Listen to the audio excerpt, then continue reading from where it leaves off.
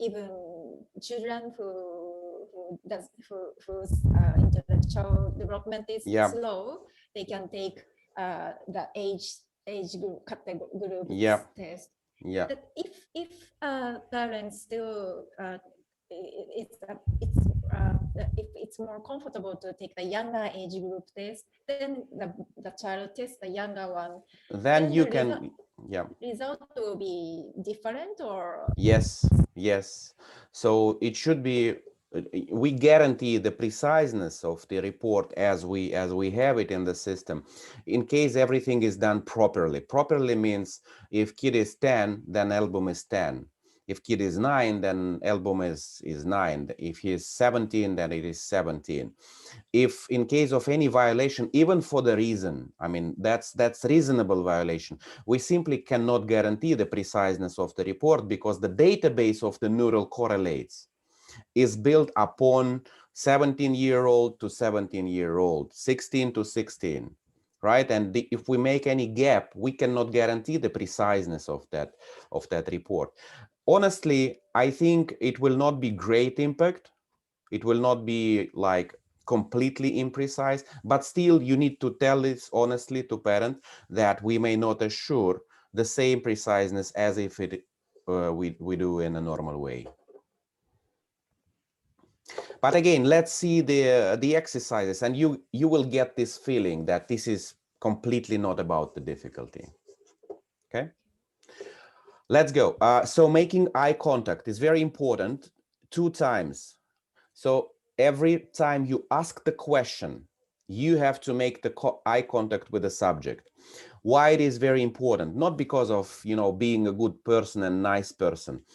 Since we don't expect an answer, so answer doesn't have any meaning to us, right? The only thing we have to assure is that subject, the kid, is understanding the question. And without making eye contact, you cannot understand if he gets the point of the question. So make sure that when you ask the question, you look into his eyes and you press the button of starting the recording only when you are confident he gets the question.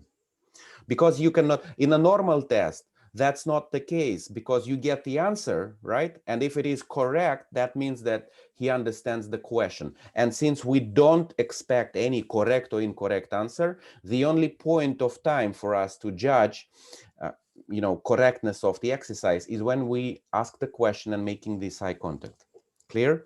The second point of time to make eye contact is when you praise. When he finish answer, even no answer, for example, you always praise him, and praise with eye contact. So you are so good, very good. Thanks for the best answer I ever heard. Thanks for not giving me an answer because this question has no answer. Like that. And you always do it in person. So you praise not in general, but him personally and looking into his eyes to make him comfortable, to make him understand that he can do anything, not blocking his brain from solving the exercises. That's kind of important things, even though soft things. Every test album and every paper in the album is either show type or no show type. No show means that you read it and you don't show it to the subject. And if it is show type, then you put it in front of him. Let me show it to you as an example. For example, oops, it's not like this. Like this. For example, this, you see, if in front of you the kid 4-7-year-old, then this exercise for him is no show, means that you take the paper and you read it. But if the kid is 8 to 10-year-old, then for him this exercise is show exercise. So you put in front of him and you ask him the exercise here. We're going to practice it. So by default, if there is no if there is nothing written here, it is show exercise. If it is no show, it is here. So by default, every exercise is show. If it is no show, it is written here. Understood? Okay, good. You always need to make a reasonable exit decisions. Remember yesterday we discussed how long should be the answer, 1 minute maximum or 2 minute maximum.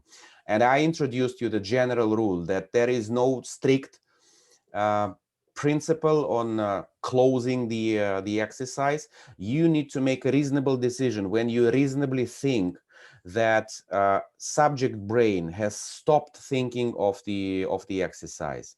Normally it is for a long questions. I mean, when he needs to do something like painting or crafting with hands, it's like between 30 seconds to 1 minute, something like that. Most of the questions, it's just a very simple answer. Show me this, show me that, just a pointing on the paper something. Some of them, which will require him to do something for a longer period of time, consider 1 minute as a reasonable maximum. But it is always on your shoulder to make the decision in when you think he stopped thinking of the answer. Looking somewhere like this, trying to ask you another question, then you just stop it because he switched to another type of the activity for the brain. Okay, good.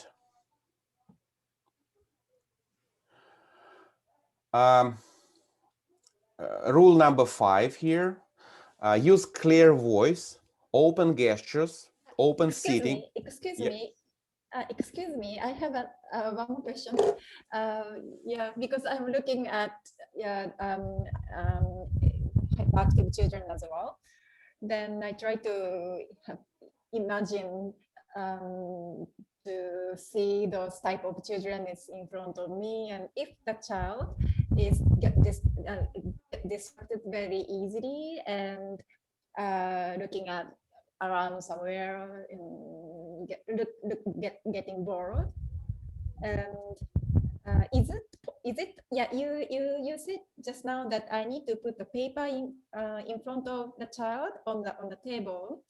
Yeah. If I move that paper to the direction the child is looking at, do you understand what I mean?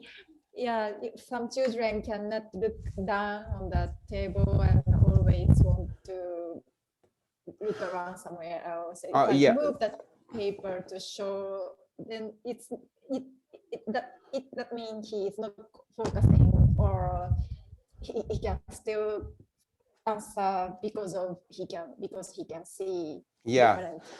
Well, make it for a reason. I mean, by default, it should be in front of him, because when he makes the movement, reading the exercise, that's electricity out of this muscle, so that will affect the preciseness. So any sort of neurological diseases, including deficit of attention, ADHD, right? That's what you described me. So it's the general thing. If you have kid with disease in front of you, autistic or any sort of psychiatry or ADHD or ASD kid, then the first thing you communicate to parent and get his acceptance that the preciseness of the report will be affected because of the movements, because of the damage of the brain, because of lack of understanding of what you ask, because of multiple implications of these diseases, right? So all the system is calibrated on a normal brains, on a healthy brains, right? So once you have any type of neurological disease or psychiatric disease, then that will affect the preciseness of the report. And reasonably, you still can do it. There is no objection to do the test, but parents need to understand that there are some rules which lead us to a preciseness of the report. So you need to do this for 30 minutes. You need to complete all the exercises. You need to avoid movements. And once we have something done in a different way, we decrease the preciseness. If we have to catch his attention by moving the papers, that's okay, we're gonna do it, but that will affect the preciseness. If he will move too much, that's okay, we can manage that, but that will affect the preciseness. If some of the exercises he gonna skip, because he cannot understand the type of the question, not because of his intellectual level, some you know, perception issues, hearing issues, or you know, whatever, the kinesthetical type of the issues, then that's okay. We still can go, we still can do it, but the preciseness will be affected. That's all about parents understanding the rules and accepting to proceed even though the preciseness is affected. And your task is to do two things. One thing is to communicate this to parent, and second thing, to conduct a test. And if parent accepts, and it takes you to rotate the papers, you know, to make it a little longer, to skip some of the exercises, that's okay once parent accepted. If he accepted, you need to do all the best you can do to finish the test based on your experience. And it's very good that you have this experience. That's I mean, that shows, you know, a very, very good level. Let's move. Clear voice, which is obvious to you, right? So clear voice means he has easy to understand the question.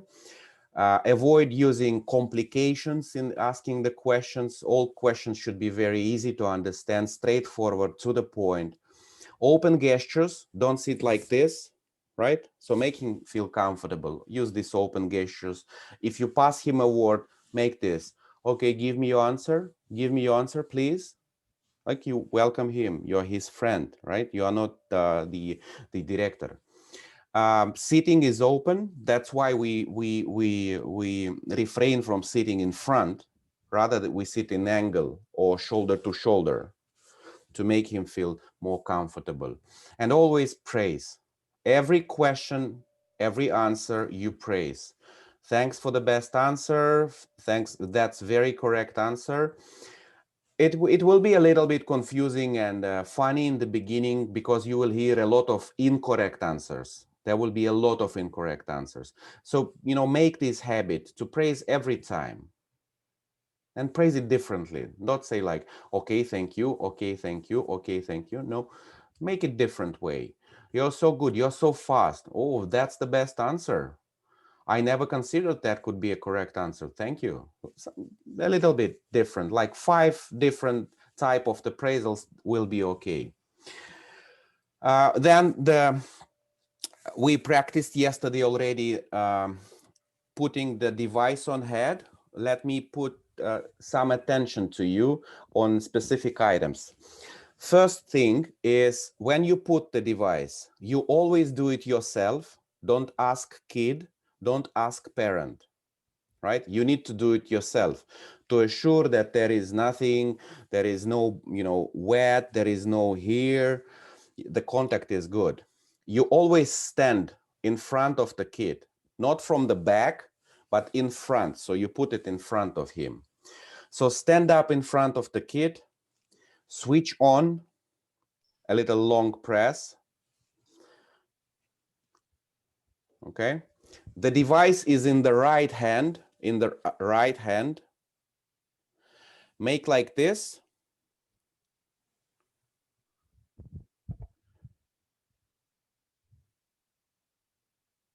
Nope. Nope. The contacts are down. Okay. Is this your right hand, right? Device is in the right hand. Yeah. Yeah. And with one movement, you put it in on the head. With one movement from lobe to back, like this, exactly. Exactly. So those two contacts, you see, 1, 2, 1, 2. They should be equally distanced here, right? Like this. And with one movement from lobe to back, you put it. After you put it on the subject, make sure that you hear beep, beep.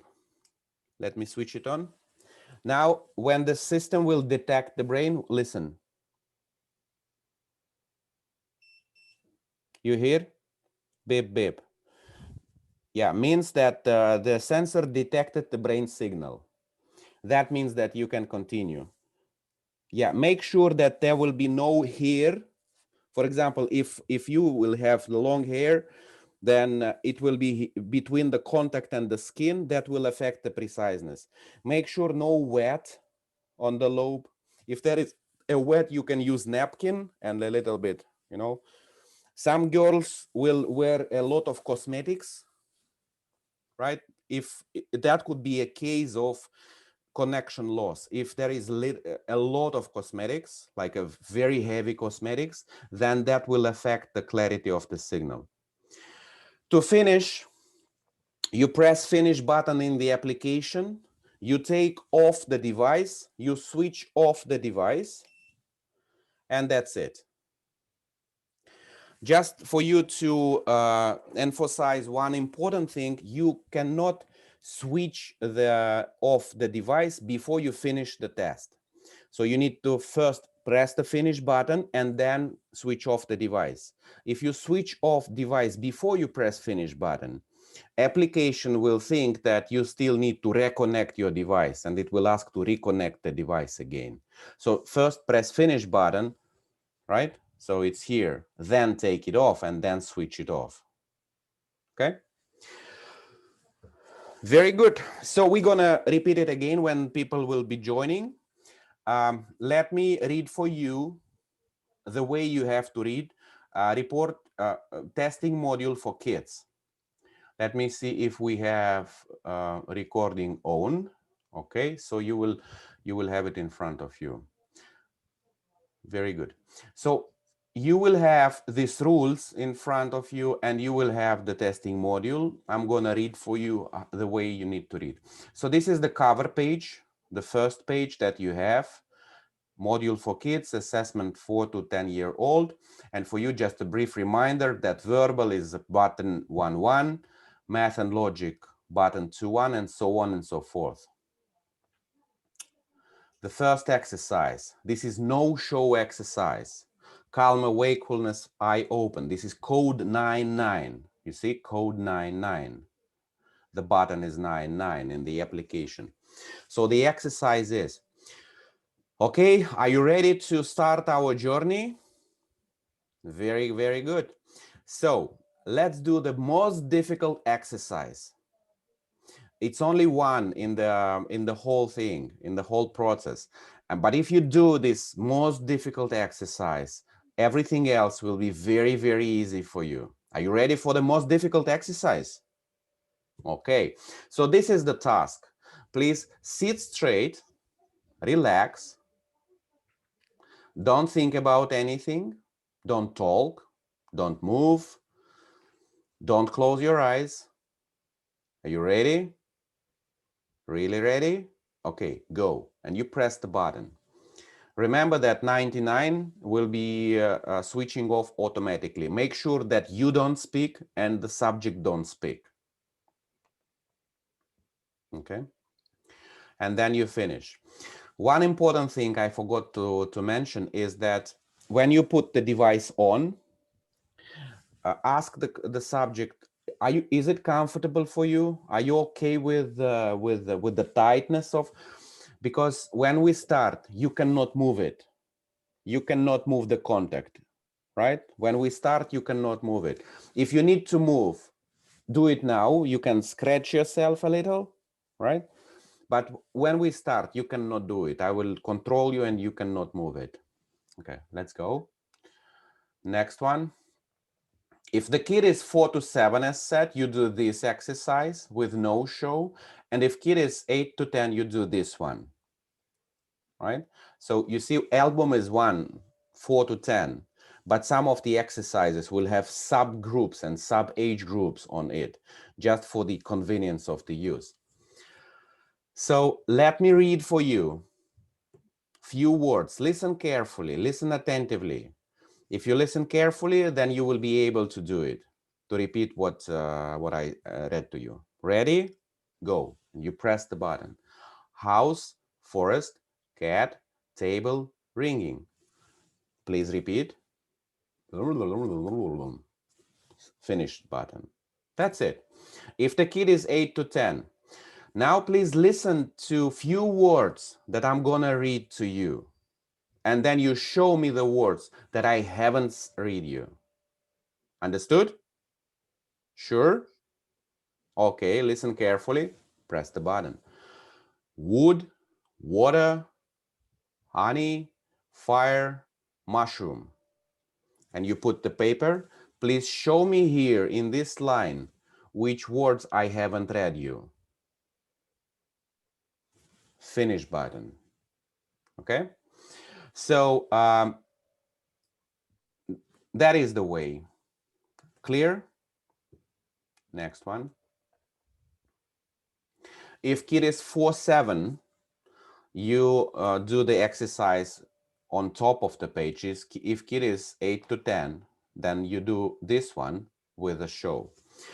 So let's play the game. And I hope you will like it. I play this game with my kids. For example, I give you the beginning of the sentence and you have to guess the word which is missed in the end of the sentence. For example, the tree always has, and he gives you some answer, any idea that he has. The tree he may say like a bird or leaves or branch or root or mushroom, whatever.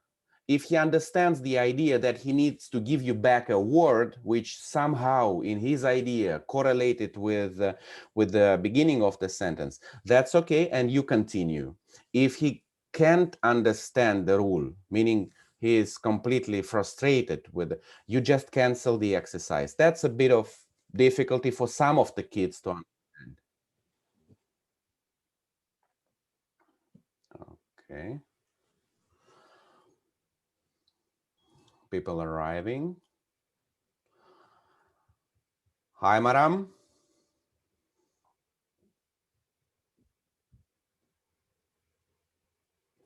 No voice still. Good morning. Morning, morning. Very, very good. Thanks for joining a little earlier. That's very, very good. Actually, I wanted to join earlier, but I thought you are not there, so I said I'll try my luck. Yeah, that's okay. So you actually haven't missed anything. We just started and we are on the very first page of the first album module. So are you ready to jump to work?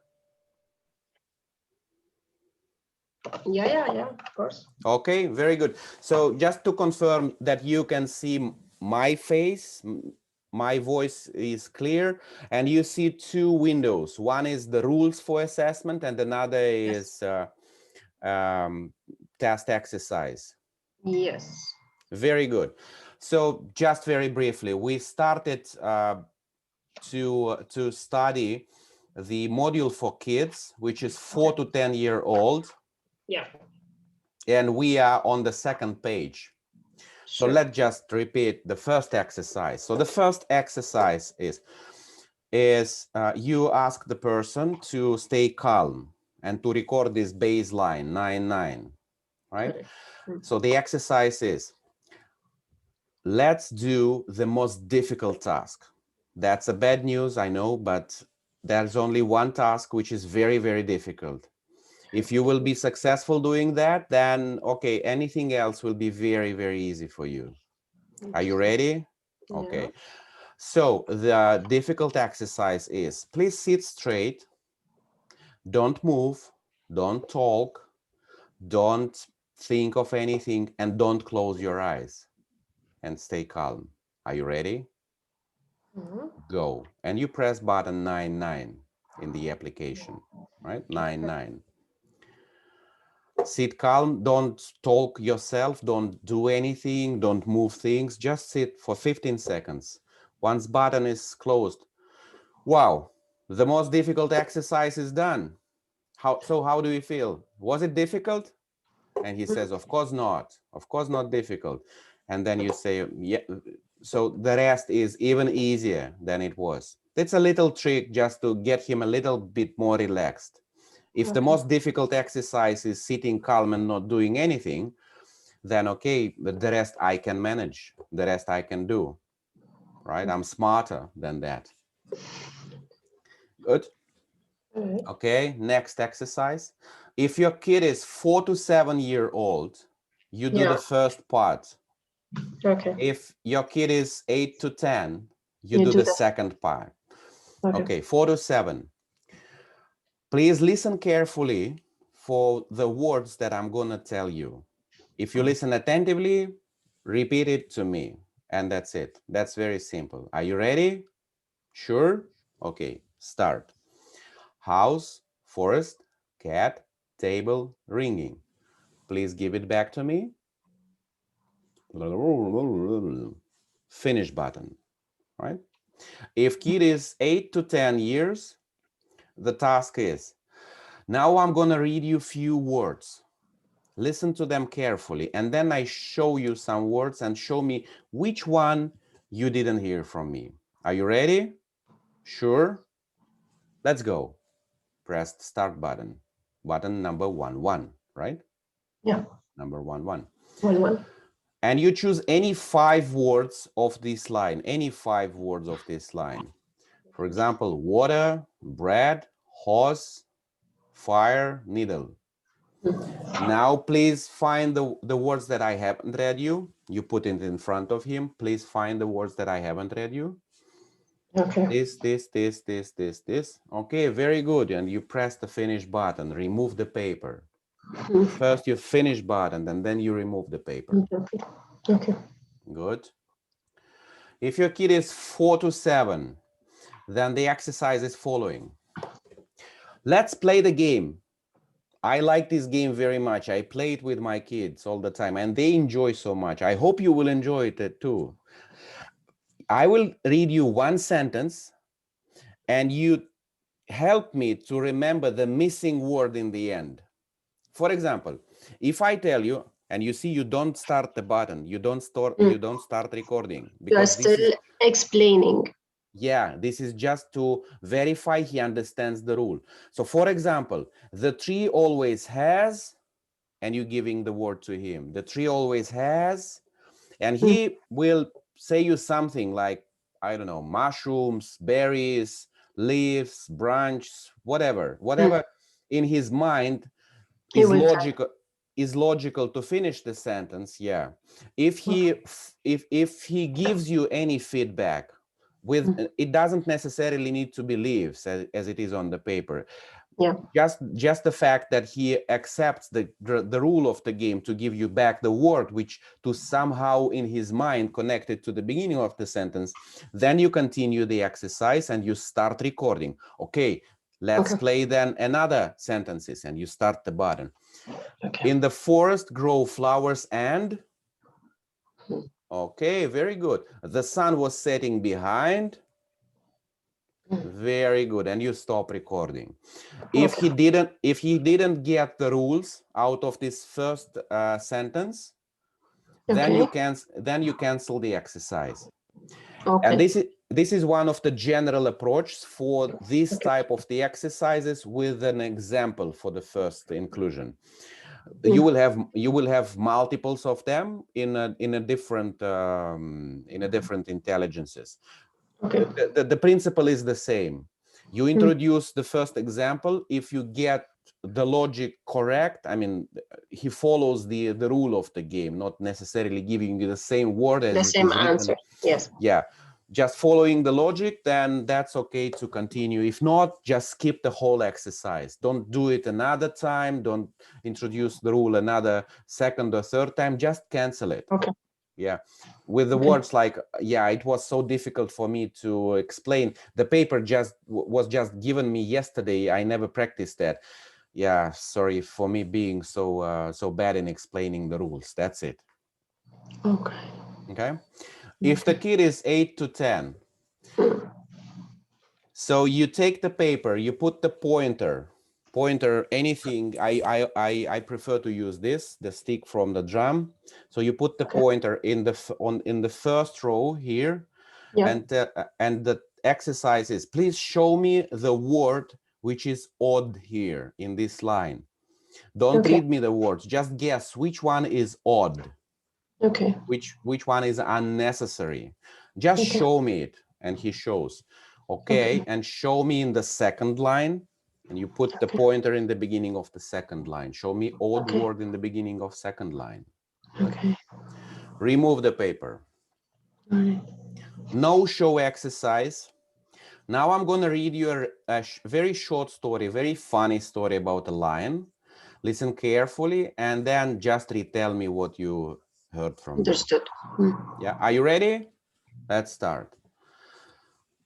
Clear voice, open sitting, open gestures. A lion is a large wild cat. It is called the king of beasts. It has sharp teeth and claws, a big head and long tail. Lions are predators. They hunt for other animals. Animals live in Africa and India in groups called prides. Lions are very strong, smart, and cunning. Okay, tell me what you heard. And he repeats you, make sure that he's speaking about the story. Some of the kids, they will prefer to jump to discuss the zoo. Another story. I went to zoo and I saw the lion and my mommy bought me a piece of meat and I feed the lion. You can listen to him, but make sure you switch off the button, let him speak for a while, play his game, and then return him back. Okay, and what was in my story? What was about the line in my story? And you start recording again. Sometimes you need that. Let them speak a little, not for too long, right? Follow their logic just to make it more comfortable. One thing you noticed, you read it plain. So your voice should be clear and plain, without two emotions, because emotions helps to memorize. You don't read like this. A lion is a large wild cat. It is called the king of the beasts. You don't read it like this. Plain. A lion is a large wild cat. It is called the king of the beasts. Otherwise, if you play with the voice, those you read like this will be easier to remember. Those you read like this, normally we perceive as not important and it's harder to memorize. So you read it plain. Good? Yeah. Wow, such a nice picture. Oh, I love this place. What do you see on the picture? Make sure that he sees something on the picture. Yeah, you may have visual dispairments. Even, I mean, the people may be seeing things, but not all of the things, right? Yeah. Cannot distinguish the colors. So if he confirms he sees like a room with something, then you start the button and ask the question, can you explain me, please, what you see in details? And encourage him to give you descriptions of the object, not just the names of the objects, like I see dog, I see fire, I see chair. That's okay for the beginning. But if you see like naming the objects, then can you tell me a little bit about the dog? And I can ask him the question while I'm recording as well. No problem. Yes. But make it real short. I mean, your role should be very, very minimum. That's just to support him, because our purpose here is to let him use as complex expressions and the language as it's possible for the brain, right? Yeah. So if he follows descriptions out of the gate without your additional questions, that's okay, don't step in. But if he names objects, I see desk, I see chair, I see fireplace, I see window, I see sofa, then you need to a little bit push him. So can you tell me a little bit more about a dog? A little bit more about a fireplace, right? Again, here, some of the kids, they may tend to jump to discuss the house that they ever visited, the emotions. I want to live in this place. I want to have room like this, anything. Let them speak up a little, but make sure you switch off and then back their attention to the room. So let's get back to this room. What you see in this room, right? Explain me about this room. Point his attention back. Good. Wow. You like pizza? Do you, ladies? No, I don't like pizza. Me either. I don't like pizza too. I don't like pizza. I'm not a fan of pizza at all. Yeah. So in front of us, there is a pizza. Let's guess it's pepperoni. Can you tell me which slice of pepperoni has the most, and you start recording, and you start recording, Yeah. has the most quantity of pepperoni?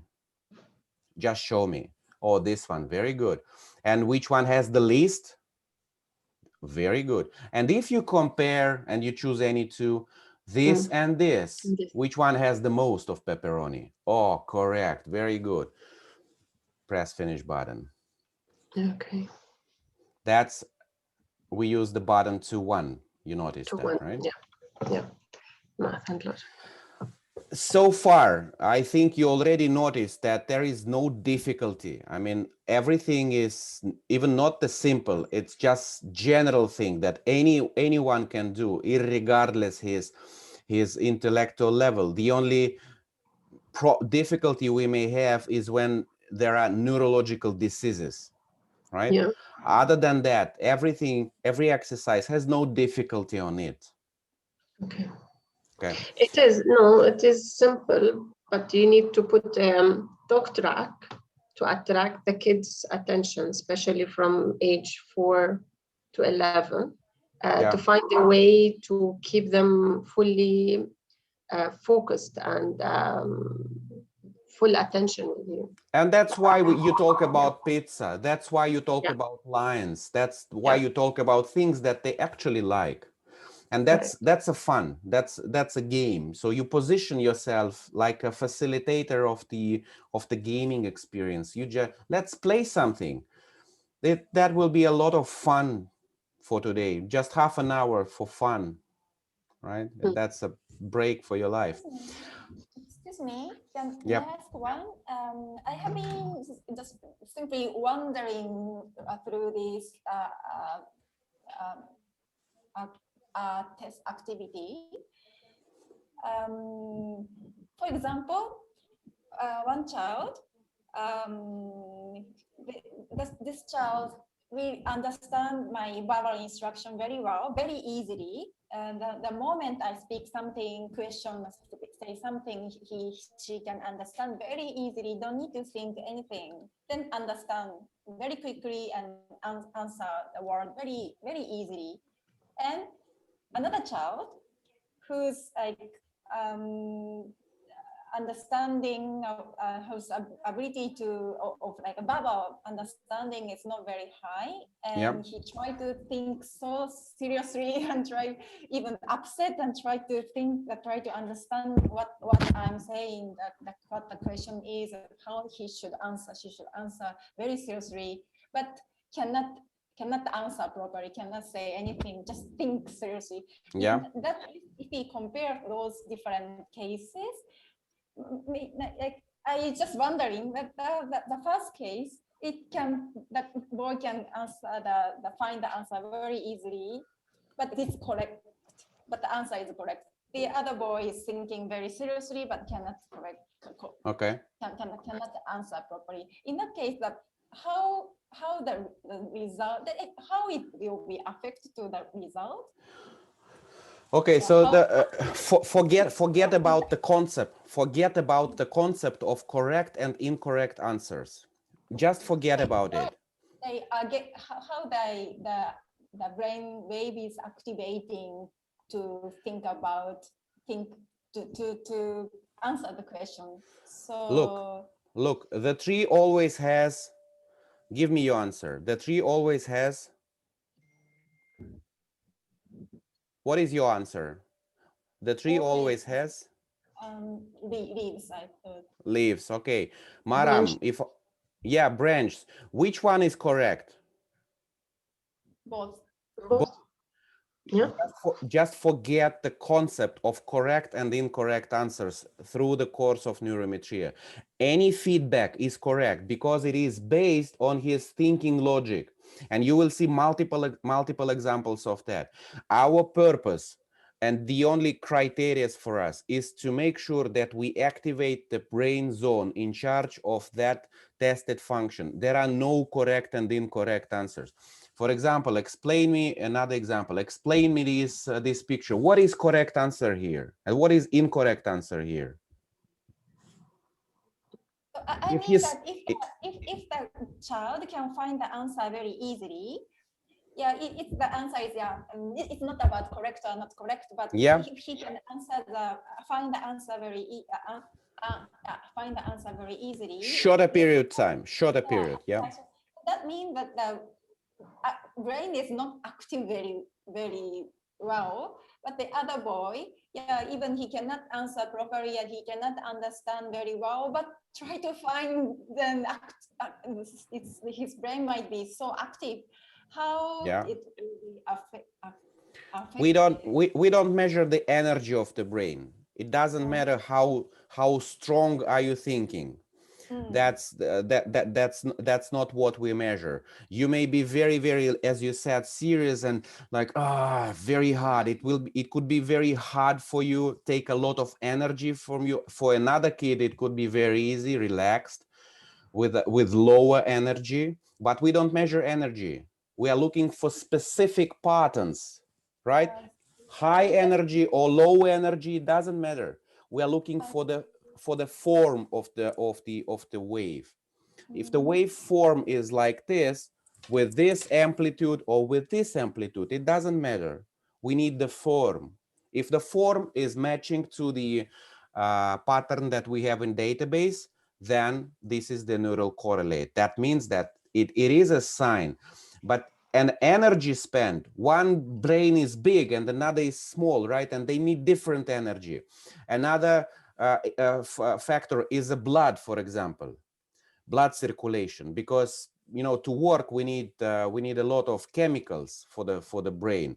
If our blood circulation is a little bit slow because of the problems here, right, it will organically take you longer time and more efforts. But this is not about intellect, this is about the blood, right? And that is why we are not concerning the difficulty of the thinking, the energy of the thinking. We are not measuring that. It doesn't matter. That doesn't affect the test result in any way. You may be thinking very hard. It may be very easy to you. This is not what we measure, how easy or how difficult. We measure the specific patterns of efficiency of solving. Okay, move.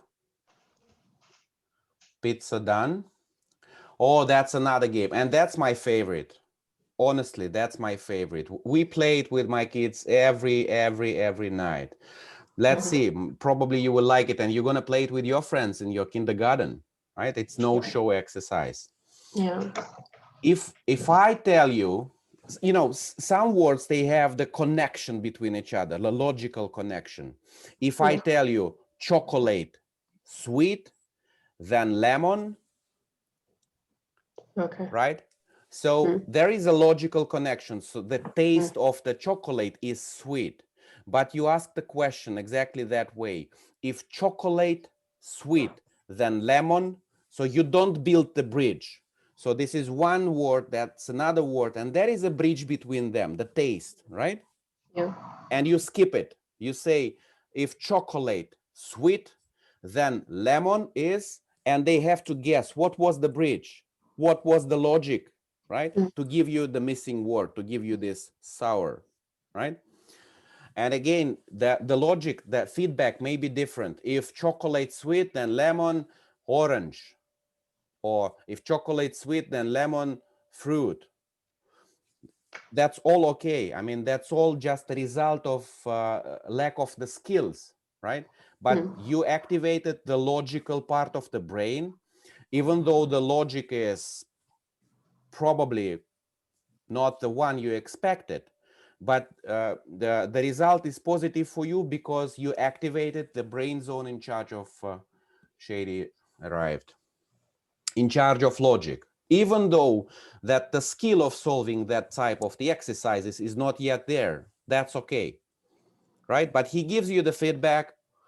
That means that the logical part of the brain was activated, and that's what we need. That's everything that we need. The only result is when there is no answer at all, like frustration and can you say it again, I didn't get the point. You skip the whole exercise. The same as we introduced before. If he doesn't follow the idea of that, you skip the exercise, the whole exercise. In most of the cases, it's doable. In some of the cases, like 1 out of 20 maybe, you will be facing the need to cancel it, to skip Okay. the exercise. Okay, so if chocolate sweet, then lemon sour, Yeah. right? So, Very good. You press the button, and now let's play with you. If I tell you butterfly flies, then caterpillar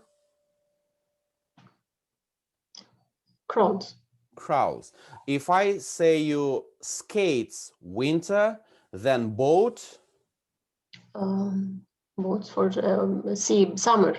Very, very good. If I tell you song singer, then painting. Paint. Yeah, very good. So you do 2-3 inclusions for that. You don't need to read everything. You do 2-3 of them, any one that you like. And you finish the button, remove the paper. Oh, it's no show, so you just change the paper. Okay. Okay. Take the pointer, put the picture in front of him. Can you please show me one odd picture here? Unnecessary picture? Just point me. This one, very good. And now can you tell me which one is odd here? Very good. And can you tell me which one is odd here and explain me, please? Okay, very good, thank you. And again, the question, the answer may be different. Most likely they will answer this. Right? Balloon. Yeah, but the balloon, because it doesn't have the engine, right? But many times you will hear very logical explanations of any other answer. Okay. Okay, so this is the. Do you like mathematics? Hmm. Me Not either. Yeah, I also hate mathematics, and we are very lucky with you that we don't have to do any mathematics for today. okay. Let's just look at these numbers. And if your kid is 8 to 10 year old, for early age, you don't do it. Okay. So can you please read for me these numbers? 1, 2, 3, 5, 6, 7, 9. Okay. Good. 8. Any numbers missing? 4, 8. Very good. Can you read for me this number? 18, 21, 12, 01, 1005. Very, very good. Are you familiar with these numbers? Yeah, this is 2, 3.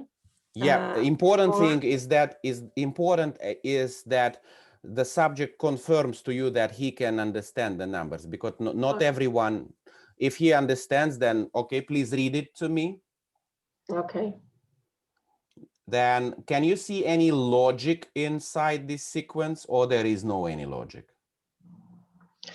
Yeah, they are not in sequence. No, they are not in sequence. Very 1, good. 2, Exactly. 3, 4, and then you have Yeah, another exactly. 4. Very Yeah, good. okay. No logic. Can you give me an answer here? And you pick any one of this, any that you like. Just give me, don't read it, just give me an answer. If it is success, means that he gave you an answer without frustration, even the answer is incorrect, then you switch to another. Can you give me an answer here? You're so good in math. Here he can see the Yeah, this is a show exercise. okay. Just don't read it to me, tell me just the answer. Yeah. This one, if no frustration and answer is given, even not non-correct, then oh, very good, so good in mathematics, you were kidding me. And can you guess which sign to put here to make it a correct equation? Okay. Oh, very good, minus. Very, very good, exactly. Multiply. Finish. Okay. Oh, multiply. Oh, they are multiplying. Both answers are correct. No show exercise for kids 8 to 10. Okay. Listen carefully. One very short and very simple problem, and just give me an answer in the end. Very, very simple. Ready? Go. You press. There are 12 books on one shelf, and there are 6 books more on the second shelf. How many books are on the shelves? Oh, 12, 20. Very good. Very good. Thank you. 8 to 10. Can you please tell me how many blocks I used to build this figure? It's important here to use exactly this sentence. How many blocks I used to build?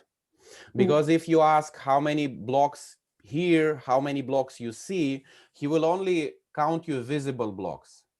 Yeah. But the purpose of the task is to let his brain guess which blocks are hidden from him, but necessary to build the figure, right? And you do any 2, 3 of them, any one that you like. Okay, very good. Here, just give me one answer. Just give me one digit. Don't count it. Just give me one number. Here, very good. And here, very good. You like playing Lego, right? Very good. So most of the kids which I ever tested before you was already tired at that moment, because this is the middle of our exercise. And I have to make a break, musical break.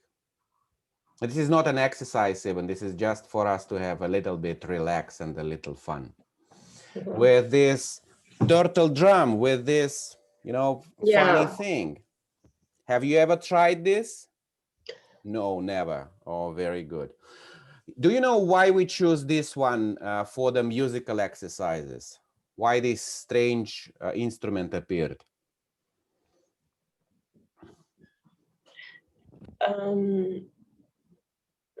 From yoga point of view, when it's round, it gives you according to the energy you are pressing, and it gives you the sound.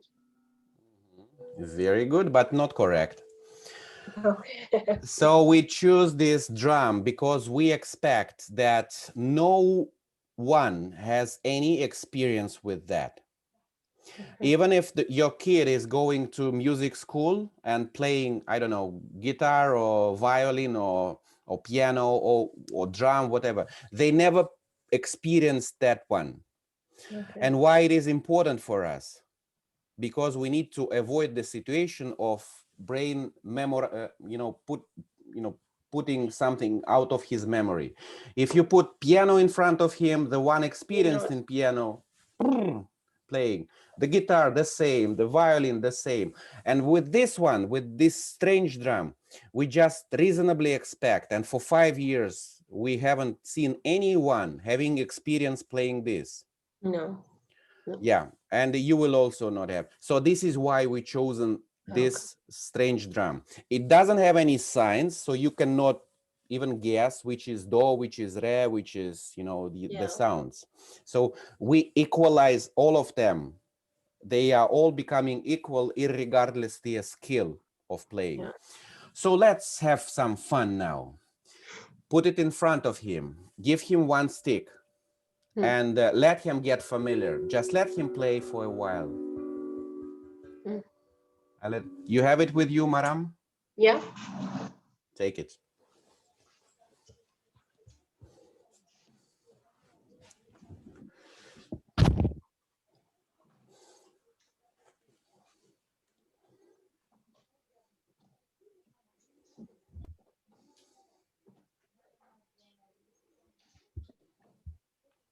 Very good.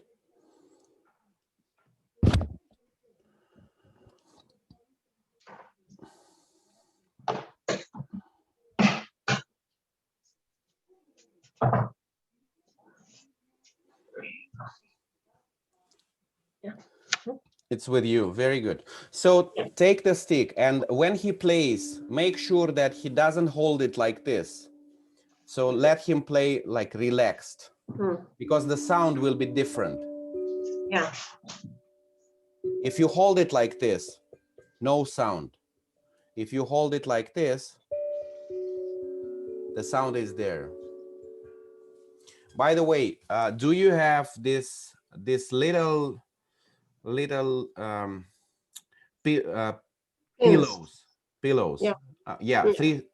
And do you have it? Yeah. Assam, you have it? Yeah. Okay, very good.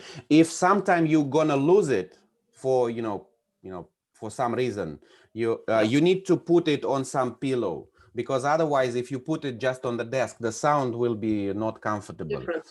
Yeah, will be different. There should be some air between the instrument and the surface. Okay, so now let's have a fun. When I will ask you to close your eyes, I will play one sound, and listen carefully. Then you open your eyes with your stick. Try as many times as you need and find the one I played. Okay. Understood? Right. Ready? Go. Okay. Close your eyes. Okay. Press the button. Choose any. Then close the sound. Because if he opens and he starts playing and it still, gets the sound that you played, it's easier. So you need to close with your hand. Okay, and then close it. Right. Yeah, open your eyes, okay, and try. Oh, this one, correct. Very, very good. Thank you. And let's do it one more time. And you do 2 times, right? Okay. The same exercise another time. Okay, stop button. Let's do another one. Don't close your eyes. I will play a very simple rhythm, a very simple melody with my stick. You can see it. And after I finish, play the same. Understood? Good. And you play something for the kid, for this age group, 4 to 10. You play something with 3 sounds and with the logic. Means that you play like 1, 2, 3. So it should be a logical sequence to make it as easy for him to remember as it's possible. If you take teenager, then you increase the difficulty. It could be faster, it could be 4, and it could be less logical, like something like this. If you do the exercise with adults, you forget about the logic. You can play anything. Let him repeat whatever comes in your mind. So music itself doesn't matter. There should be no music. So don't bother yourself creating the nice melodies. Just follow this simple rule. So for kids, slow, limited number of the sounds and logic. 1, 1, 2, 3, or 3, 2, 1, whatever, but logical for him to make it easy to remember. For teens, increase the difficulty, increase the speed, and a little break the logic. 1, 2, 1, 1, 2, 1, 2, something like that. And for adults, you forget the logic. Just make it clear, because when you play fast, you sometimes, just randomly drop the stick anywhere. Make sure that you actually play on the sounds, and the sounds are these tongues. Only this. You play on this. That's it. Okay. So we do the same for all age groups for the music, and for adults and teenagers we have another one. We're going to introduce it later. Okay. Good. Very, very funny. When we finish, I will let you play with this drum if you really like it, because I will have to talk to your mommy or daddy. And if you like it, you can have like 5 minutes to play if you really like it. Okay. Most of them, they will like it. Okay. Yeah. Let's go. Oh, I'm a very, very bad artist. Can you please help me to remember which objects are here? And can you name me what you see? Can you recognize something? And you start recording. And let him recognize any 2 or 3 of them. So that's the first difficulty level. So he picks with his mind any 2, 3 objects. Okay, very good. And now can you tell me what is this? So you increase the difficulty. So you ask the objects which he didn't mention to you, right? What is this? Oh, very good. And what is this? And what is this? So another 3, you ask him, you put the task, right? What is this? Some of them, they will start rotating their head like this just to see, because, for example, this is a water basket, right? So they will try to see it from this angle. Prevent. Please look straight. Don't don't really rotate your head. Some of them will tend to take the paper from the desk and rotate the paper. Also prevent it. Oh, just look straight. Just let it be on the table. Okay. Very good. So 3, he recognizes himself. 3, another, you ask him. Yeah. Good. Yeah. Can you please tell me which objects you see here? And you always use pointer, right? Which objects you see here? Can you name me? Very good. And can you look at this one? How many objects you see? Just give me one number. How many objects? What is the biggest?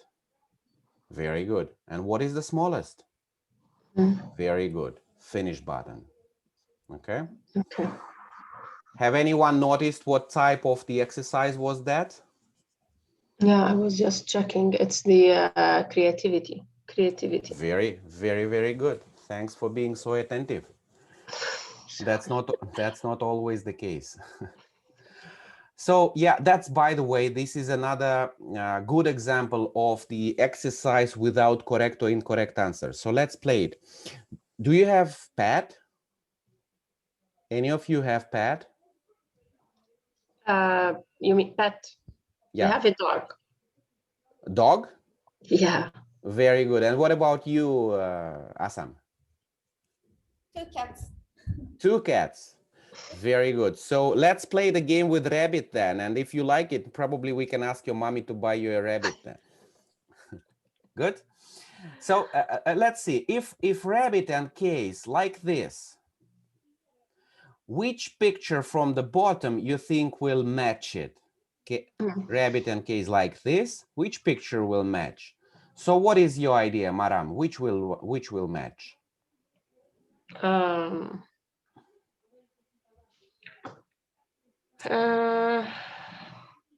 I don't know. Not the middle.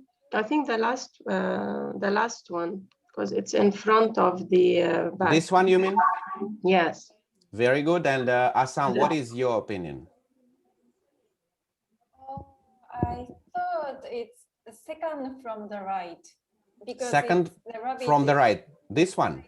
Yeah. Yeah, but maybe I'm wrong.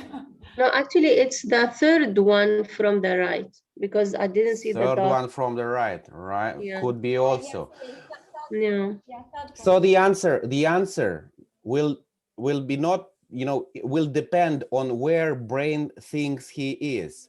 Most of the brains will position themselves in front of the picture. So we are looking at the rabbit being in front of him. Yeah. Then for most of the brains, the correct answer is this one. At the beginning, yes, at the beginning you see it's either this one. So you're looking in front. That's like 70% of the answers. But then another brain may look from the top, which is also could be a choice. So if you're looking from the top to this picture, right? So then the correct answer is this. Yeah.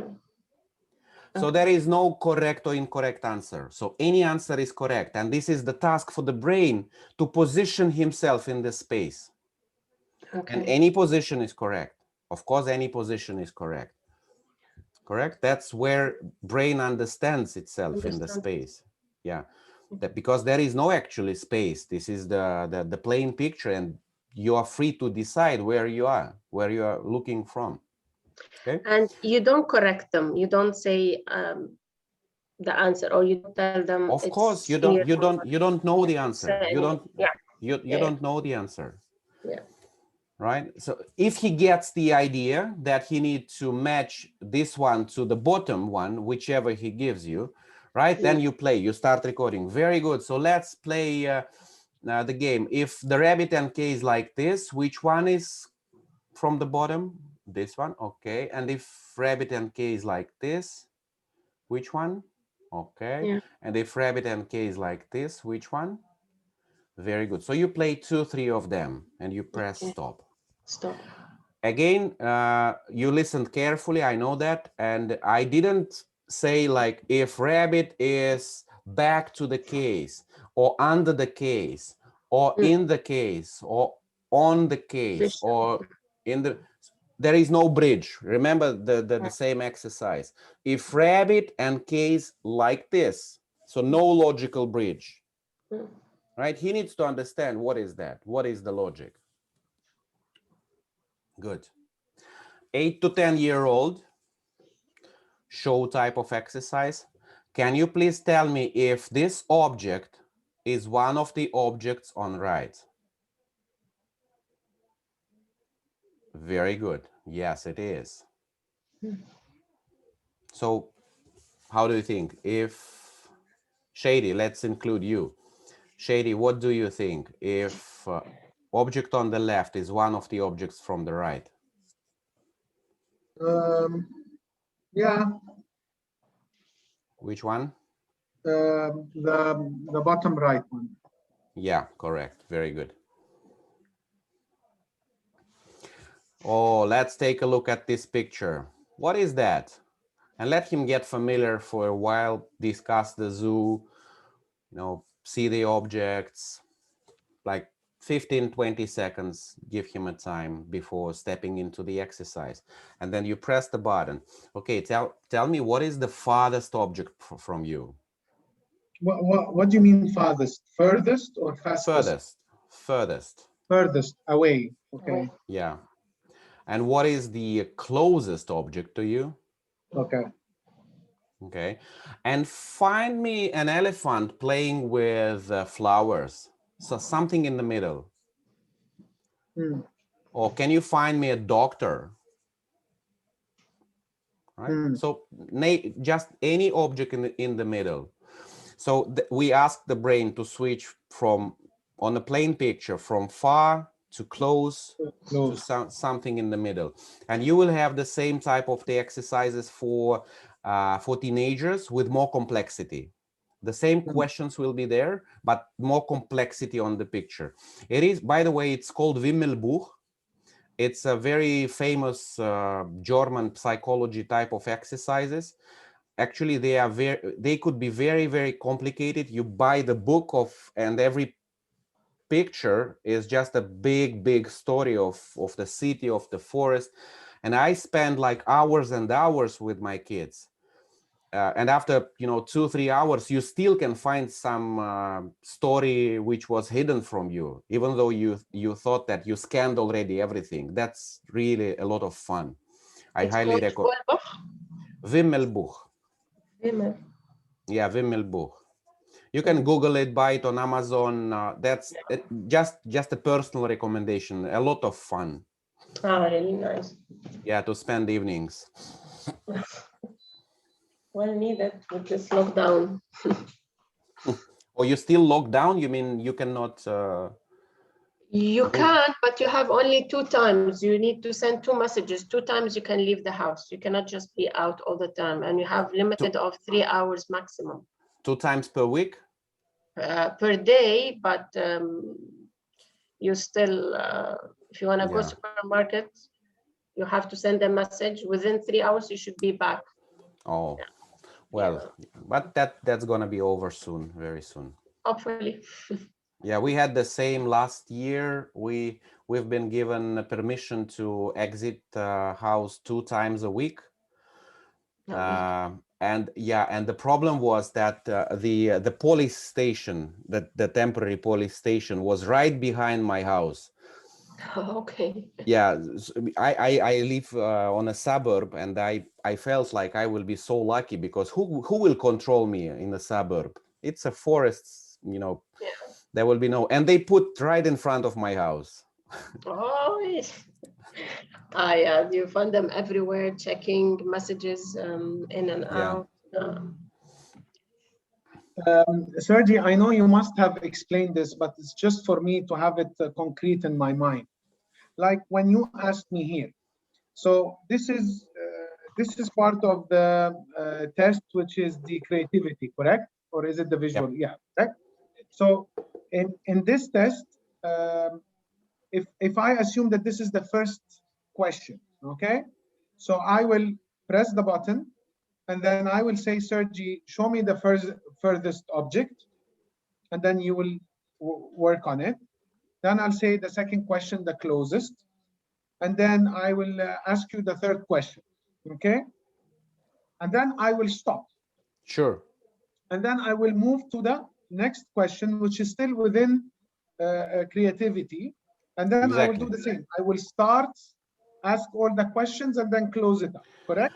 If the questions, you know, here why you ask 3 questions actually, but you press button only once, because every question is very short, so you don't need to introduce the rules like a different from the last one. So you ask, what is the furthest? Okay, what is the closest? And what is, can you find me an elephant, right? So you don't need to introduce another exercise. You're actually doing the same exercise with the multiple inclusions.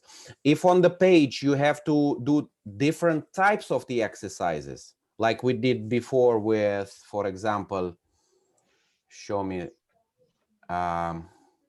for example,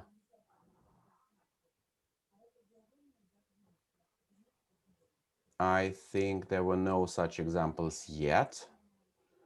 Yeah, but there would be an exercises where test pages where types of the exercises are different. Then you know, cancel, you switch off after the first inclusion, introduce the second type of the question on the same page, and then you start recording again. We did it for the music. Remember, for the music, the first exercise was close your eyes and repeat after me. You do it twice with one recording. And then when you introduce the rules, now I'm going to play you rhythm. Very simple. You don't close your eyes, just see and then repeat after me. So this is introductions of another type of the rules within the same exercise. So you close the recording, and when he accepts the rules, understood? Let's have this fun. Go, and you start recording again. Okay. Okay. Clear. Good. Excuse me, can I ask one? No, you can't. Yeah. Go ahead, please. Sorry. The test of the picture just now we did. This one? Yes, this one. For example, there are 3 questions: further object, closest object, and find something. The last question: how many times do I need to repeat? Only one time is enough, or only one time. One time. Yeah. So you do it exactly like this. So get familiar with this.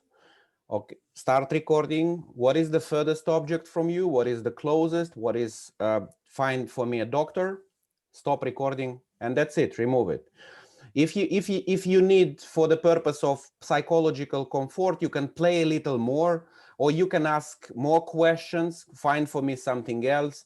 The more you record, the better. Just make sure that this is to the point of finding something on this picture, not a discussion of how funny is it and how many elephants you see. This is not about it. If you want to ask more questions, find for me the monkey sitting on the mountain, on the hill. That's okay. So we the can more we can decide by ourselves that how many. Right. This many is the minimum thing that you have to do. You still have a lot to do within this 4-1 exercise, within creativity. But if you think this is reasonable for you to have a little more fun with kid, a little more real, you know, gaming experience, then go ahead. Just make sure that it is a spatial type of the question, means the creativity type of the questions. Don't ask how many, what do you feel, do you want to be there, or how many colors, whatever. So to the point of finding the object. Okay. Sorry, the task of calculation we did, before those some pages before. It's also same. We can decide how many questions we ask. That's like calculation.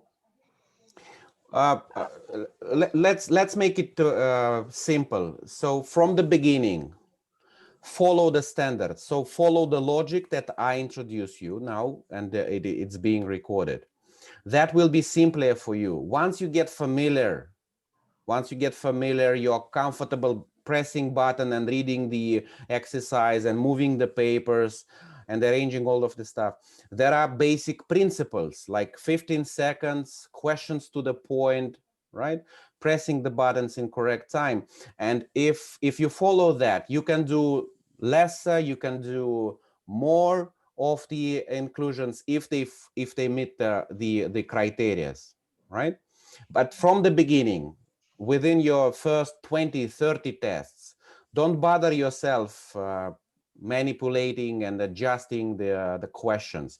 Just follow the way I introduce it to you. Once you get yourself very comfortable, then you can do your own way, following the rules. 15 seconds. Yeah. Yeah, okay. Sorry, for example, for this task, there are many calculation questions. And only one is, for example, if the time is 15 seconds, longer than 15 seconds, only one question might be enough to do, or? So you do one in the first column, then you do the one in the second, and then you do one in the third. Okay. So there are many, but don't need to do. Yeah, for this bottom type of the exercise, let me get back to it. For this exercise, you do, can you please read it to me? Any number missing? Can you please read this to me? Are you familiar with that? Can you please read it to me if he confirms? Is there any logic or not in this sequence? Okay, there is. Thank you. Can you give me an answer here? If no frustration, can you give me an answer here? You pick any one of them, right? Just give me a number. Very good. And what could be the sign here to make it a correct equation? Oh, multiple. Very good. Thank you. And you press the button. That's the logic to follow on this exercise. And you break the logic only in case frustration after answer here or frustration after answer here. You cancel this or you cancel both. Maram, clear? Yeah. Okay, thank you. Oh, sorry. Can I ask one more thing? Very small detail thing. For the music task, there are two tasks for it, and the first one, the one that the child find the same Yep. sound with the one I play. But the timing I play the record button. When I before the child, but when I when he now, closes the eyes. So now close your eyes and then you press the button. So before I start to play, it's already recorded. Yeah, so close your eyes. And when he closes eyes, so he prepares his brain to listen attentively, right? So close your eyes. And when he closes, you press the button. Good. Okay, are you familiar with that? What is that? Can you navigate the clock? If he confirms, then you do the first exercise. If the time is 9:15, where will be clock arms? Right? If he says like, I know this is a clock, but I cannot navigate. Most of the kids, they have like a digital watch rather than analog watch, right? Many of them, I mean, my daughter is almost 11 and she cannot navigate, and even, you know, doesn't feel bad about this, because the only person on earth wearing still this is myself. She doesn't need it. Okay, so where will be the minute and the hour arms? Very good. So let's talk about time a little. So what time did you wake up? Good. What time do you usually go to sleep? Good. So what we do, as we did for the space exercises with rabbit and with this Wimmelbuch, we ask brain to jump in space. Here in this type of the exercise, we ask brain to jump in time and make it from small jumps within a day. What time did you wake up? What time do you usually go to sleep? right?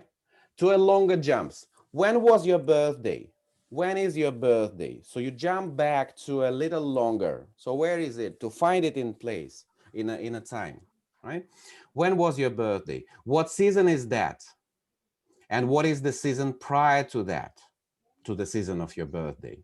And what is the season next to that? So tell me, what will come next, your birthday or Christmas Eve? Oh, by the way, you celebrate Christmas Eve in Malaysia and in Cyprus? Yeah, of course.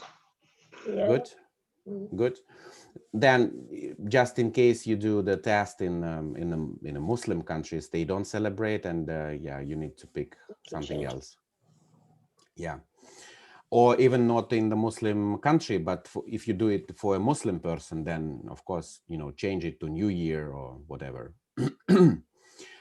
Inclusion number 3, so exercise number 3, you do it optional. For teens and adults, that will be mandatory. For kids, you decide if you do it because it's a little bit fun and it gives you a little more preciseness of the measurement. That's a task of counting 1 minute. So let's now play funny game. Imagine you are a soldier, a miner on a war, and you need to deactivate the bomb, and you need to count you need to count exactly 1 minute. Don't look at watch, don't say anything, just internally calculate 1 minute, and when 1 minute is over, just tell me. Ready? Go. And you press the button, sit silently, and let him tell you when the minute is over, whatever he guessed the minute is. For someone it will be like 20 seconds, for another it will be a minute and the 20 seconds, and some will be very precisely positioning that, right? So when minute and 20 seconds is over, you can say like, boom, exploded. That's it. Reasonably. Let him count until whatever he thinks, but when it's a minute and 20, you can boom and stop recording. That's it. Make sure that he has no watch in the room, and he is not using his watch, of course, and make yourself watch hidden from him. Good. Question number 1. What is this season? By the way, that's not for Malaysia. So you skip it in Malaysia. You have 2 seasons, aircon season and non-aircon season, I remember. And for you, I think you can do this, right? You have snow. Yeah. I'm from Japan, so for me. Oh, but we need to make sure that it's built in the brain of the subject that we test. Just to confirm, Maram, do you have seasons like this? Yes, we have snow in the mountain. We don't see it in the capital, but we know that it's up in Trudos. Yeah, there is snow.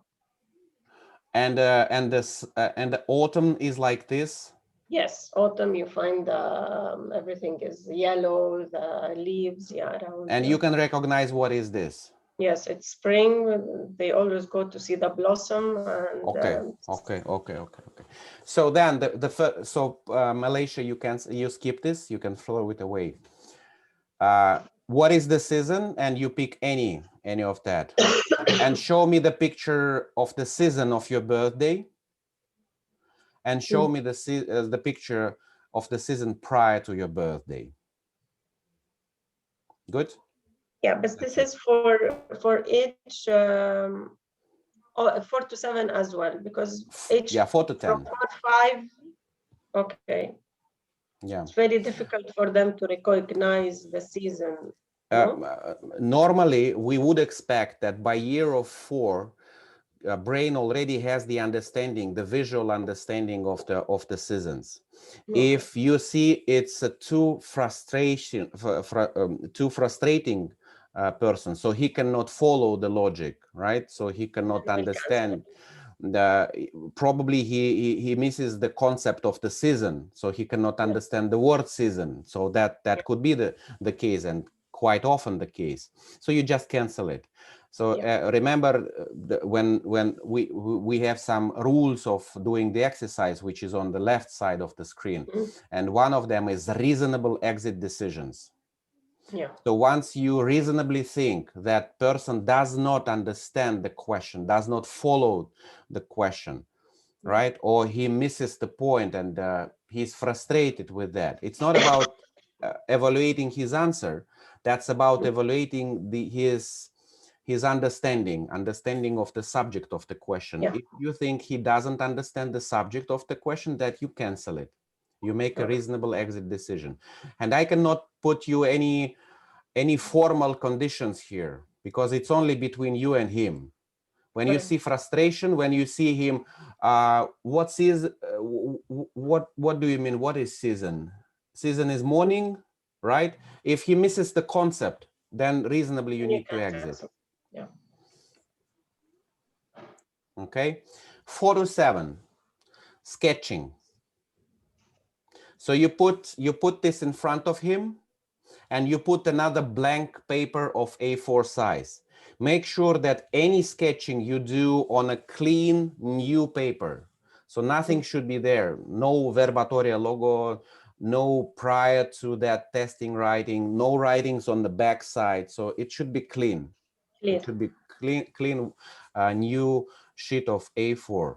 So, and you pick any two of these objects. You start with this, for example. Can you draw for me this one? If that was very easy, I mean, very fast without additional questions, then you ask, okay, draw for me the whole thing here. If that was a little complication, like took a long, many of this thing, looking and painting, like more than 5 or 10 movements like this, then the second one should be easier, one of these. Yeah. This is more difficult. You start with this, and then you'd make a decision, either jump to a difficult one or continue with a simpler one. Understood? Yeah. Very good. And you record everything. So once you start recording or start sketching, you start recording. Yeah. That's a very, very funny. You wouldn't guess the logic here. Take a look at this object. I even don't know what is that. And you make the painter. You use the pointer. You circle it. You draw his attention to this multiple times. Can you look at this? Let him think that this is something he needs to memorize. Don't ask him to memorize, because this is not true, but let him think that this is something he needs to pay attention. So you circle it like this. Oh, what is this? I cannot guess. A house, probably a church. I don't know. Something very, very strange. For a couple of times, 3-5 times, you draw his attention, and then the task will come. Okay, now for 5 seconds, please take a look at these objects. Try to memorize them. And then I will remove the paper, and you're going to draw it. Are you ready? Okay, 5 seconds. Okay. Remove the paper, give him, and start recording. Good?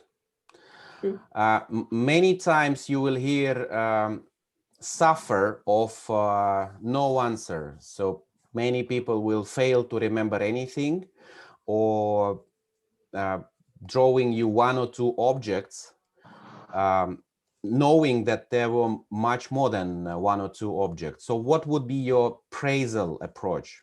So you see someone sitting with only 2 objects drawn on his paper. So how would you praise him? So you finish recording, and now you need to praise. How would you praise? Bravo, excellent job. You managed to, you remember 2 objects. That's amazing. That's no? almost there. But the thing is that they understand clearly that this is not an amazing job. They understand that they failed. They understand that there were 5 objects and they only put 2. So that if you just say that's an amazing job, they will feel like you are not, you are not fair with me. So your praisal has no value. It's not truth. And to make it truth, to turn it to the truth, use this trick. So this is the best result I ever seen. The exercise is really difficult, and normally kids, even elder than you, even graduate in their graduation class, they only can draw one, and you did it two. Very, very good. So you compare him with someone, with myself. When I did it myself, I did only one and you did two. That's amazing. And that turns this lie to be truth. Okay. Good. So let's do it. Let's play with hands.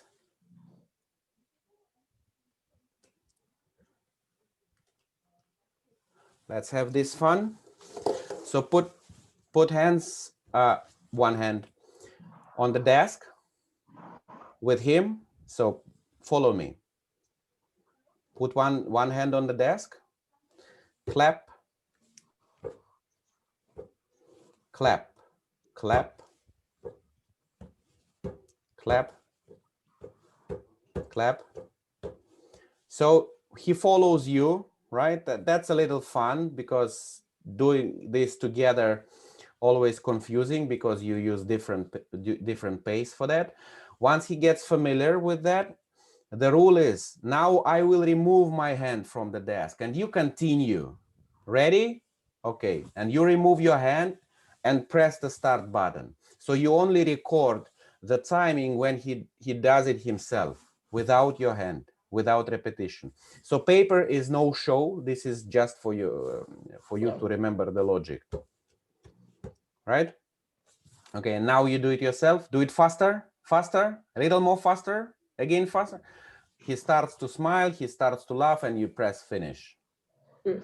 Does it have to be in that same sequence you showed us, Sergi, Yep. or any other logical sequence? No, it should be this, because that's the level of the difficulty for the brain because of these two claps.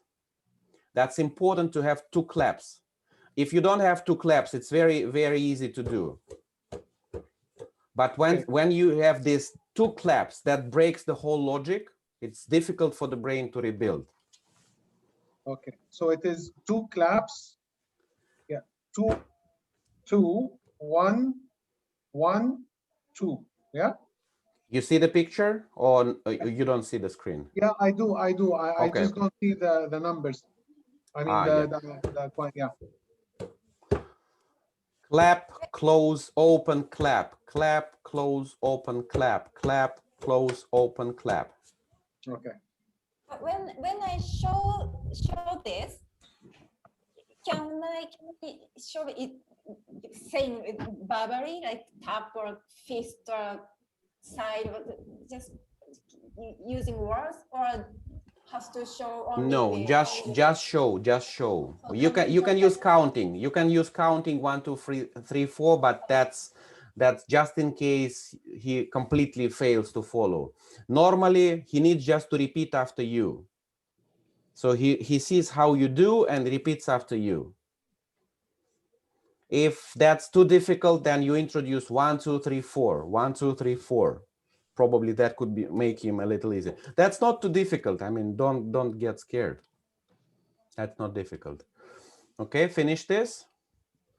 There is another one. So the logic will be the same to start. Put your hands on the desk, like I did. So follow me. Be my child. Be a kid that I test. So put your hands here. Let's do like this. Let's do it together. Okay, one more time. Now like this, like this, like this. And now let's do it simultaneously. Very good. So now I will remove my hands from the desk and you continue doing the same. Ready? Sure. Let's go. You remove and you press start button. Okay, very good. Faster, faster, a little faster. Very good.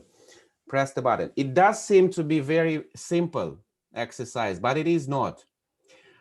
The issue is to do these asynchronous movements like this. This is the exercise, not the one we did when we didn't record it. This is the exercise, right? To make this, for us, it's very simple for adults, because our communication channels between the hemispheres in the brain is already in place. So we have a lot of, wires between the hemispheres. For kids that age, it's only grown up, it's only building the hemispheres, and you will experience, you can try it with your kids. For kids like 6-year-old, it's even impossible to do it asynchronous like this. They will start laughing very, very, very fast. Like, how to do it, right? For kids like 10, it's already easy because of this maturation of the bridge between the hemispheres. So that's what we test. That's what we activate by using these gesture exercises, activating the links between the hemispheres. Okay. So for year 4 to 5, this is a no-show exercise because we need to manage the difficulty of the exercise. You do it with your hands. Can you repeat after me? This one. Good. Now this one. Good. And now this one. Very, very good. And for kids 6 to 10, we do the same, but repeating after picture. Can you repeat this? This one, this one, this one. So for 4 to 5, you show yourself. And 6 to 10, they repeat after picture. Yeah. Got it?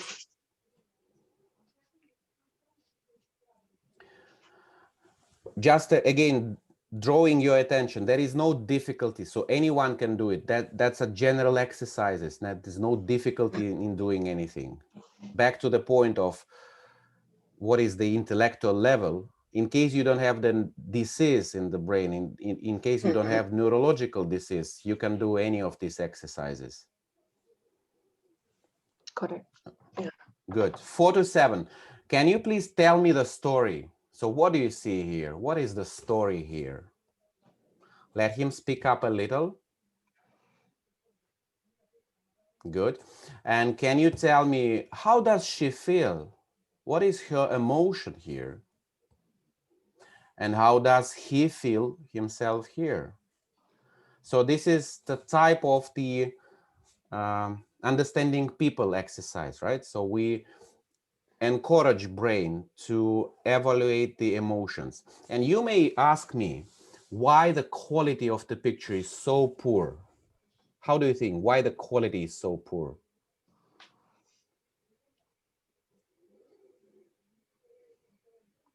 Shady. Them to have the imagination. Imagination, yeah, that's a correct path of thinking. So imagine yourself. You needn't see on the face of your, for example, spouse, your husband, very precisely to understand his feeling, right?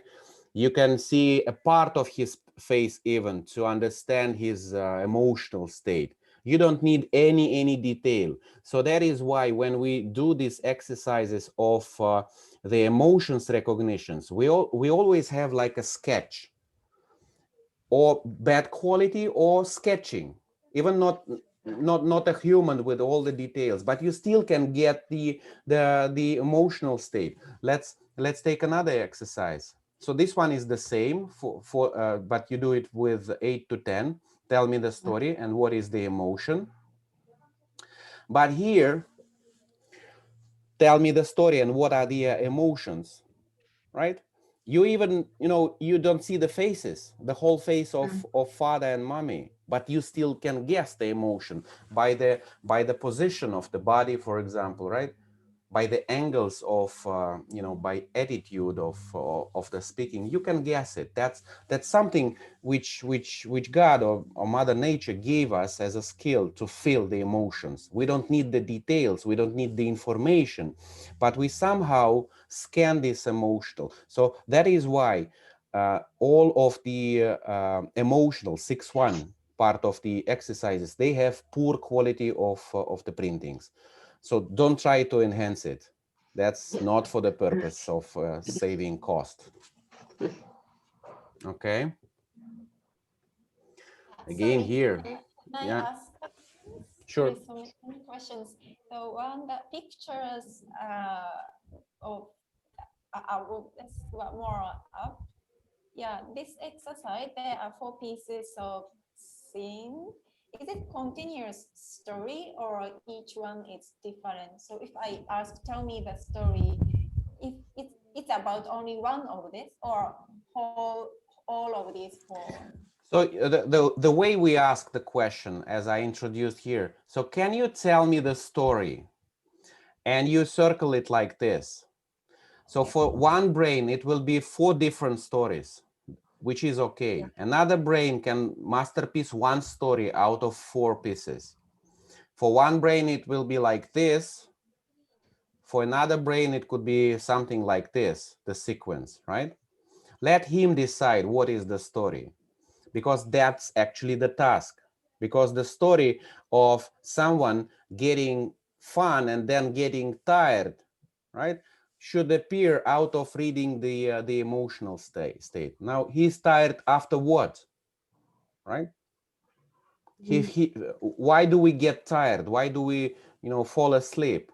Because of something happened before. This is what he needs to rebuild out of his emotional intelligence. Got it? Yeah. Okay, can you please tell me who is angry here? Just show me. Good. And who is shy? And who is happy? Who is scared? Any 3 or 4 of them? Make sure that you ask the emotional state. Don't ask who is smiling, because smiling is action, and you need to ask an emotional state. Who is happy, right? This is the correct answer question. Who has his eyes wide open? Incorrect question. Who is scared, right? Who is shocked? Who is shy? Okay, and then I use this logic, and you may use any different, you may just close the recording and do another exercise, but I use this one. Who is, can you tell me who is here right about to cry? Most likely they will pick up this picture. Get yourself prepared for any other, but most of the people will be like, okay, what age is him? Can you tell, is it a male or woman? Okay, a woman. What age is her? Like your mommy or like your granny? Or like your granny, good. So can you just tell me your guess, what can turn lady age like your granny to be right about to cry, to be in this state of mood? And he will, oh, he lost something, or I did something bad in the school, whatever they guess. And then you switch to chit chat, to interpersonal, to understanding himself. And what can make you cry? That is comfortable switch. I just use this trick to make it a little more comfortable for person to talk about himself, right? Because talking about myself and explaining to a stranger what am I good in, what am I bad in, is not comfortable. Making this switch from someone else to yourself makes it a little easier. So what makes you be right about to cry? Or sad thing, I would cry also. But what makes you happy? When was the last time you've been happy? Good. And what makes you smile? And what makes you sad? Are you a good friend? And do you help your friends often? And do they need to ask you for help, or you just go and help? And do you need help sometimes? Would you ask for help or just sit and wait for someone to help? Who do you want to be in the future? So you see, this is a sample logic for the discussion. As discussed with some other question, follow this logic until you will become very comfortable. The whole idea of this type of exercise is to ask the questions about his internal world, about his understanding of himself. Every question and every answer he gives need to extract something from him. What are you good in? What is your best? What is your worst? How would you act if you see teacher made a mistake on a blackboard? Would you stand up or, skip it? Yeah, let him make. Sometimes they may jump to discuss their friends, their situations. Let them do it. Just make sure you close the button, speak with him, play with him, and let him, and then back to the point. And what do you think you would do in this situation, right?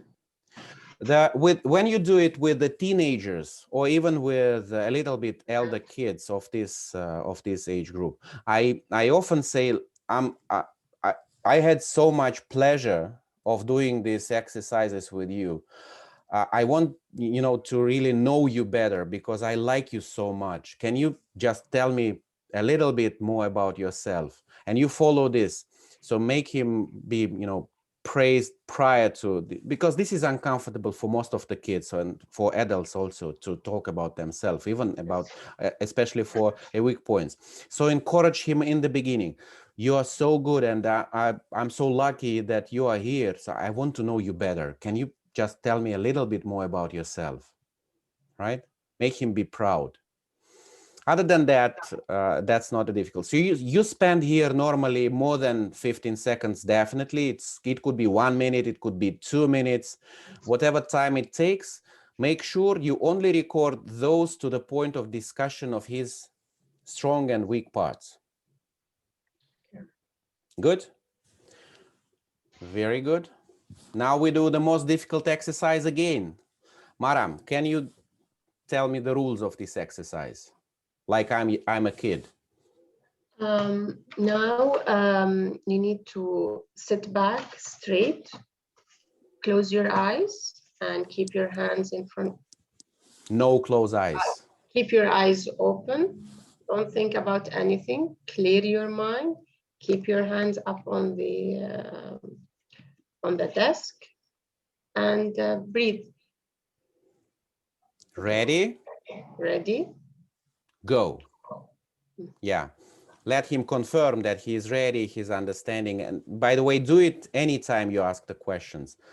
Look at his eyes and ask, ready, understood? Seriously? So let's go.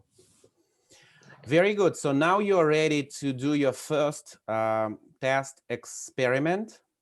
And after that, we're gonna learn how to read the report, see how it goes. And probably after that, we're gonna practice another one module, most likely. And that's the plan for today. Let me, before we have a very little break for 5 minutes, introduce you the rules of reading of doing the test again. I did this with Assam before you arrived, so yeah. It's an important to be synchronized with you as well. Assam, if you feel comfortable, you now can go for coffee and have a little longer time for the break.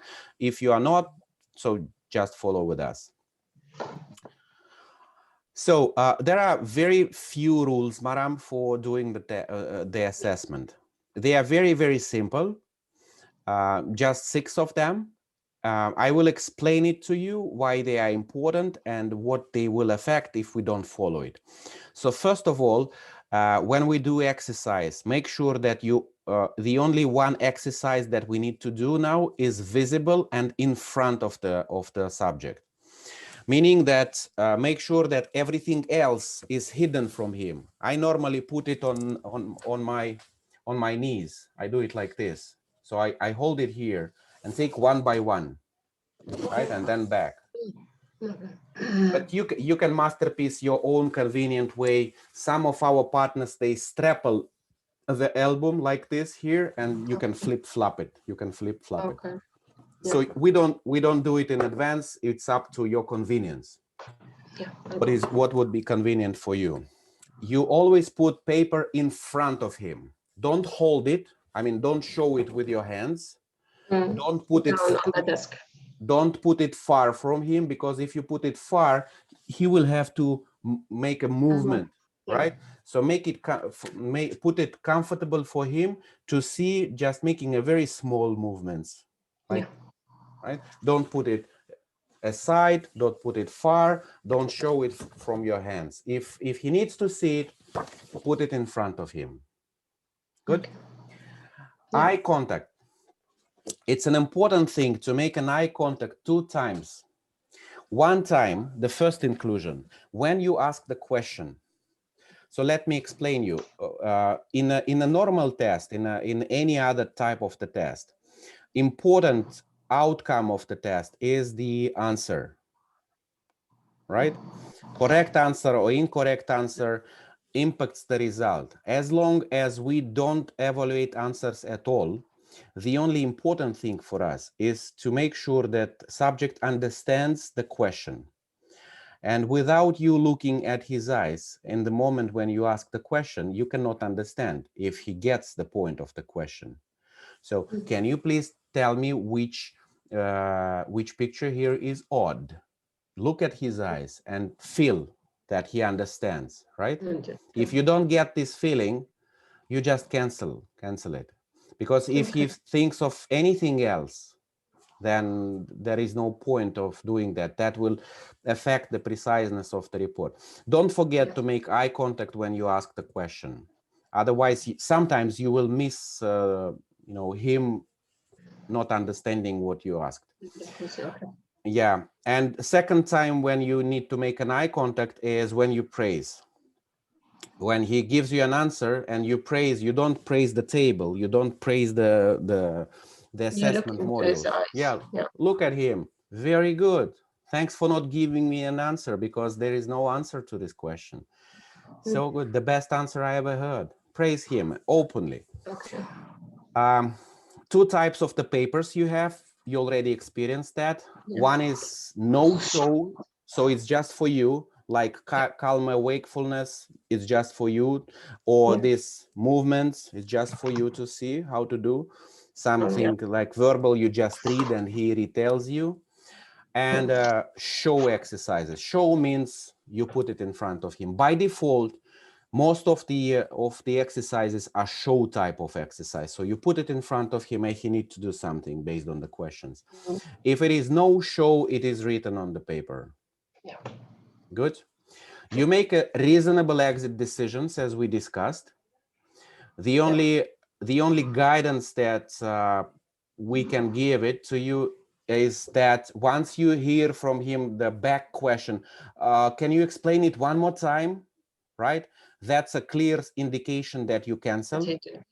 Yeah, you just cancel this type of exercise, because the exercises are designed in a way that brain receives it only one time. So if he needs you to repeat the question, then that will not be a fair evaluation. Right? So it only receives one time. If he didn't get, then just cancel it. Sometimes that will happen. Don't get afraid, because minimum time is 15 seconds. Most of the exercises you will be done even not doing half of that. So don't afraid to cancel if you are not confident he is confident, right? Okay. Good. But you mean cancel that you don't record it? Yeah, so if you start recording, if you started recording and then all of a sudden he says, oh, can you repeat again? Immediately stop it and then say, yeah, this paper just yesterday someone sent me and I'm not good in asking this question. Sorry for that. And you just, take it away. Switch to another. Good. Clear voice to make sure that, go ahead. Can I tell them that questions, I will be asking questions only one time before I start? or this will make them more tensed? No, don't tell them that that there are strict rules, one time, one attempt, nothing like this. Okay. Even just for them to prepare their mind. Even in this case, when they didn't understand us, just say that, take it on your responsibility. It's my fault. It's my fault. Okay. You don't like mathematics, me either. You don't like pizza, me either. Okay. Right? So you are his friend, shoulder to shoulder. You're not testing him. Make him very comfortable. No answer is a best answer. Thanks for not giving me an answer. Yeah. Because there is no answer, right? You always, partnership with him. Okay, clear voice to make sure that he understands the every sentence and every word. Loud voice. I don't know how will you, just to tell you that many people I've trained, they speak normally in a normal life, but when it turns to be an assessment, very voice is very low, like I don't recognize him and say next to them, right? Yes. Make sure that you have this habit of clear voice. Open gestures. Give me your answer. Okay, give me please, right? Open seatings, no sitting in front, shoulder to shoulder, corner on the corner, right? Like this. And praisal. Develop yourself a habit of 5 different types of the praisals. Like avoid saying like, okay, thank you, 25 times in a half an hour. That's a bit weird. Yeah. So like, that's the best answer. Good job. Wow, one of the best I ever seen. Just 5 of them and mix them like a habit. Okay. Okay. And then the sequence of putting the device, because it has a little of importance. Just to repeat the thing that we did yesterday, explaining why we did it in that way. So when you put the device on the head, first thing, you always stand up. Don't make it sitting, because when you sit, something can fall. It's not necessarily, but just make it a habit to stand up in front of the person. Okay. The second thing, the only person who can put the device on is you. Not himself, not the parent. Okay. It's only you to put the device to make sure that everything is done correctly. Yeah. Absolutely. Yeah. To be able to do so, remember yesterday I told you that when he enters, the subject enters the room, make a physical contact. Shaking hands with a boy, touching the dress of a young lady, ask, oh, such a nice, textile. I want to buy the same. Where did you get it? Right? So making this physical contact is an important for you, because next time you do the physical contact is with this scary device. Okay. It could be very dangerous in the mind of the kid, right? Right. So you need to have this physical touch with him prior to that. Okay. Good. You switch it on and then you put it on. If you forget to switch, then it will be like this. So it's already there. Oh, sorry, I forgot to switch on, and you need to press his head like, right? Not the best thing. Nothing bad, but not the best. To put it on, you take it in your right hand. Take it, please. So the device is in right hand. And the contacts are here in the bottom. Yeah. Right? Yeah. Then look at me. Now it's like this, and now like this. Okay. Good. And then with one movement, you put it like this. On this. Exactly. Very good. From the beginning. Good. So you put it there, you do the test, and then attention here, you press finish button, that flag button. Yeah. Remove the device and switch off the device. That's the correct sequence. If you switch off the device or take it off before you press finish button, then the system is still recording, right? System doesn't know that you already finished until you press the finish button. And when it gets disconnected from the signal of the brain, the error window will appear that restore the connection with the brain, check the connectivity. That's an error state, a serious error. And you will have to put it back. Oh, sorry, I need to put it back. I need to switch it again. Again, nothing too critical, but a little bit of confusion. So press finish, take it off, And switch then, it off. Yeah, finish, take off, switch off, finish, take off, switch off. Yeah, very simple. Now refresh yourself. Coffee, water, nice Lebanese tea, sweets. And in 5 minutes we continue. All right, thank you. Okay. Yeah, see you in a bit. Yeah, okay. Now we just missed 2. No problem. And now we will do this interesting, we will listen to this interesting story, and I want you to tell me the story afterwards. Are you ready? Shall I start? Excellent. Yeah. A lion is a large wild cat. It is called the king of beasts. It has sharp teeth and claws, a big head and a long tail. Lions are predators. They hunt for other animals. Animals live in Africa and India in groups called prides. Lions are very strong, smart, and cunning. Now, press the button. Can you tell me the story? I've been last week to the zoo with my mommy, and we see a lot of lions, and I like them so much. One was very big. Another was brown.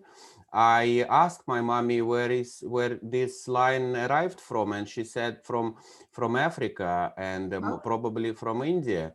She was nice. That's nice. That's nice. You saw the lions, but now can you tell me what I read in the story? Can you make it short? Yeah. Good. You press the button. Yeah. Good. Very good. Just don't let him speak too much.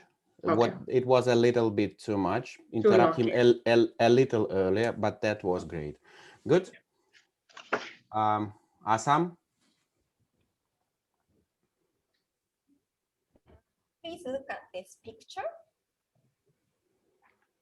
Can you tell me what can you see in this picture? Please. Oh, I see dog. I see window. I see blue flower. I see desk. I see. You find so many from in this picture. Great. Thank you. And can you tell me? I'd like to hear. Can you tell me more about the dog you saw? Okay, so make it shorter. So thanks for doing correct. But when you need to, within the recording, when you need to interact, do it real quick, real short. So tell me more about dog. Limit yourself with, don't praise, because when you start speaking, he stops thinking about it, right? So tell me more about dog, more about fireplace. Very short, within 1 second, more about dog. Describe me the dog. Describe me the fireplace. Other than that, good. Maram?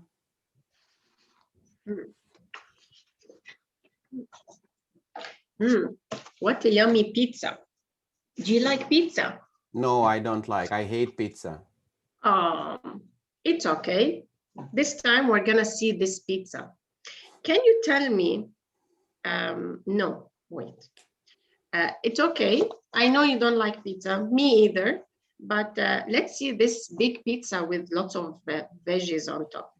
Yeah, and you can say it's not a pizza if pizza approach has failed. In most of the cases, it will be successful.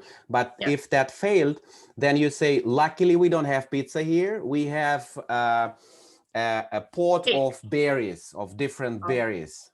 Okay. Like something like this. Okay. So, luckily we have a big cake in front of us. And could you tell me the most berries in which piece? Good. This one? You see the most berries, or no Sure. need to answer? Of course. Okay, and how about the least berries? Okay, this one. Excellent. And what else we ask? If you compare Yes. this and that.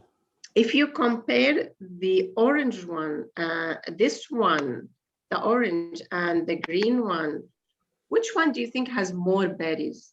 Yeah, this one. Don't complicate the question with colors. So the Yes, question but is straightforward to the mathematical, not to yes, the color recognition. Just compare this one and that one. that And one. you show Okay. this one and that one. And this praisal, like dying excellent, like excellent. Do it in a slightly different Yes. way, like that was Exciting. so fast. You gave me an answer so fast. I know the reason. You were a little discouraged by the wrong answer. That's a Yes. normal reaction for the first time. So get yourself prepared for that. For the answers. Yeah, keep your mood always irrelative to the answers. You Okay. always a little bit high. You always, oh wow, you're so excited. You're excited with the fact of him giving you an answer. Well, Yeah. okay. Excellent. Good. Wow, you're lucky, Assam. The most difficult comes to you. Okay. Next one is yeah. I think. Okay. Okay. I want to ask you. Please listen. If chocolate is sweet, then lemon is. So two things. One, this is a difficult exercise. Even we have it for adults with a more complication. So not even every adult will follow the logic. So put a little bit more effort to make him more comfortable. Not like, okay, next exercise. In this case, it will not work. Too simple. So what I did and what I offered you to do, oh, this is the funny game I play with my kids. I hope you will like it too. That's the introduction part. Tease him a little. It's funny game, right? I do it with my kids, so he can do it as my kids can do, right? Tease him. Let's try. Probably you will like it. If I, and this is the second thing, please pay attention. If I tell you chocolate sweet, there is no is. There is no bridge.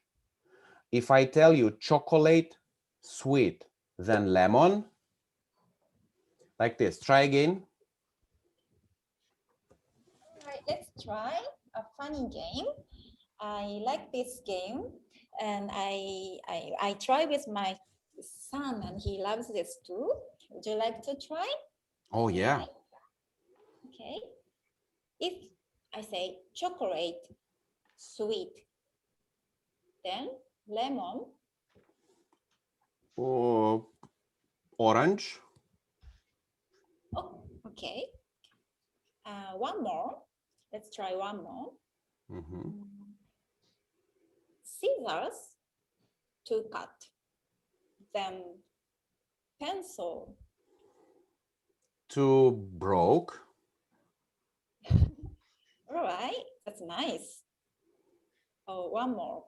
Then if I say song, singer, then painting. Paper. Oh, that's that's good. Thank you very much. Yeah, get yourself prepared. Get yourself prepared.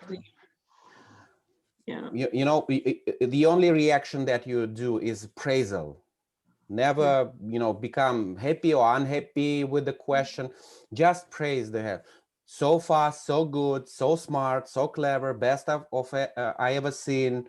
Thanks for, being so fast. Thanks for not giving an answer. Just one mood. One mood is praisal. The second thing I noticed was,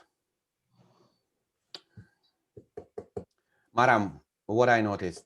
Have you noticed something to mention? The sound that my sound was okay, so you told me. Oh yeah. To make it all one rhythm, one. Yeah. That was my point also. So keep yourself high. So you get yourself prepared always. Once you finish, you are starting from this. Oh, so good, very good. Okay, it's your turn, Maram. Yeah. Now, let's do this together. I want to show you this picture, and can you tell me from this picture what is the odd? Where is the odd picture in this set? Okay, a flower. You're making it very difficult. Okay, and what else can you see it's odd in this picture? And you circle, right? I just don't see the pointer, but you do it. Because I have this pen. Yeah, okay. Yeah, can you tell me which one is odd here? Yes, and then which one is odd here? And which one is odd here? And how about this one? Good. An elephant. Really? And what else can you see that is odd here? No, or you answer one. Okay, and that's it. And you skip, right? Yeah, okay. That's it. Only one. Okay. Can we repeat that? Okay. So in this set of pictures, can you tell me what is the odd picture inside here? It's a cat. Excellent. And how about this set of pictures? A butterfly. Amazing. That sounds great. Excellent. Good. Assam.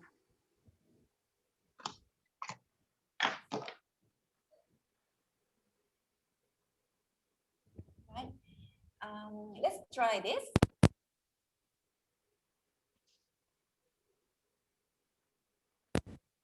Let's try this. Look at this picture. Can you point in this from this picture? Which one is the odd one? A car. Great. Can you tell me why you say you think it's car? Good. Because it has a wheel and no other has wheels. Oh, wow, great. Thank you for answering. Good. Maram? Yeah, I'm just writing those. And now here we come to numbers. So can you please read the first group of numbers here? Yeah. 1, 3, 5, 2, 9, 7, 6. Okay. Do you see any numbers missing here? No, everything is correct.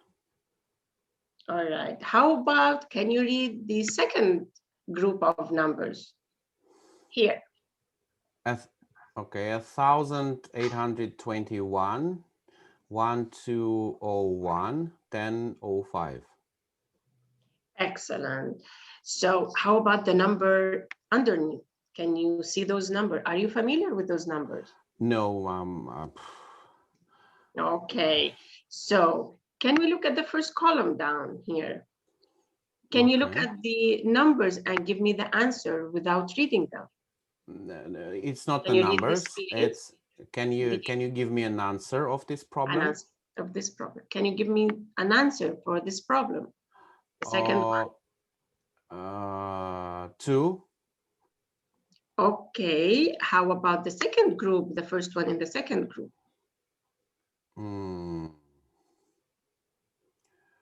I think they missed the brackets here.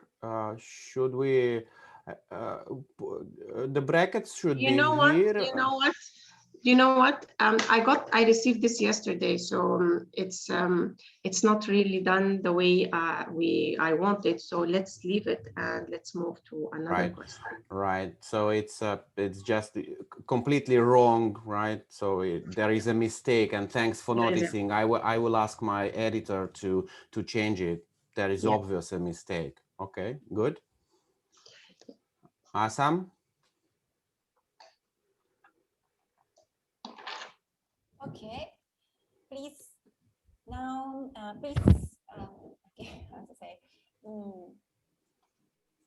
Okay, I will ask you a question. Please listen. There are 12 books on one shelf, and there are 6 books more on the second shelf. How many books are on the shelves? Okay, and you start recording before you start reading, because this type of the question, while you receive the numbers and the questions, you already solve it. If you don't press it, then when you finish, he will give you a digit, 10 or 20, right? And you don't have even a chance to start recording, right? And you don't show this one, right? You just read it. It's no show, right? Good. And for teenagers, we will have both. We will have one show and one no show, because those are increased difficulty. Okay, Maram, your turn. And now let's see those lovely blocks. I love playing with blocks. Do you? Yeah, I do. Interesting. So let's see here the first blocks. How many blocks are used to build this object? Good. 1, 2, 3, 4, 6, 9, 1, 4. Hold on. I think I cannot cancel it, no? So the problem in answer was that in the rule, actually, don't count, just tell me one number. Okay. So the counting is internally. Tell me one number. Okay. So now if you have a look at those blocks, the second one, tell me how many blocks are used to build the object. Just tell me the number directly. Oh.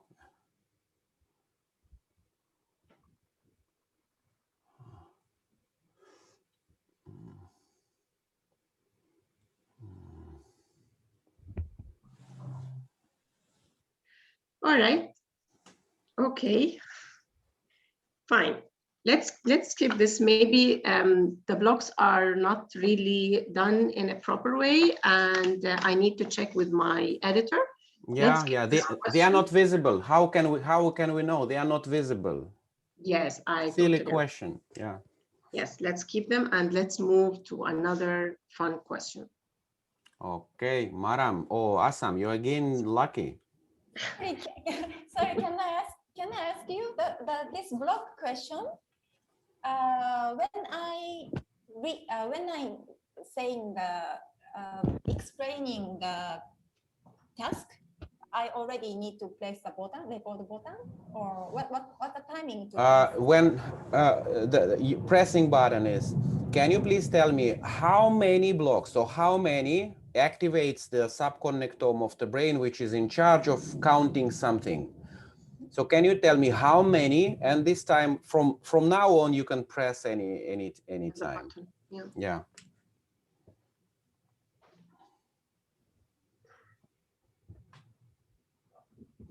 So the first part will be done by you, and the second part of the exercise will be done by Maram.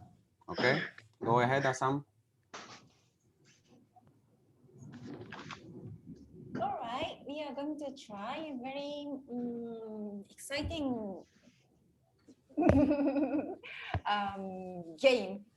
Yeah. We are going to use this. Please close your eyes and listen to the sound. And I don't know how details I should explain. Try. I play only one sound, then listen to the sound, and so please close your eyes, and then I play only one. I make only one sound. After that, can you find which part I play? Yes, yeah, okay, let's try. Now, close your eyes. Yes.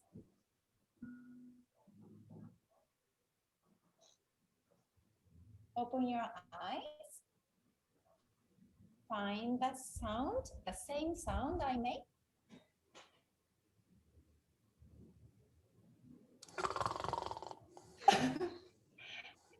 Close your, open your eyes. So that's a typical our mistake. We do it always. So when you introduce the rule, when you say you close your eyes, and that's an instruction to the kid.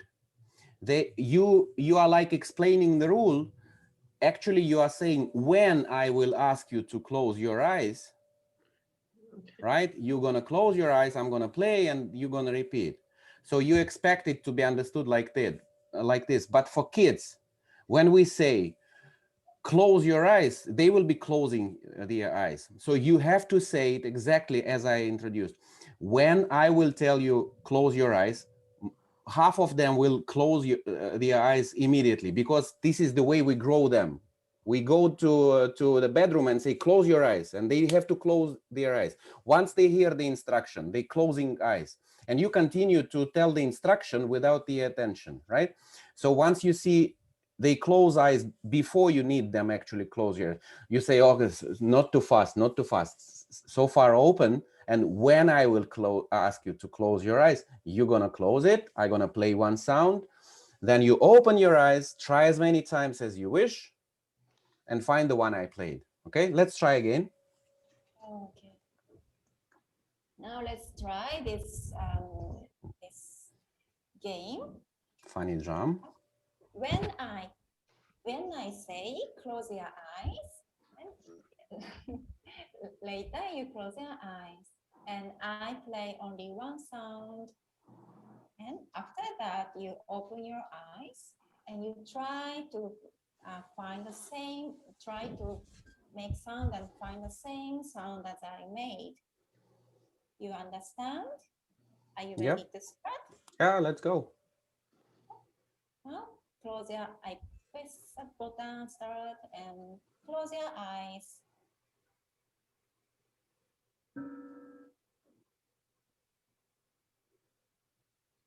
Now open your eyes. Mm-hmm. Okay, try to play by yourself and find the same.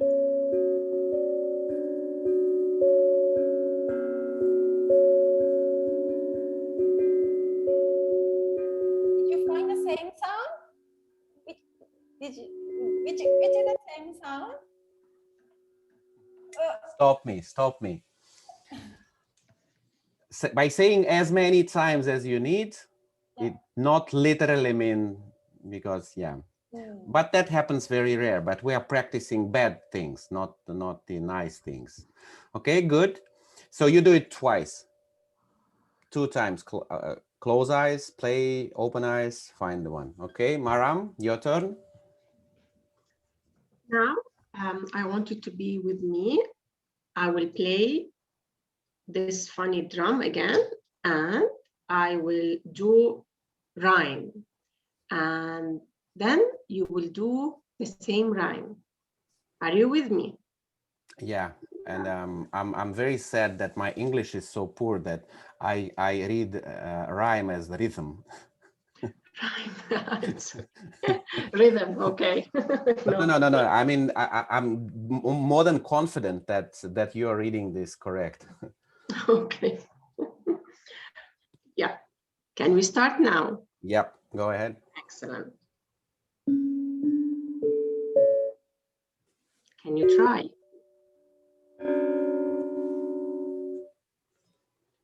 Great job. Good. You do it Shall 2 I do times. it again? Okay. You do it 2 times, and let's do second time a little bit more comprehensive. So you played like, which is okay, but Okay. for kids like 8 to 10, it's too simple. Okay. Okay. Okay. Something like this. Okay. Yeah. Good. Yeah. Shall I repeat it? Yeah, yeah. Okay. So now I'm gonna play again on the funny drum, and I will play it 2 times, and then I want you to repeat it again. Are you ready? Yeah. Excellent. Yeah. And that's another side of the problem. That's too complicated. That's for adults. Okay. Fine. Okay. But now Okay. you know the sidelines. So that Okay. was easy. That was Okay. difficult. So Okay. in the middle is correct. Okay. All right. So now I'm gonna play on my funny drum. A rhythm. So I want you to repeat it. Yeah. Okay. And now I'm gonna play again on my funny drum 2 times, and I want you to do it afterwards. Are you ready? I feel a little bit a problem with this. I'm going to play 2 times because it's like one may expect that you will only play 2 sounds. So don't make it too complicated. I'm going to play a rhyme and then you repeat after me. Okay. So now I will play on my funny drum. I will play my rhyme, and I want you to repeat it after me. Are you ready? Yep. Excellent.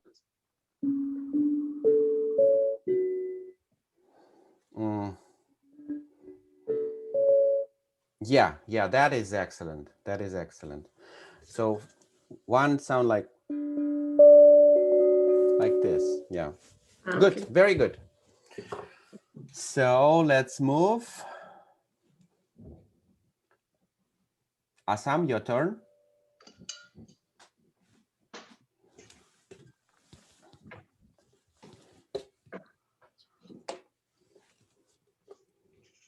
Right. We are gonna try some words quiz. Show it. What can you see? Can you name of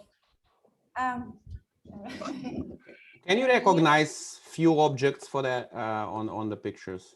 Can you recognize? Can you help me to recognize few objects? Okay, ask. Yeah, look at this. Can you recognize any of this in this picture? Okay. Can you the names of them? Let me see.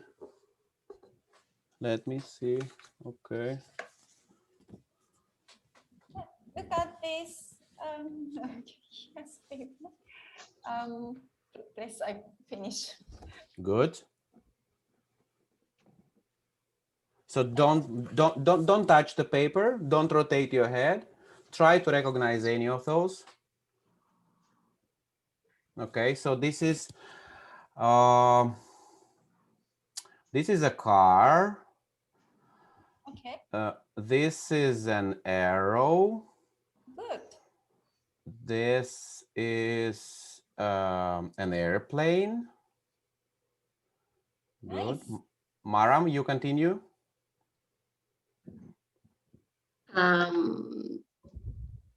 Can you find other objects for me? Can you help me to find more objects for me? Yeah, it's not that convenient. So you point to few of the objects. So you use the pointer and you say, okay, tell me what is this? Tell me what is this? Good. This is a bulb. Excellent. And how about the one here on the top?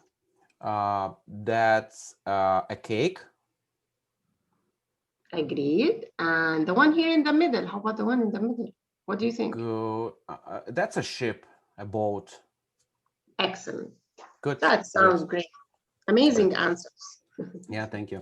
And don't tell the position, like in the middle, on the right. Just show. Okay. And Just this one, and this one, and this one. Okay. Otherwise, it becomes a little bit of To connect with. yeah, two-level creativity task. I'm just noticed that it's not a big issue, but it's too difficult. Okay.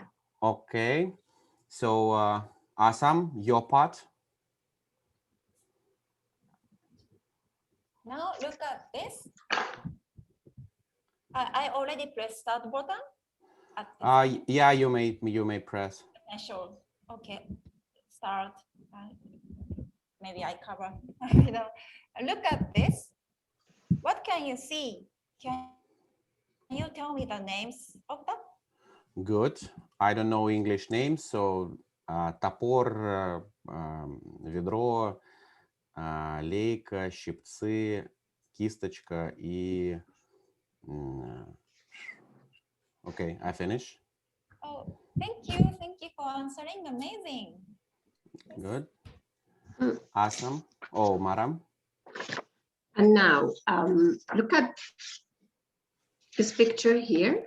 Can you tell me how many objects do you see here? 1, 2, 3, 5, 6. Whoa. That's so good. That was very fast. That's amazing. Just So give me one. how- Just give me one number. Just give me one number. Okay, just give me one number. Okay, sure. Mhm. So what is the biggest? Can you see in this picture? Yes, a spoon. Amazing. And the smallest? That's a tea plate. That's good. That was very fast. Amazing. Great job. Good. Asam, oh, you're again so lucky. So 3 most difficult exercises come to you. I need some time to think how to explain. Yeah. Okay, let's start. Look at these pictures. Look at this picture. Okay. Now, I point here. Look at this. Which one among these is same as like much with this one? Do you think? I think this one. This one? All right, great. Thank you.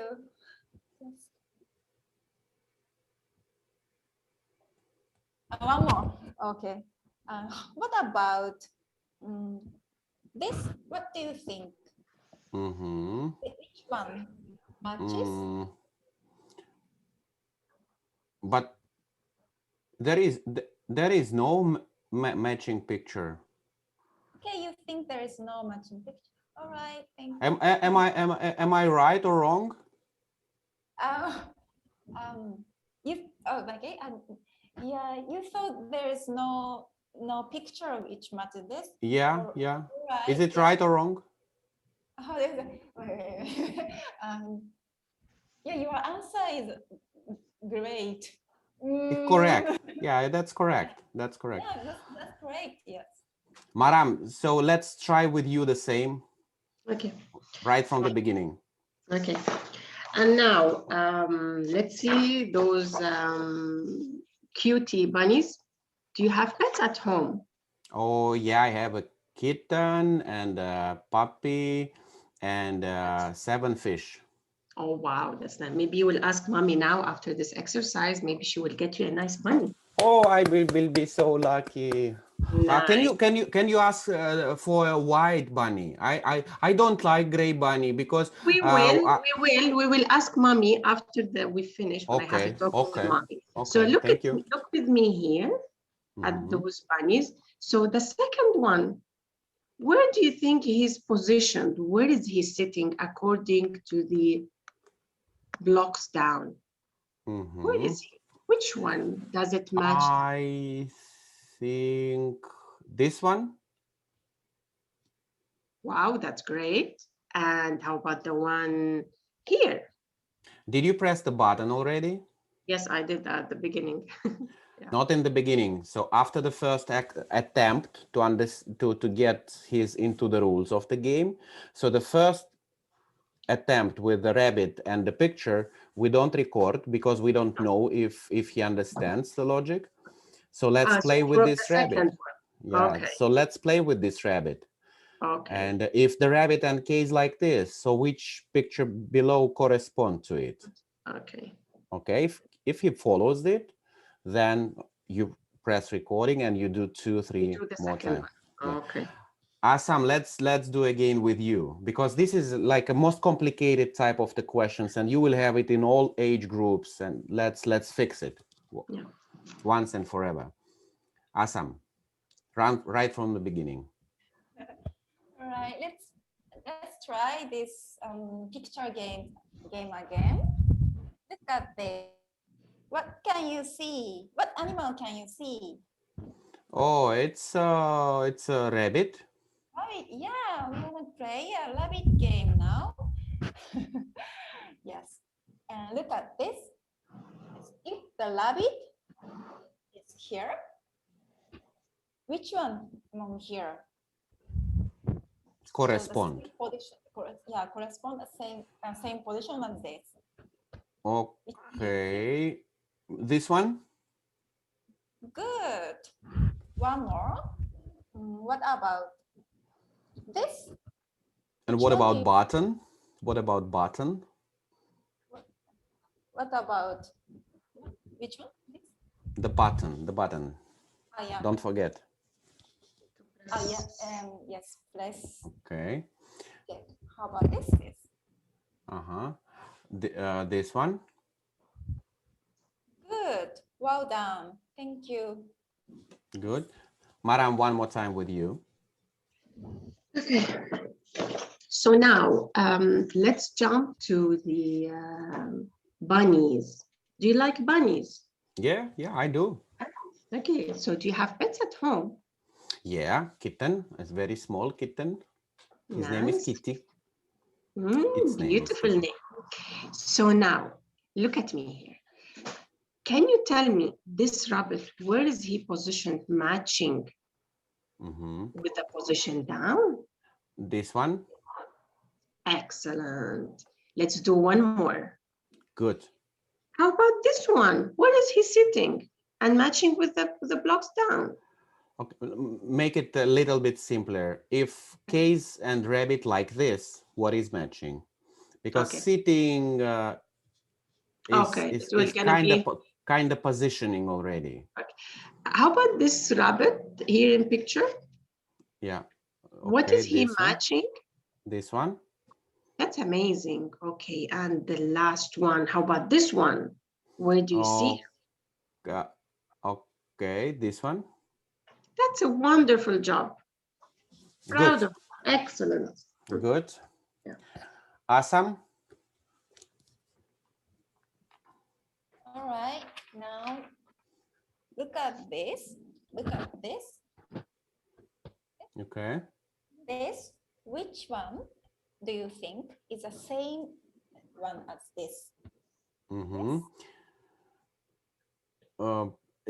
The question needs to be open, because there should be no answer that the object is there and find me the object. The object might be there or might be not there. So the question is, can you tell me if the object on the left is one of the objects on the right? Okay. One more time. Okay. Now, look at this. Yep. Is object on the left here?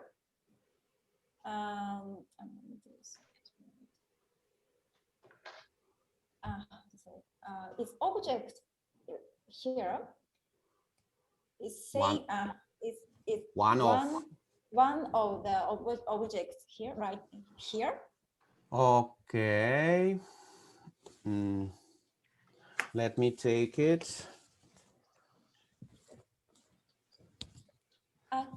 Don't move the paper and yeah, good. Do it faster. So once I touch the paper, stop me.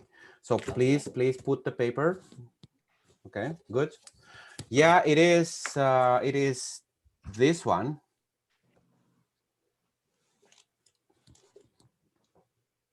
Good. Well done. Am I correct? This correct answer? Yes, great. Thank you. Good. Maram? Oh. And now, what a big zoo. Do you agree? Yeah, it's a big zoo, very Nice. big.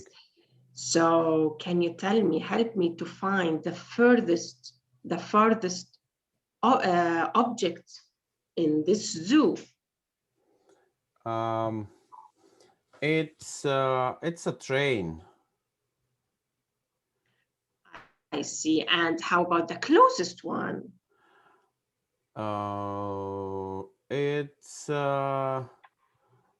It's a boy. Okay, can you find me one elephant? Can I have a water, please? Oh. Mommy, I'm thirsty. Can I have a water, please? Okay. Good, good, good. This, okay.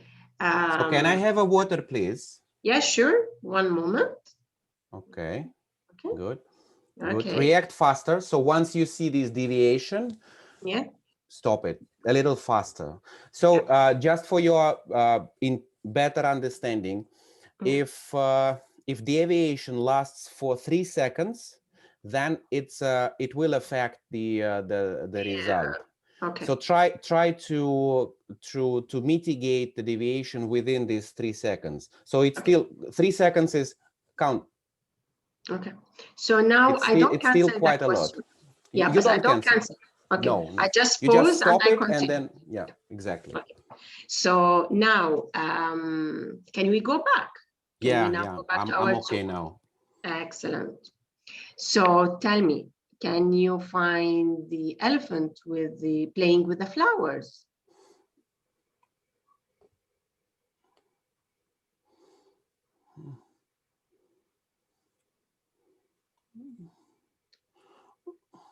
Mommy, where are elephants? I don't see any elephants here.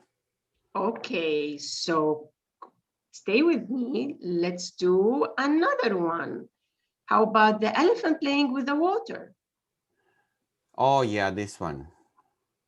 Excellent, that's amazing. Good, very good, very good. Assam, your turn. You're always again.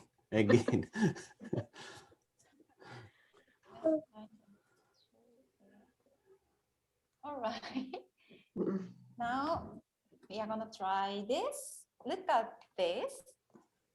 When time is 3 o'clock. Show where clock hands are. It will be here and here. Good, thank you for answering. Okay, your turn, Maram. So now look, we have a nice clock, but unfortunately it's an empty clock. You will help me to put it inside. So now tell me, how can we see on the clock that we are standing straight, hands on sides?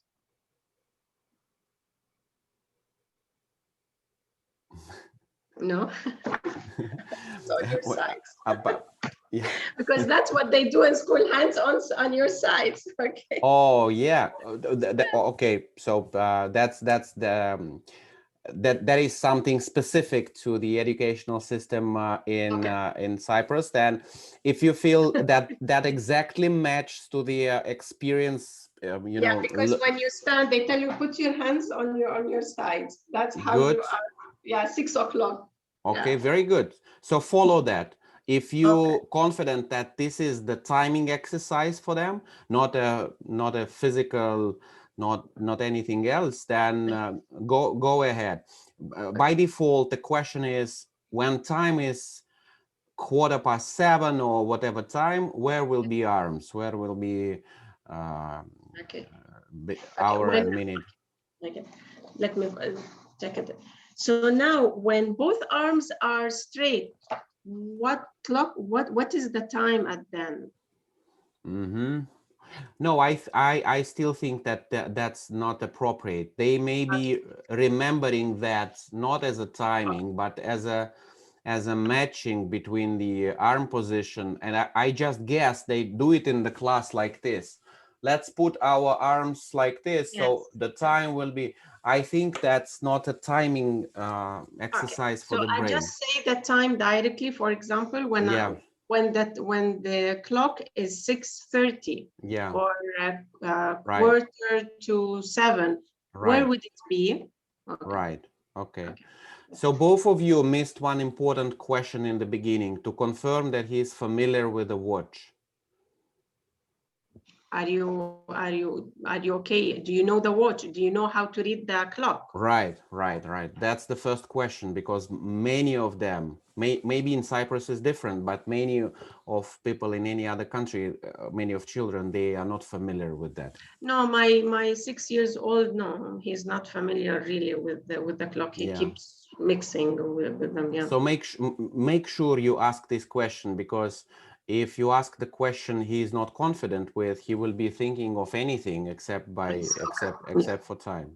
Yeah. Okay. So Assam, continue. What's the next discussion here about the time? I will ask you some more questions. What time? Less important. What time did you wake up today? In the morning. In the morning. In the morning. Yeah. What time did you wake up in the morning? In the morning. At what time? In the morning. It was morning. Okay. Next one. Do I need to still ask the same question? Get yourself prepared. I mean, it's we for us, time is something we live with, like with water and air. For kids, it's a hard, newly acquired skill. Not all of them know that time is a digit, that morning has hours. So get yourself prepared to that. Okay. I wake up in the morning and go sleep in the evening. Okay, good. Can I ask you, when was your birthday? No, you cannot. Get yourself prepared. I mean, this basically, this is not the best way to ask. Can I ask you? Right? You are like asking confirmation. You are not asking confirmation. That's the next question. When is your birthday? Right? Or if you follow the way of can I ask you the question? Get yourself prepared. Do you like mathematics? No, I don't. Do you like pizza? No, I don't. Can I ask you a question? No, you can't. Get yourself prepared. Good. Okay. Continue. Maram, it's your turn. So what season is that? It's a spring. Nice flowers and blossoms. And what season is prior to that? It's autumn. Okay, and next, do you know what's next? Winter. Amazing. So what comes next to your birthday? Is it Christmas or Easter?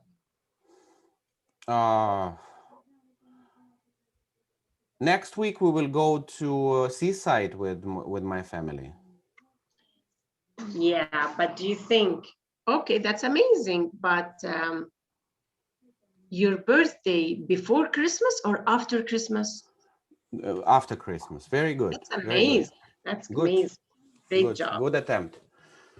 So we skip optional because we're gonna practice it with other album. Yep. Yes. I need to run to bring Elias from school. I will not be late. I will do it very fast. Okay. So how long time you need? To be honest, I need 45 minutes to 1 hour because I have 2 different schools with 2 different timings. Good. So now, let's do following. So you now escape. Yes. We finish with Assam the rest of the of the module. Then we have like half an hour break for all of us for the lunch. Okay. And if you are late, we just continue with Assam to practice that. Okay. And wait for you for that. Make it too fast. Good. Thank you. Good. Kids are always priority. Go ahead. Thank you very much. Thank you. So Assam, continue.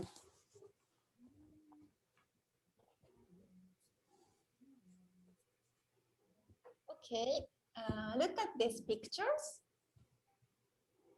This. Look at these pictures. What is this season? Ah, that's not for you, so skip it. That's not for you. I forgot. I forgot. Okay. Yeah, sorry.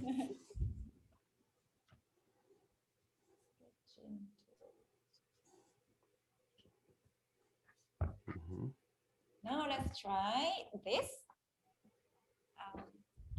This one. Look at this. It'll get easier. Okay, look at this. Okay. Maybe look at this. And then okay, we need the A4 paper and put it in front of him. Very good. Okay, we are going to use this. And look at this now. Can you draw the same picture as this? Yeah, just one. I mean, not this. Just picture. Select one. This or this. Okay. Okay. I thought this is one set of. No. Picture. Yeah, this is normally you will assign to younger kids. This is to more mature kids, but that actually doesn't really matter. Okay. Then look at this. Please draw the same picture as this. Okay.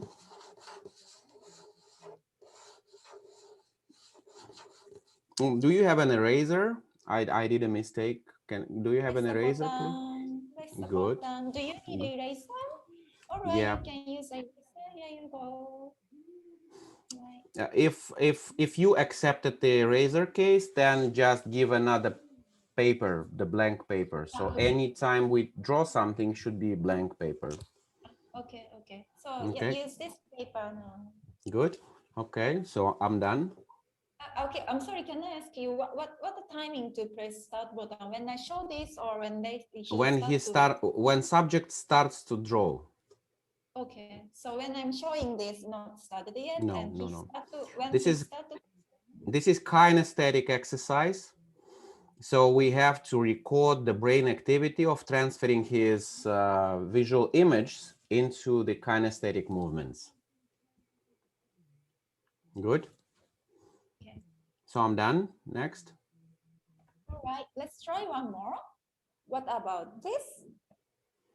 Oh, this is a house. Yeah. Look at this carefully. Yes.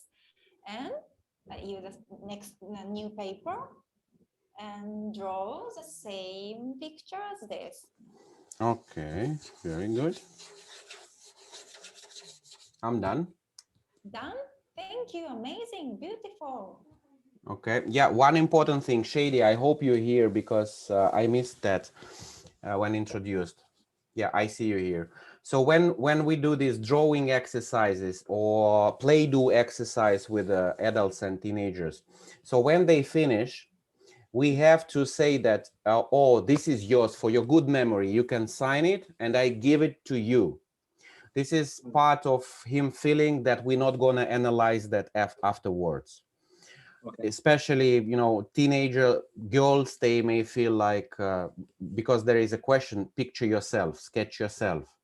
Okay. And sketching yourself, and then someone takes it, then you don't take it. You say, this belongs to you. This is for your good memory. I will put it here, and then you will take it back after you finish.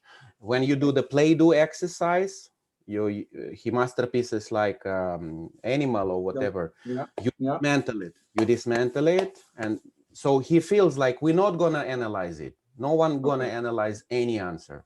Okay, good. Okay. Next.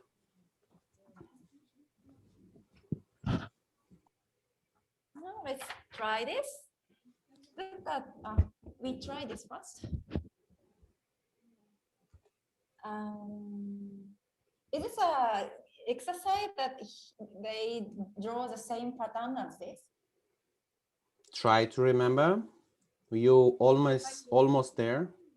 Okay, remember, and he draw the same picture as this, right? Okay, let me repeat it. So, wow, what is this? Look with me at this. What is this? Is it a house or what? House, yeah. Oh, such a complicated thing. Maybe even a church. You see the cross here, but who knows what is that? Difficult. Okay, now I will ask you for 5 seconds to memorize those objects, and then I will remove the paper and you will sketch it, what you remember. Ready? Okay, 5 seconds. Okay, remove the paper. No, pressing the button when he starts to sketch. Yeah, so pressing the button when he starts to sketch. You remove the paper, put the blank A4 in front of him, the pencil, and he, yeah, good. So Assam, one more time. I think we lost Assam. Yeah. It's frozen. Anyway, maybe I can try. Yeah, why not? So my little Sergi, look, we have this drawing in front of. There she is.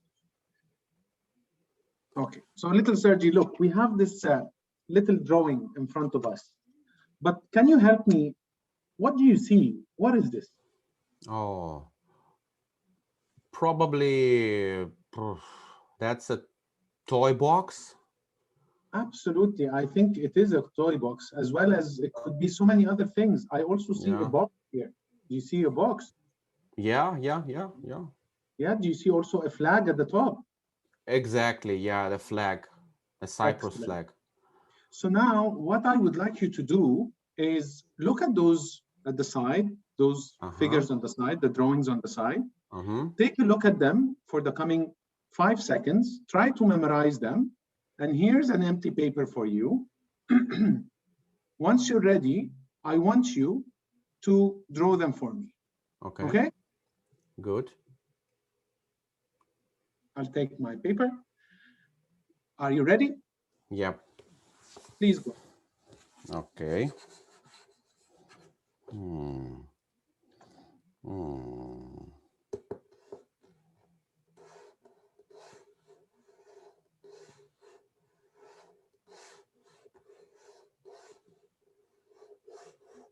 You're doing a great job. Perfect.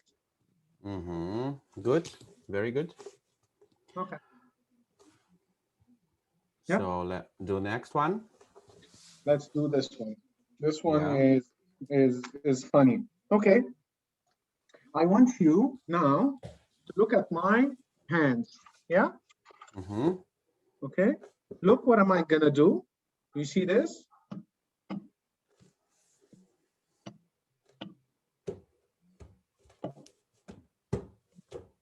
Can you follow me?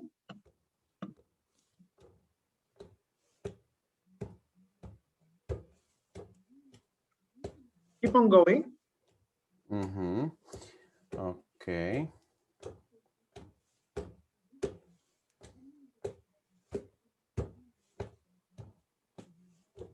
Excellent. Perfect job. Good. So one correction. So you introduced the rule. Now I'm gonna remove my hand and you continue. Because if you just if you just remove it, then he will remove it because you ask him to follow you. So now I'm going to remove my hand, but you continue doing that. And when you remove, you start recording and you ask, do it faster, faster, faster, faster. Okay, Good. okay. I missed the faster part. Yeah, let's do better with this one. Yeah. Now, it seems you're very good at this, little Sergi. Look at my hands.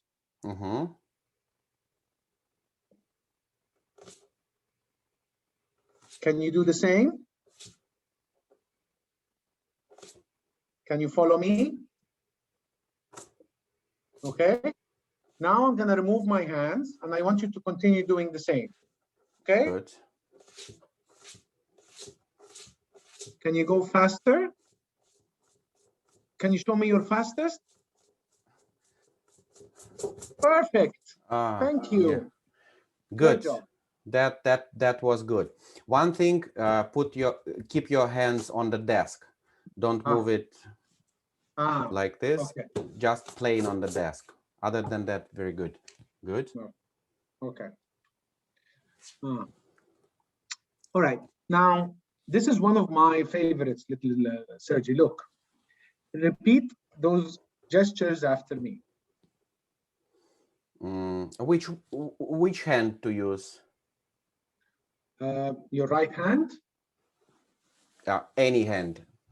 Any hand. Okay. Yeah, good. Okay. Now, maybe because I'm not sure how this exercise goes, but I will do it this way. I will start recording and then talk, correct? This is a kinesthetic exercise. So we start recording when he starts movements. So you say that, can you please do this for me? And you press because you expect him to start movement. Can you do this for me? And you start. Okay. All right. So I'll start from the beginning. Okay. Sergi, look at this. This is one of my favorite exercises. Can you do this? Okay. Perfect. Can you do this? Excellent. Can you do this? Oh. Perfect. Thank you. Good. Good. Very good. And if it's 6 to 10, then repeat after picture. Good. Repeat after picture. It's just you don't show. Yeah. So 4 to 5, they are not used. They don't have this skill still to repeat after the picture. They need a human, a living object to repeat after. And when we grow older, our brain use to the skill to repeat after the picture. Excellent. Excellent. Good. Okay. Oh my God. Okay. Now, when I used to be your age, I used to draw. And this is why I like this little exercise. But you don't have to draw. But look at this. Okay. And I want you to tell me in those pictures, what do you see? Tell me a story of what you see. Let's take them from those sequences. Go ahead.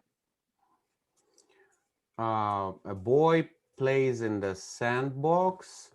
Then a girl came and took away his bunny or bear, teddy bear, and then she knocks his sand basket. Yes. But later, then they decided to play together. Absolutely, these are amazing answers and a beautiful story you just told me. Now, can you tell me what you see here in the second picture? What were they feeling? What was he feeling like when she took the bunny away from him? And second from the right or second from the left? Which one do you like more? I like another picture. Okay, we can then do that later. Forget about this question. Good. Okay. For this type of, don't bother them like a picture in the corner, the second one, just show them this one. In this one, what is the emotion? Good. We skip this as it is the same. Skip this as it is the same. Okay. Yeah. Let me try to remember what was here. My memory is horrible. Okay. Now, do you like pictures of people? Oh yeah. Are they people? I think it's a mushroom. They could look like a mushroom, to be honest. But what I actually wanted to ask you is, look at this. Can you show me who of those people is angry? Oh, this one? Excellent. Anyone else? Anyone else? Angry? This one. Perfect. But I can't remember maybe the second part of the question. So, so just name who is angry, who is happy, who is shy, who is scared, any emotions which appears there. Is it okay to ask for another angry or another happy, or it's just well, basically there are no two angries and no two okay. happies, but that's okay. I mean, as long as we're not seeking for a correct answer. So, Okay. but better to ask three different emotions: who is angry, who is shy, who is shocked, who is Happy. Okay. scared, Right. and who is right about to cry. Okay, but pick best three, yeah. Yeah, any three, Okay. any three that you like. Okay, and Good. then you start recording from the moment you ask the question. Yeah. You know what, Sergey, I will definitely be doing those exercises, but don't you think, since we lost Ashoka and Maram, should we take the break half an hour and then they come back? Oh, actually we finished. So let's just practice with you this chit chat, and in 3 minutes we finish. Okay, all right. Now, this one, what we're about to do, Sergey, is very, very interesting. Now, I just want to ask you, can you tell me what kind of a person are you? So, for example, can you tell me what do you do best? What are you good at? I like play basketball. Everyone Amazing. tells me that basketball is my strong. Absolutely. I think you look like a good basketball player. Now, again, can you tell me what is the worst thing you do? Oh, I don't like mathematics. I'm not good in that. Yeah, you know, I when I was your age as well, I used to not like mathematics like you. But tell me quickly, what is the thing that you find the funniest that makes you smile?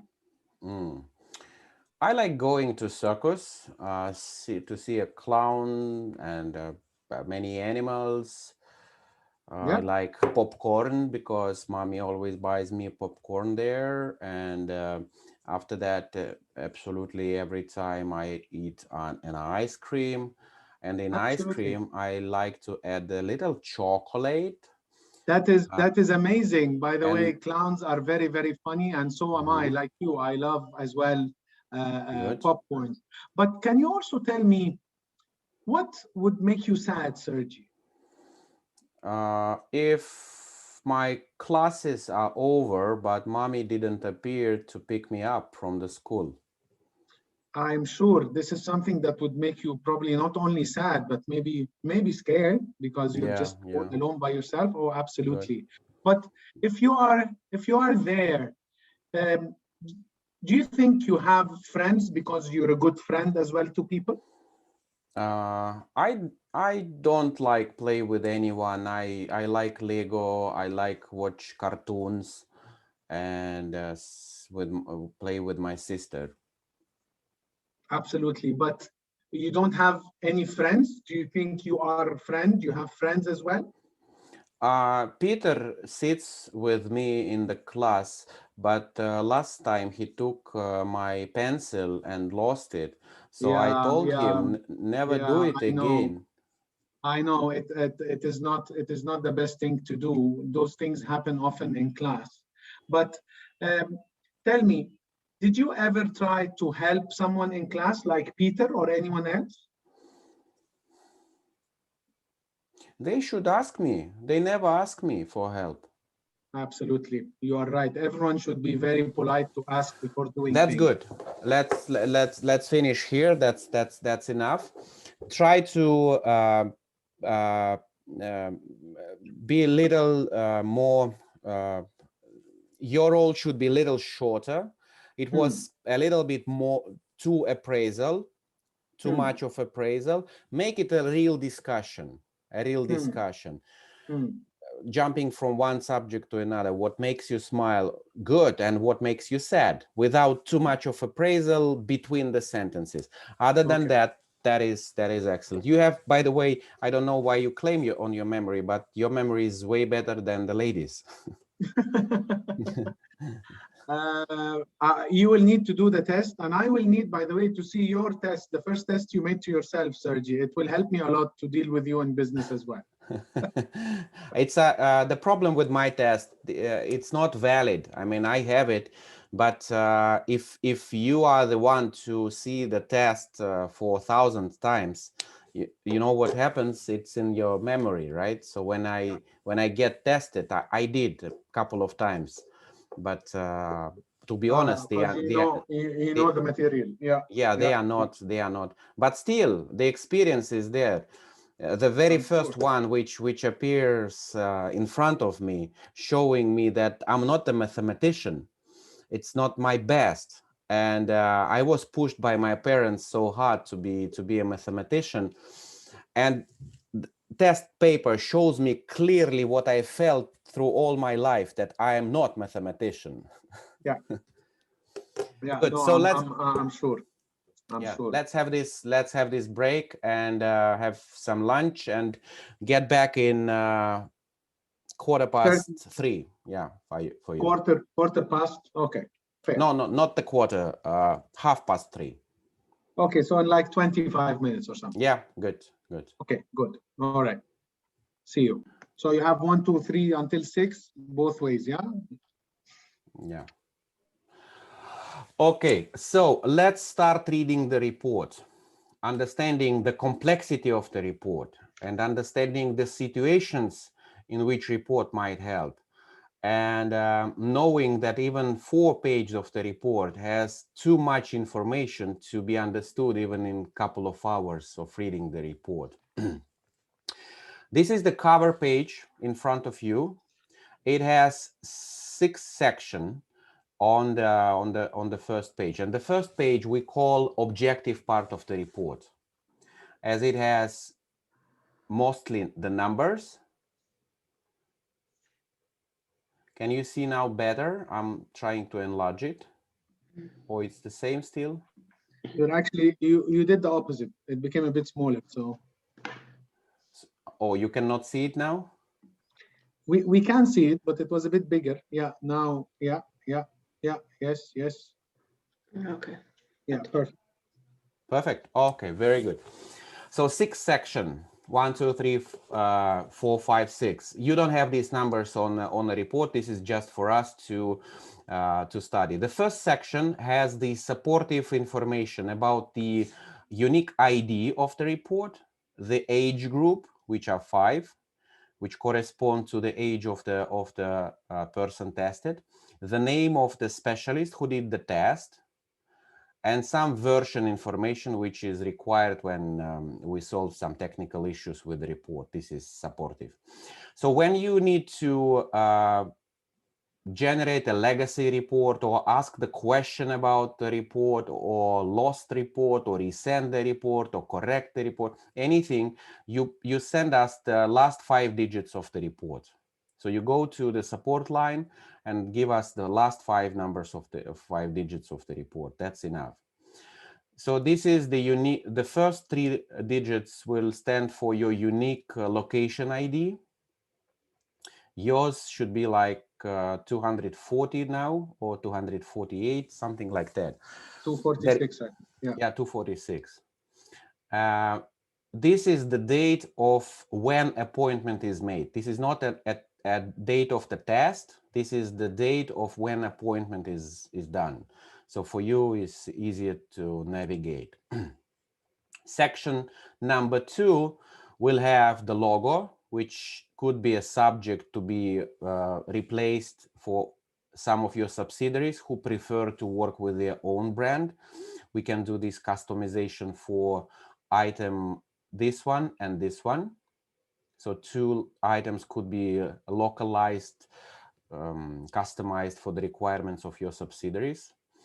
This is the context section. So first item is the clickable location telephone. So they directly click on the report and they make a call to your location to ask anything, to appoint a new testing, whatever. And if they have the specific question about the content of the report, they can contact directly to us on Telegram. This is also clickable support line for the clients. That's different from what we have for the partners. And we have on duty here Russian speaking and English speaking psychologists. So they can explain and to help better understand the report and link the report items to specific scenarios, not going far from the report. So this is not a general psychological consulting on any subject, but this is something which we can extract psychologically from the report. It's free of charge. Is this through texting, or is this how does that work? It's a Telegram, the same way as you interact with our support. If you go there, try this. You have a multiple buttons depending on the type of the issue you have, like relationship with the kid, school. I don't remember exactly. There are like 8 of them. And you will be linked to someone in charge of that particular questions, and they will handle your request, asking some questions additional, and they will support you in better understanding the report. So you can use it and you can advise your customers to go there. Honestly, they don't do it that often. They prefer still to talk more with the person they've seen in person, right? They've visited your office, they trust you.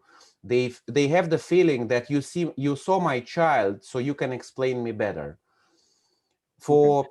And this is, sorry, this is a free of charge service, of course, no? That's free of charge, yeah. I mean, that's covered by your monthly payments. Okay. Section number 3 is the heart of the report, which is the talent quotient diagram, based on which we actually do the advisory on the activity, which is in harmony. Either curriculum, which one will be better, one will be harder, or hobby out of the school, or adult hobby, or profession. So this is all delivered based on the talent quotient and using this top 3 matching approach, as we discussed yesterday, right? Right to this is the summary of report part, which we call personal quality. That includes 3 indications: risk propensity, stress resistance, and mindfulness. So here you have only the score indication, and you will have a separate page to explain more details for each of every indicator, and we're going to review it later. So you see that this section has little relation to actually choosing the job. So if this is about the profession and the hobby and the school activity or out of the school activity, this already is something different. So just focus your attention that we expect that, and probably when you bought Verbatory, you attributed Verbatory as a service to help people to choose their job and their development path. But reading the report, you will understand this is much more. This is much more than just choosing the job. And this is the first step away from choosing the job. Still, risk propensity will help you understand better job for you. Stress resistance also, mindfulness, but not only for the job. Okay. Yeah. Sorry, Sergey, question here. With these are the additional 3 areas that we include in the report, not for all ages. I remember you once saying if it's for the smaller ages, these do not exist. Is that correct? Yeah. So the content of the report, you can see the exact content. You can see in a shared Google Drive. We will soon upload the updated versions to the verbatoria.ru, and in the slides you have the slide describing for which age you have which module.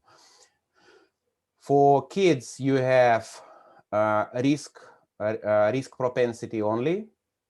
Then for teens, you have risk propensity and stress resistance, as long as as we have to prepare them for exams. This is the important application. And for adults, we have all three of them. But we're going to talk about that. Section number 4, emotional intelligence. So brief note that emotional intelligence is much wider range of indications than we measure. We measure only 2, self-awareness and people awareness. And anyone having background in psychology will right away say you that this is not an emotional intelligence, and he is right. This is not an emotional intelligence. But for the sake of, marketing positioning, that's easier for people to understand what is it about. But if someone claims that this is not emotional intelligence, he is right and accept it. I mean, we are not tricking here. We just, for the marketing reasons of most of the people who doesn't have the idea what emotional intelligence is in reality. Okay. And out of this, we may discuss independently self-awareness and people awareness, because they have implications on our behavior, on our roles in the life. But we propose to look and to use those measurements in one specific way, one of the possible ways, to understand what is the leadership style suitable for that guy, for that subject. And leadership doesn't necessarily leadership in the office, in your job duties. Leadership is a wider range of application. Leadership roles we take, or follower role we take in any sort of relationship, even in a family, we take either leadership or follower role. So again, draw your attention to the fact that this is not only about choosing the profession or activity. This helps to solve different kind of issues, right? Different kind of questions to be addressed, and we're going to talk about that later. Section number 5 has the thinking type evaluation and the output. So our brain has ability to solve any sort of the question, any sort of the problem, by applying our experience, by so to say, by solving it visually, or analytically, by applying rules that we learned. So if I need to move a chair in the room from one corner to another, I may either recall from my memory how my father did it and try to repeat it in a slightly different circumstances, but repeating the experience that I have learned, right?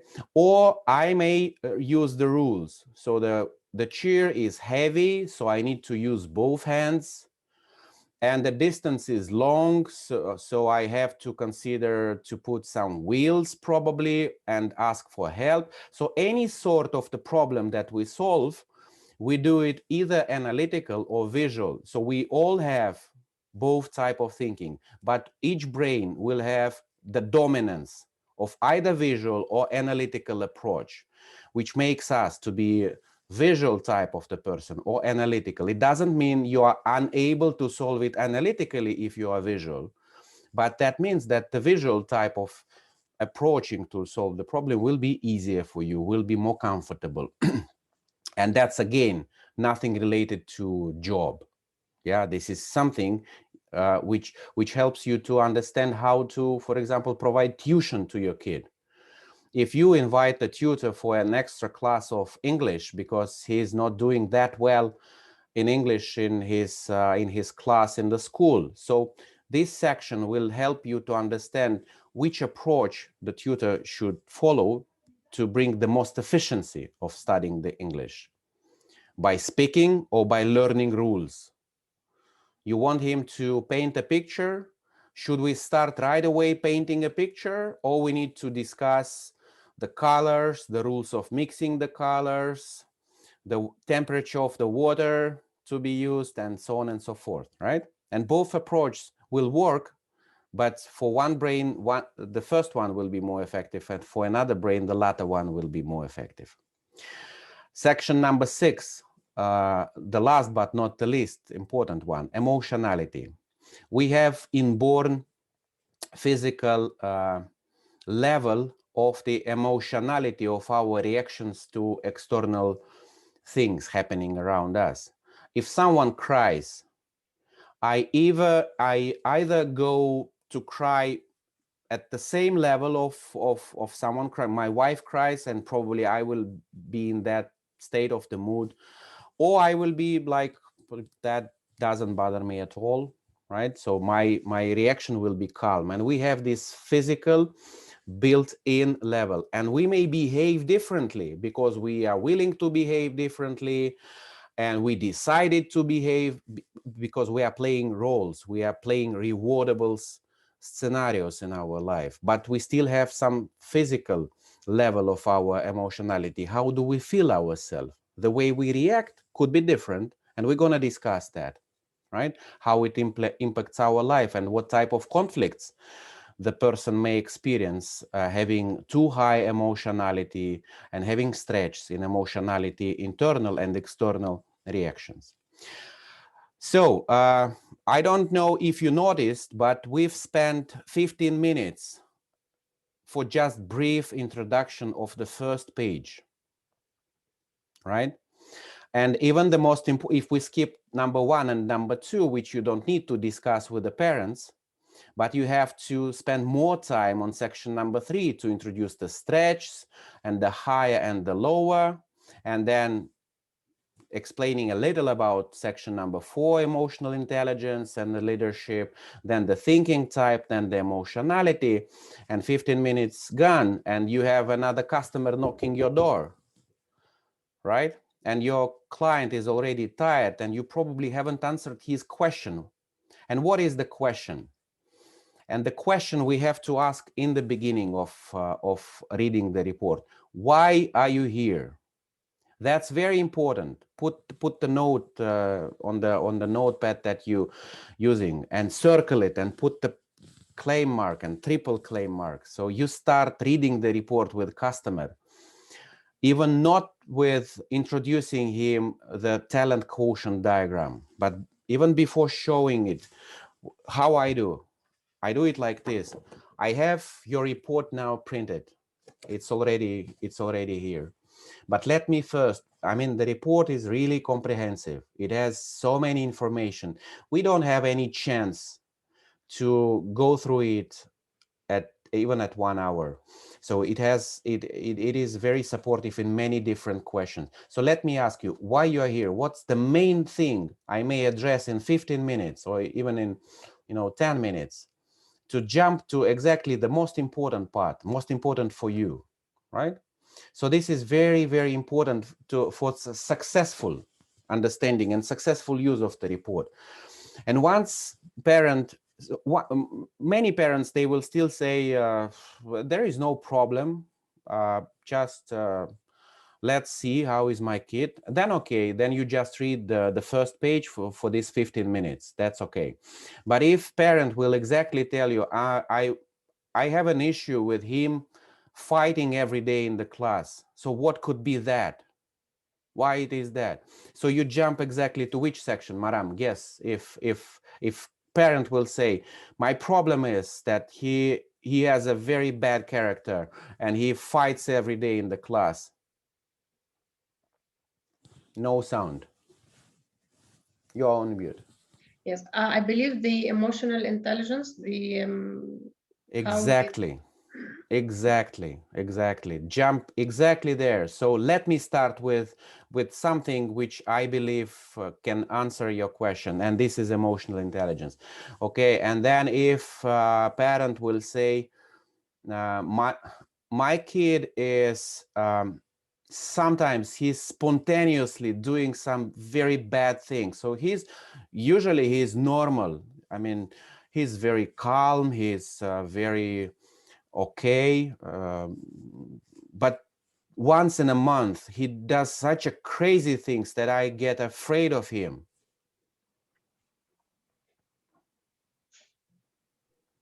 Asam, can you guess what could be the part for you to jump into?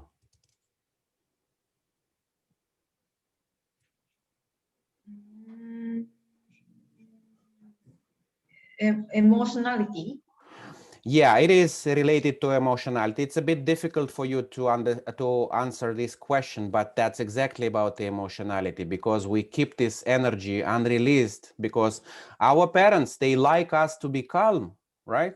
And we keep calm in our reactions, but we want to be emotional because this is our physiology, and we keep this energy, and once in a period of time, I go and kill someone. I go and do something bad for myself because I cannot control when this energy reaches some threshold. And what we have to do is to let him release this energy.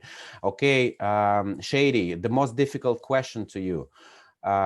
So you ask the question, why are you here? And parent asks, so I want to choose the best profession for my job. What will be the section for you to jump? I think the thinking type. How do you absorb learning? How is learning perceived by your kid? And you need to know that he's more probably on the thinking type, is more on the visual than the analytical. So you have to look at. Yeah. Could be, yeah, could be. Basically, when we have the question of choosing the profession, choosing the hobby, choosing activity, that's a mix of a bit of everything. It's a cocktail of a talent quotient and then emotional quotient and the thinking type also, and even emotionality with the less weight, of course. So it's a wider mix. So again, don't forget to ask this question. That's important not for you, but for family to use the report in the correct way. Otherwise, they will be frustrated. How emotionality? What is it about? Thinking type? What is it about? And you read and read and read the report for him until you reach the point which is really important to him, but he already lost attention because he is tired of listening to the information which has no importance for him. Okay. So let's go into the details. And part of the report, we have a measurement called memorizing efficiency. Try not looking at the slide and try listening to me for some time. Imagine you have a very powerful computer, like a MacBook or Mac Pro you have in your house. And you want to make a home video of your past year, how you spend your unused vacation, being locked home, what a nice movies you've seen, what a nice cakes so everything in 1 year. So that's a long movie with a lot of music, photos, videos, like 100 gigabyte, a very big movie. And you want to share it with your friends and relatives. So you have a space in a Google Drive and you want to upload it. So your computer is the processing unit, is your talent quotient, is the processor, right? To make the movie. Then the Google Drive is your memory, and it's also huge. You paid like $1 and get rented a terabyte. So it's huge. It can store thousands of such videos. And then you have a dial-up connection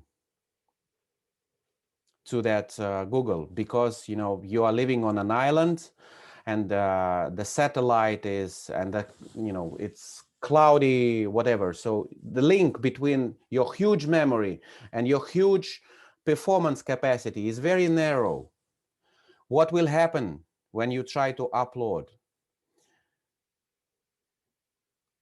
Slow. It will be slow. Why slow? Because you need to probably, it will be done automatically. You don't see it, but it will be resending the packets of this video because something lost, something didn't reach the memory. It will be pushing and pushing and pushing. You can imagine that as drinking the cocktail with a very narrow pipe. So you have this pipe and you need to do it multiple attempts. One, then another, then the next one, right? And if you have the wide pipe, the big pipe, you can do it with one breath. The whole margarita is in, right? Probably the second way is more expensive, right? because the same time you consume much more margaritas, so you pay a lot. The same for internet. If you have narrow band connection, it's cheaper. If you have wide band optical connection to send it very fast, very efficiently, without any packet loss, without repetitions, right? You pay a higher price for that, probably $100 versus $10 per month. Okay, that's exactly how it happens in our brain. So we have our processing units, which we measure by TQ, by talent quotient. This is the capacity of our brain to, demolish the information, to dismember the complexity of the task, to understand the task, to understand the solution, to reach the aha moment, right? And then we have to memorize it. Then we have to put this knowledge inside our memory. And this knowledge transferring is the physical and chemical process for the brain, which is very, very energy consuming. Just one number for you, half of your breakfast that you ate in the morning will be consumed by your brain only, and half of that half will be consumed only by one process of the brain, which is memorizing. So quarter of your energy is spent only for one small process of memorizing your experience, your knowledge, the things that you learned. So if you want to keep fit, learn poems, no go to jogging or swimming, just learn poems. Memorizing is a very, very difficult process for the brain. So what will happen in case the link between mathematical, for example, processing unit, subconnectome of the brain, and the memory is huge, is big, like this. The pipe is big. So anything that we learned, so we study our homework, we do it very efficiently. We are very smart in mathematics. So successful first exercise, successful second exercise, with everything done with the first attempt, and everything is getting memorized very efficiently. One margarita, the second margarita, right, with the single attempt, the third margarita. And then what will happen after 15 minutes with the fourth margarita? So your chemicals available in the brain to memorize with that high efficiency, your balance on your internet provider account is zero now. So you don't have any chemicals, you don't have any calcium, you don't have any glucose to memorize things. And your memorizing efficiency drops to a critical up to zero, right? So you're still doing your homework very efficiently. Exercise number 4, again, no mistake. Exercise number 5, no mistake. We are very lucky. We are so happy as a parent, right? But a week later, we ask our kid what we learned the week before. And all of a sudden, he cannot memorize that, because he was working very efficiently to memorize only within first 15, 20 minutes. And then we lack of calcium, we lack of glucose. And we're still doing it very efficiently because our talent quotient allows us to solve the questions. That to memorize is a completely different process for the brain. One thing to remember at this moment, memorizing and talent quotient are two different functions of the brain. They don't have any correlation.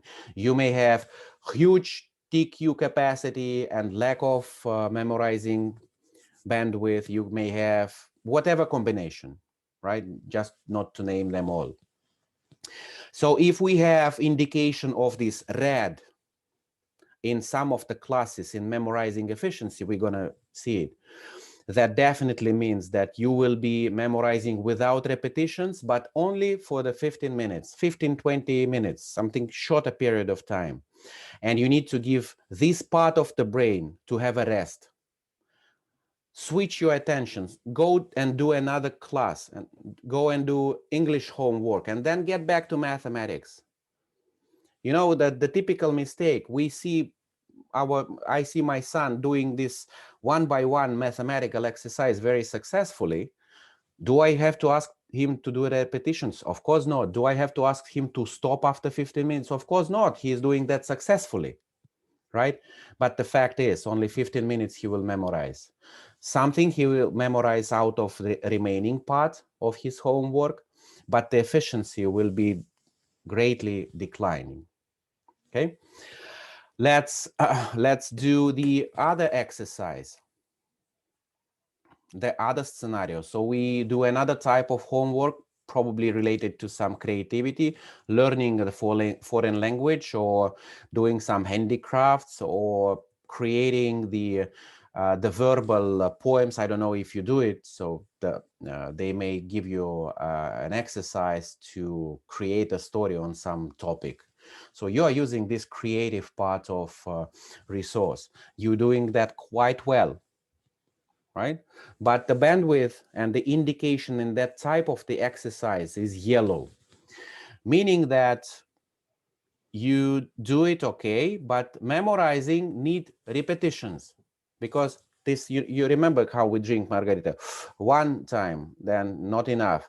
Another time, or packet sending, uploading to Google Drive.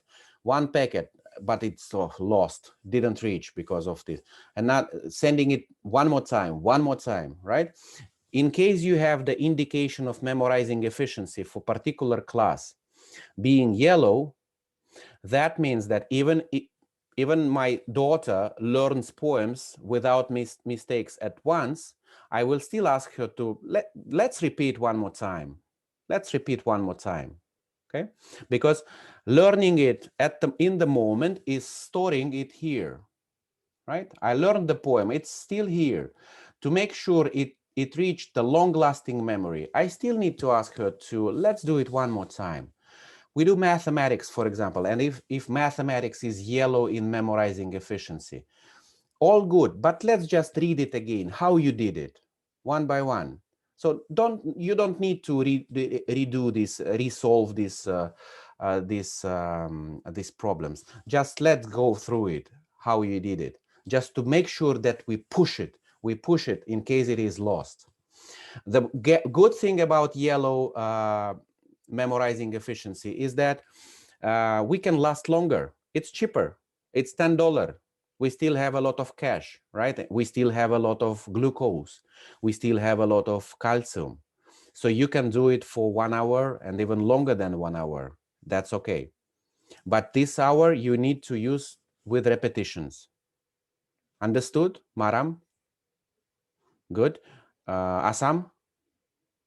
Yeah, that's quite useful part of the report, because that has so many practical impact on the way we do the schedule arrangement for our kids. Prior to the current situation, we had this module structure of the report, so you can choose like which modules to include in the report, and that was the most expensive part of the additional modules. If the report price is like $100, then this only one piece of information normally what was charged like $40 to $50. So quite valuable piece of information. Okay. So let's see how we will see it in the report. Let's see how it impacts the report structure. You, in front of you on this slide, you see the sample of the report, part of it, page called curriculum, or the same structure you will have out of the school hobby for kids and teens. I put only for the school subjects, for the curriculum subjects, but for out of the school activities, you will have different lists of subjects here, but exactly the same logic. So you have 2 columns, and for each of the subject, you have 2 colors. One is understanding, and another is memorizing. So Maram, can you guess, understanding coloring is based on what? Understanding difficulty or easiness is linked to what? To which measurements?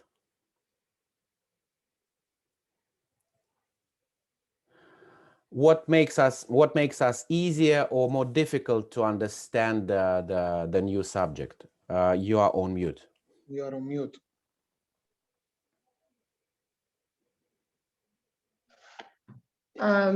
it's how you absorb the subject, how you understand get it, read. Yeah. Yeah. So so to get these colors, what is the measurements to be used behind the colors? What part of the measurement? So we have like 6 sections of the measurement output. Which one of them is used to build this coloring scheme for understanding, for easiness or difficulty of understanding? No, I didn't get you.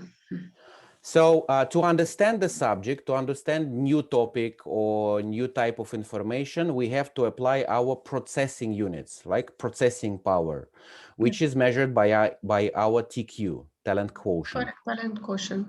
Right. So coloring of this column is linked to TQ. Whatever is green is easier to understand compared to other colors. Whatever is red in this column is more difficult to understand compared to the other colors. And let's guess. And the yellow is something in the middle. Yeah. Let's guess. This is the measurement output for someone having A grade for every of the subject. Could that be real? So the person in front of you, the kid in front of you, he is like, we call it round A. So everything is A. Yeah. Probably this is a mistake, right? It cannot no, here be. Not A. No, but the other one, it might be, but not in all subjects. But he sits in front of you. He has all A's in his class. And you see his report in understanding is like this. Is it a mistake in the report? No, but it means when he gets his concentration span, his studying, it's only the first 15 minutes that we No, wait. No. It's wrong. Wait, so we are not talking now about memorizing. We're now talking about understanding, which is TQ so far. So far, forget about this, the second one. Let's focus on understanding, on TQ. Yeah. So he has all A's, right, on his grades. But understanding, you see that algebra is red. How come? Red, and he has A. So is it a mistake on the report? No, because the report reads the actual thinking, the actual wave of the brain.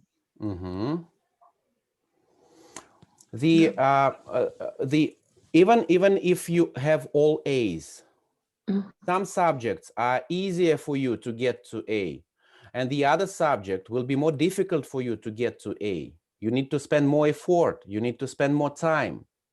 You probably need a better tuition on that, and more parental attention to that, more time to be spent, more cash to be spent to support you to get to that A, right? And even if no one spends time on you and you are sitting with all A's, internally you spend more energy to get A in algebra compared to get A in history. So that is the way of understanding. So that's how difficult for us to reach certain level.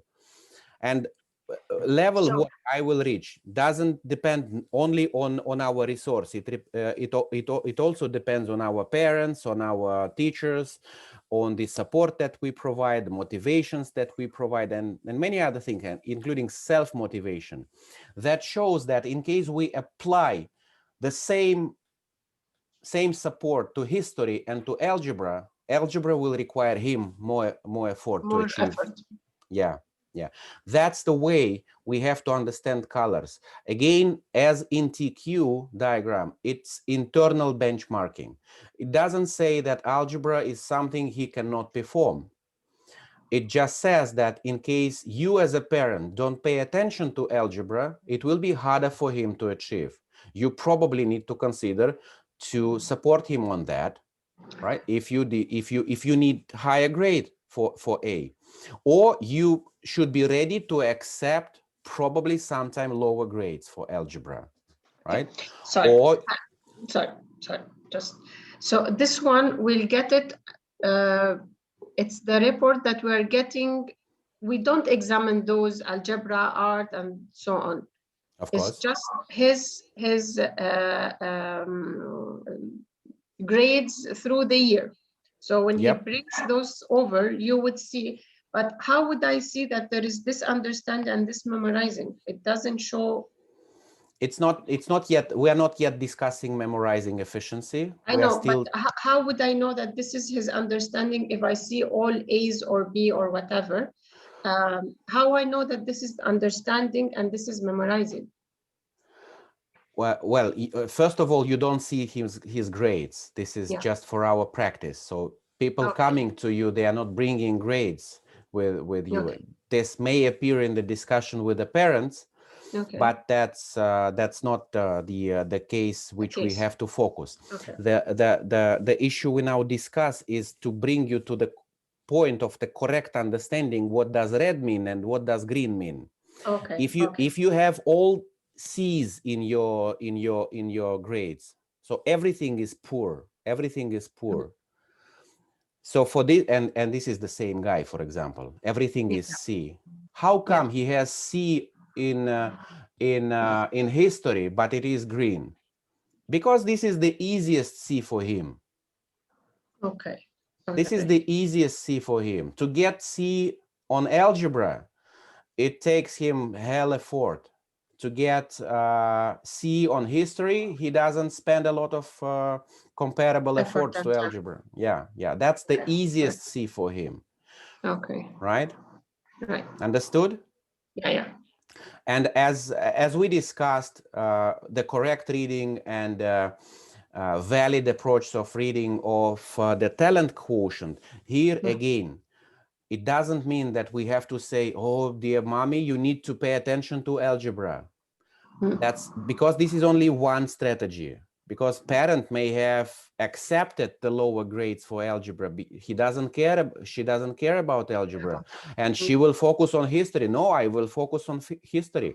So don't make this type of advisory story based on this color. Of course, red is something like has the connotation of danger, but get rid of that. So try to explain that this is something more difficult for him to achieve.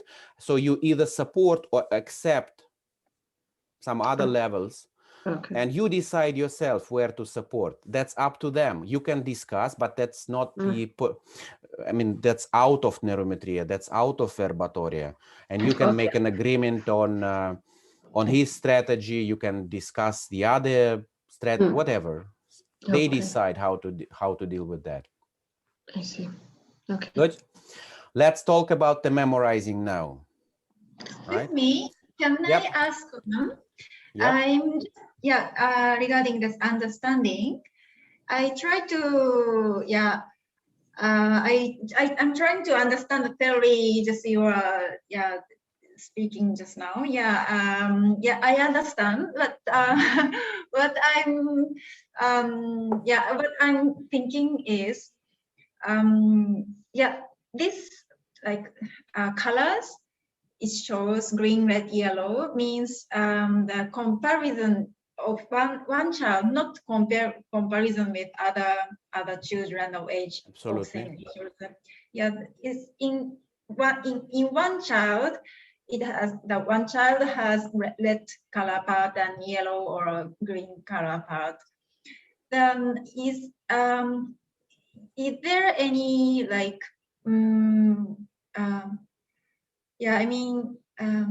that now you are showing on this slide, there are 4 greens, then so many yellow and only 4 reds.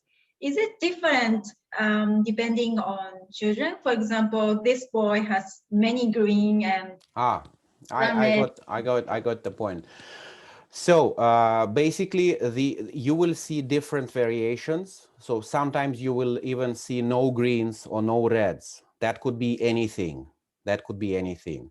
In most of the cases, you will have the situation like this: 2, 3, 4 greens and 2, 3, 4 reds, just to have a clarity on what is most difficult and what is most easy. But you will never probably see in understanding all greens. and all reds. That simply algorithm doesn't work like that, right? Only in case you have like what can turn you to be all greens is like all of your, for example, not all greens. Let's guess that the kid measurement result is everything is high, like 91, 92, 94, 95, except for kinesthetic, which is 15. Let's guess this type of diagram, right?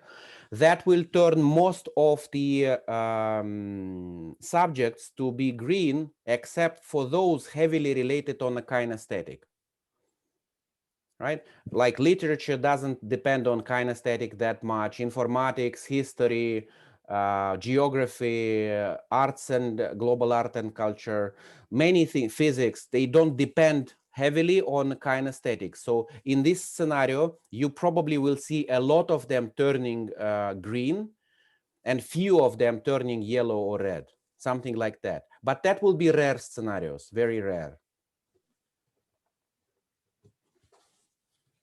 Understood? Yes. Good. Yeah. Okay. Yeah. Thank you. Let's go to understand the memorizing. So memorizing is linked to our measurements of the memorizing efficiency for each and every talent quotient area, right? So we have specific memorizing efficiency in the area of the verbal, other memorizing efficiency in the area of mathematics, like we've seen on the prior diagram, right? So we may have different tubes for different areas. And by the way, they are changing over the period of time. In half a year, the brain will change the priorities, and you may experience with the same brain to see yellow here and red somewhere here. So that is plastic parameter. What is the reason generally for that change? The reason is that this, as I said in the beginning of that subject, this is a very energy consuming process. And even though the power of the brain is unlimited, I mean it's huge. We have a limited supplies in our body because we have a limited inputs, and the process of extracting the glucose is very complicated for the brain unless we eat a lot of chocolate. So brain, it's one of the theory. I mean, it's not like I say, and this is the only truth. So this is one of the explanation which I believe has the wider use and the most reasoning behind. So given this limited resource, Mother Nature or Allah, they decide to reallocate those limited resources to different parts of the brain from time to time, to be able over a period of time to collect from outside world as much information as possible. But that is one of the explanations which I see a good reasoning behind, and supported by the measurements that we have. So our memorizing efficiency, we can influence by ourselves, by the way, if we will focus on doing something, some specific like algebra, spend a lot of time. Brain understands that this is something very important for our survival to be successful as a human being, and it will be reallocating the resource in that area. But again, the resource is limited. You cannot do it same focus on algebra and a lot of focus on algebra, on music, on you have this limited resource. So it will be changing over a period of like 6 months. In 6 months, you will see the different picture. But still, it allows you to plan next 3 months, next quarter, next semester in the school. Okay. Understood?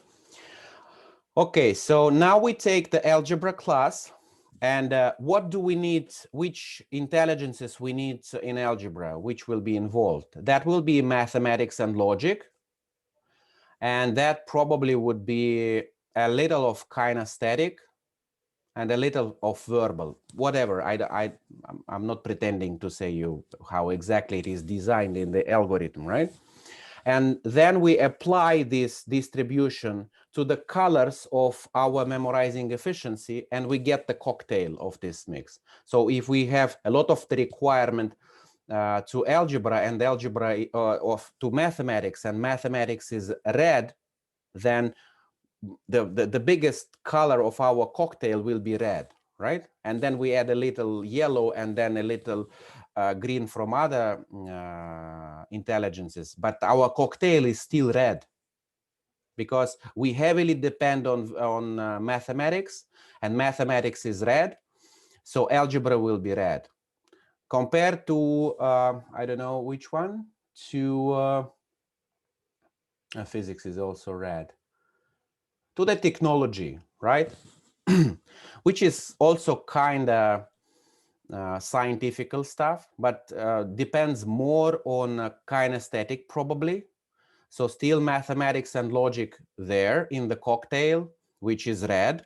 But then we add a lot of kinesthetic, which probably is green in the cocktail, in the measurement. And then we have to add creativity, which probably also green, right? And we mix it and we get to red, to the green color. That's how it works in the algorithm. So we take the proportions of the requirement of specific areas, and with that weights, we mix the cocktail of the colors of the memorizing efficiency and get to the color of that class. Maram, are you speaking something to us? Oh yeah, okay, good. I just. Sergi, a quick question, please. So understanding, when you were explaining understanding, we use mainly the TQ, right? Only TQ. Okay, and what do we use for memorizing? Only memorizing efficiency. Okay, which is part of the test. Which is part of the measurements based on the test. It is not displayed as a TQ displayed. So for TQ you have this diagram, and memorizing is somewhere there, but you don't see it separately. I see. Okay, clear. Good. So now, Maram, can you tell me what would you say for physics for the parent of this kid? Should parent pay any sort of attention? What would be your recommendation here for parent? I would tell them either they give them support to work on it, or they just accept it as it is. That's okay. And this is one part of the story. And what could be the second?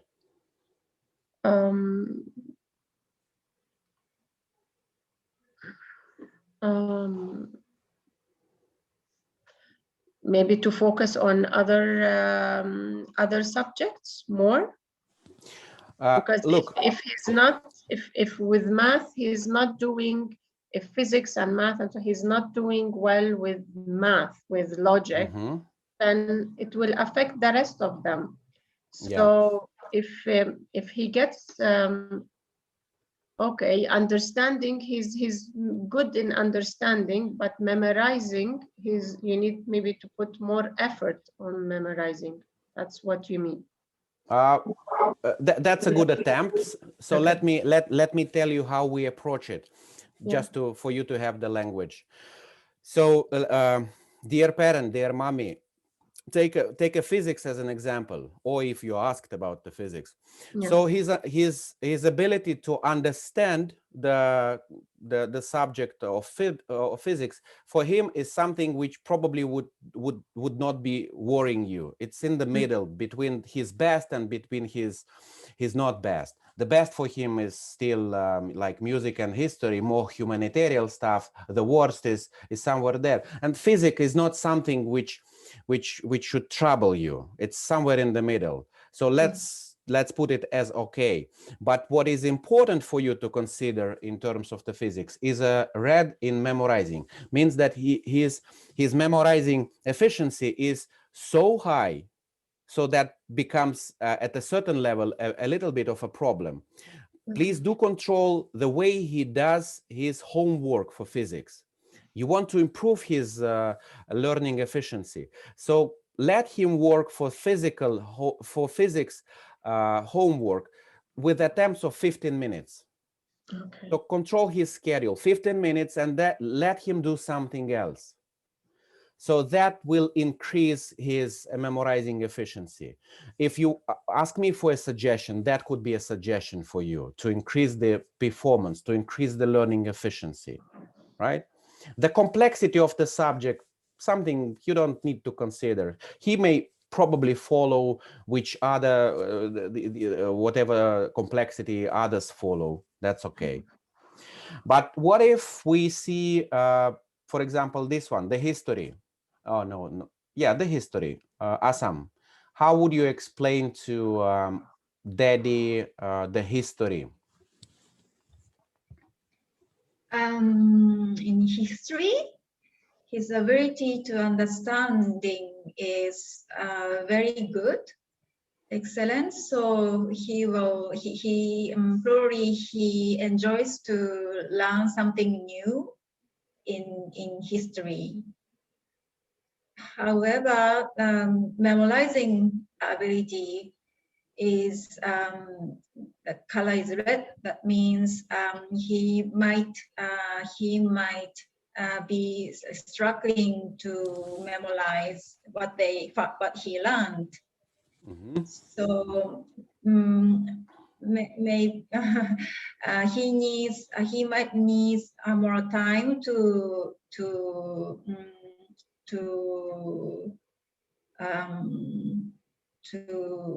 memorize.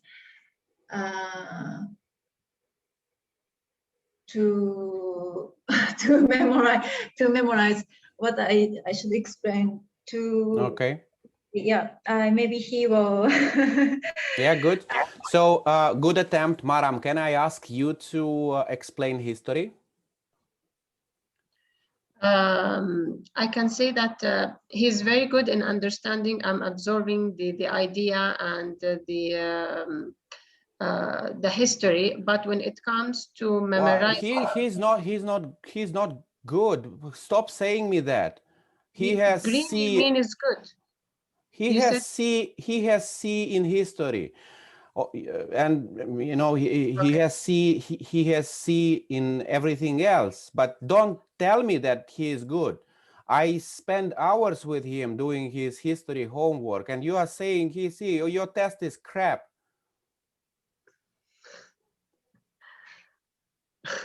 Okay.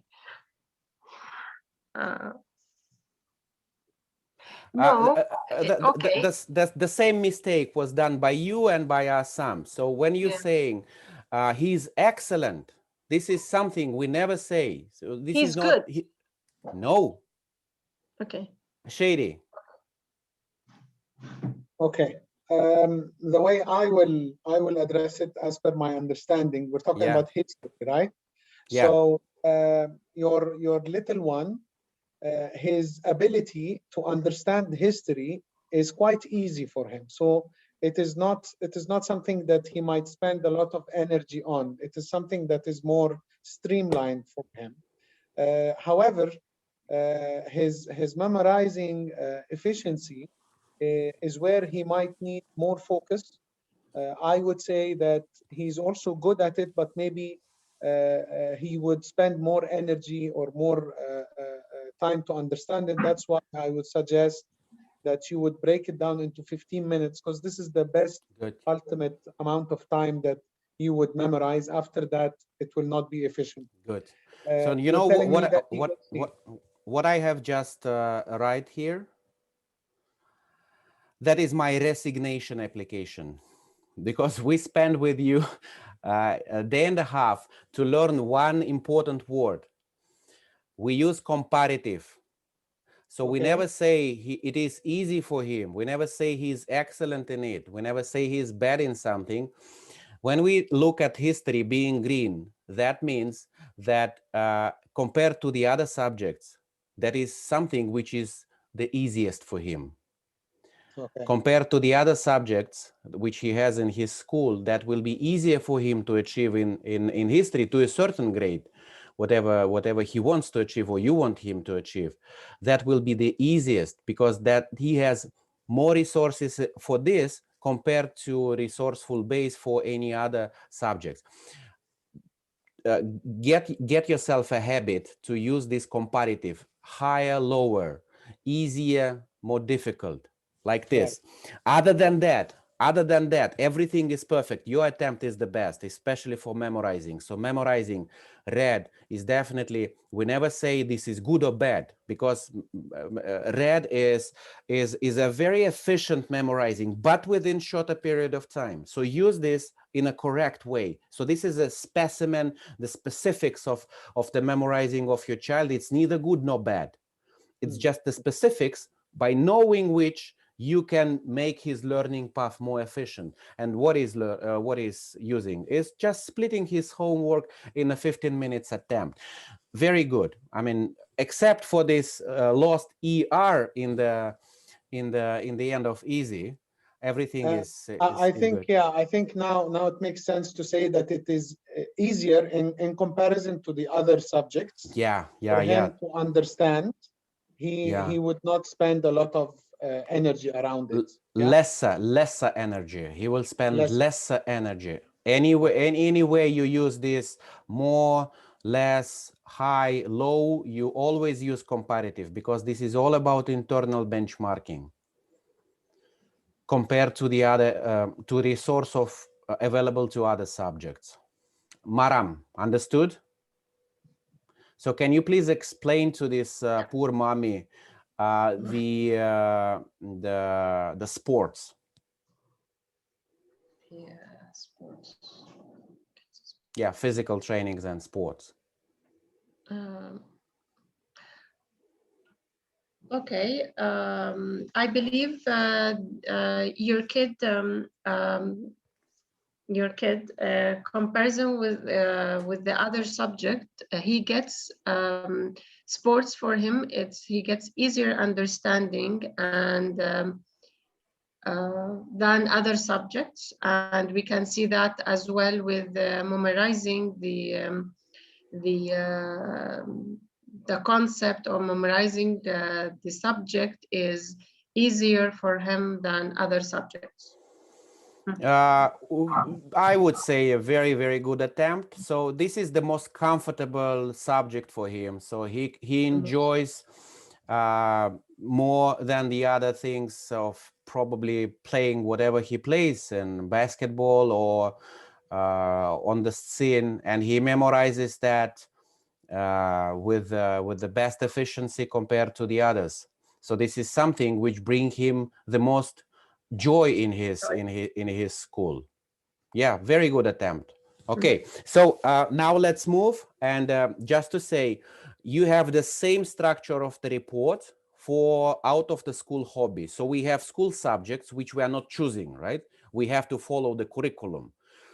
But out of the school, if we consider to add more classes to our kid, like, I don't know, motorcycling or crafts, whatever we have on list, that are like 30 different types of the out of the school hobbies for our kid. You also choose those which are green in understanding and considerable. You may consider color on the memorizing, but memorizing for out of the school activity, for hobby, doesn't have so much of importance, right? Because we don't actually have to memorize our hobby. We just have to enjoy doing that. It's good to have a good memorizing there, but it's not that important compared to the curriculum, because curriculum we have to achieve, we have to bring the result, and we have to consider efficiency of memorizing. Hobby is all about pleasure in our life. Good. Let's move further. Can you see something here? Or it's completely unreadable? Unreadable, okay. So probably a little bit adjusting. So this is the report part, the page called Matching Top 7 Jobs. It is available for teens and adults in their report. So what we do, we take the catalog of the over 2,500 professions, which are available right away. I mean, you can go some university and get yourself educated for this profession. If you're adult and you're willing to change your job and you want to restart your career, let's see on this top 7 list, which is the best matching. This is based on your hard skills, which is a popular attribution of what we call TQ. So what we will be able to do most efficiently, this is based basically on TQ. What will be the best of us to deliver to outcome, to earn the more we can do there, to live in, to work in harmony with ourselves. And the specific items here may look very different. For example, I don't know if you can read, number 1 position is a technical writer. This is some person who writes, this user manual, the support guidance, non-literature texts, right? And on the other part of it, you have museologist, the one who sits in museum and provides and makes the catalogs for the museum items. And you have an agricultural engineer, which sounds completely, from the different parts of the world. But in terms of the brain resources, they require the same brain resources. They are matching brain resources. So you see the choices between becoming a librarian or agricultural engineer, right? So it gives you a range. It gives you a choice. It's not like a prescription, you go there. It's a variety of different paths, which are based on your TQ to bring you in harmony with yourself. When you will do, here you have a brief description for every of matching profession out of the catalog, and you have the sample of the university. So this line stands for every profession. You may add your local university to get this profession. So when you will do the translation of the report, in the list of the professions, you will see a lot of this choose local university, choose local university. You can consider to put your European or Greek universities, which can provide this type of the profession, of this occupation. Understood? And matching is done exactly the same. So we take requirement of this profession to be successful. What is the mix of the intelligences that you need to have to be successful? And you compare it to the mix of intelligences that the person has. If it matches more than the others, then it turns to be green and it's put here. And top 7 of the greens we will bring on this sheet. And again, it is based on 2,500 professions catalog. So the choice is quite huge. Okay, Maram, all good? Then another job selection section that we have in the report is also available for teens and adults. So those top 7 are the jobs available right away, right now. But specifically for teens, teen starts from 11 in our reporting system, right? So 11-year-old kid will face his first job maybe 10 years later, or even 15 years later. What will happen? A lot of things will happen. So Elon Musk will, put people on Mars, and on Mars we will need a lot of professions.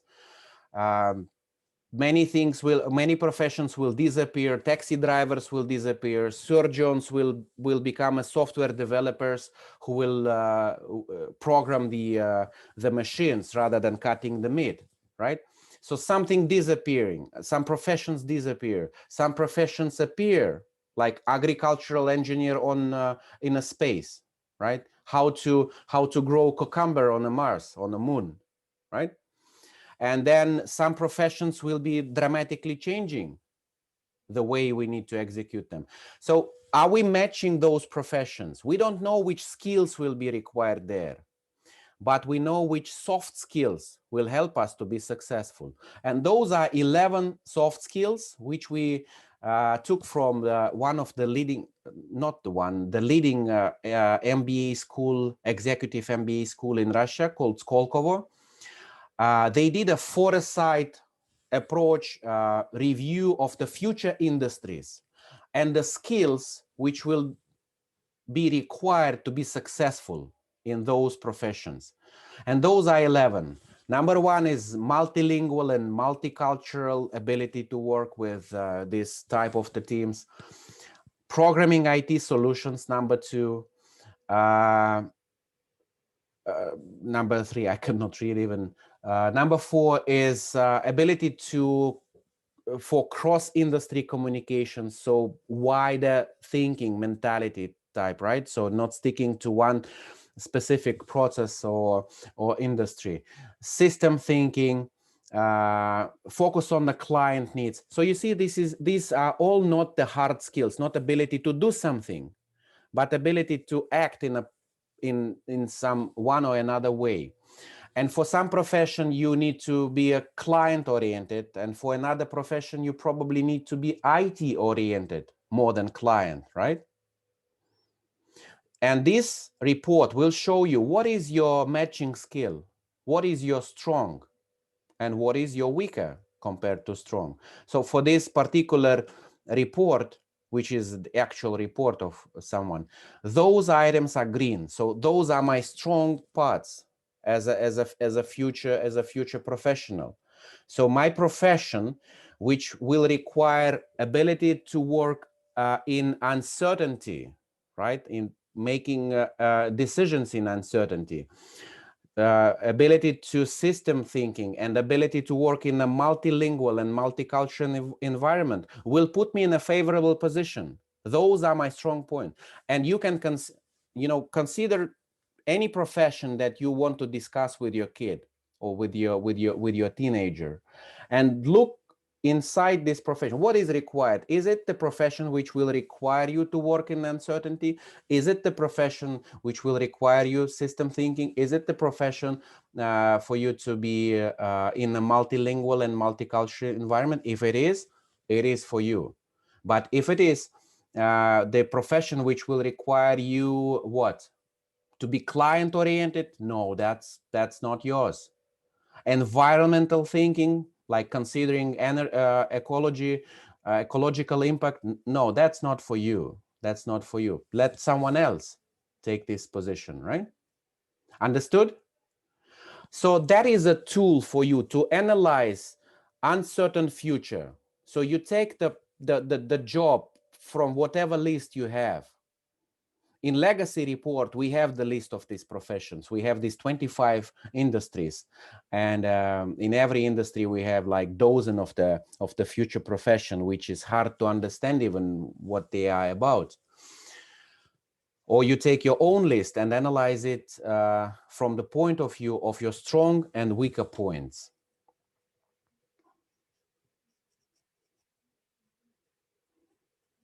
Is that something understandable? Yeah, I mean, honestly, I'm trying to relate between this slide, Sergi, with the previous one as well. So with I this understand one? that, yeah. Yes, yeah. So this is more of who am I and which job description or job fits me best. Yep. Correct? Now, these are the top 7 out of 2,500 that we yep. have. Right. Correct? And these are all hard skills. However, these are some things that are available now, but maybe right. not available in 10 years. Correct? Yeah, who knows what will happen in 10 years, but this is something that you can learn right now. So you can take this job right away. Okay. Or does it also mean that this is the best thing that I could be working on in the coming, say, 3 to 4 years after I graduate from university? Who knows, but probably yes. I mean, if some university still graduates technical writers, then we may assume that the forecast for this job is still there, for the demand of this job is still there. Okay. Now, moving to the next slide, this is more about the, the way I see it, please correct me if I'm wrong, not only soft skills, but my core competencies, right? Core competence is a bit of hard skill. So my core competence is I don't know, the mathematics or psychology. This is my core competence. So this is the skill that I obtained. But my ability to work with collectives probably is red with the teams. I prefer to work individually, right? So this is more about this kind of soft skills, and that helps you to analyze the midterm and long-term horizon of planning. Okay, so now my job, the best for me is the technical writer, but consider 7 years or 10 years in the future. If I will be willing to change, so what should I consider? And I should consider those jobs which are based on my greens, on my strong soft skills, which is uncertainty of operations, systemic thinking, and multicultural, multilingual environment. Which are those? Let's consider any and let's review it, and let's, from the point of view of those soft skills requirement. If that job is based on environmental thinking, like an officer in a United Nations office who is taking care of any ecological stuff, controls or reporting, no, it's not for me. I don't care about that. I don't see the links between the productions and ecology. I don't care. Difficult for me, right? So again, do we also position this, because since these are 11, so this is a subset or a set, do we also consider these as comparative? Oh no, wait. So this is the list that everyone will have the same. So every person will have the same list of the competences, of the meta skills. It is called meta skills. So the list of meta skills is the same for every report. The coloring will be different.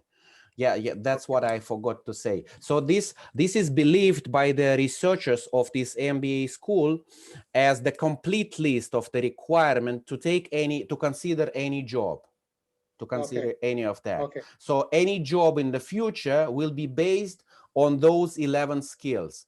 On one more, on another less, but those are 11 skills required to be in the future to be more or less successful. And you can, I will send you now the link. Yeah, it's a very nice resource. It is on the report, www.atlas100RU.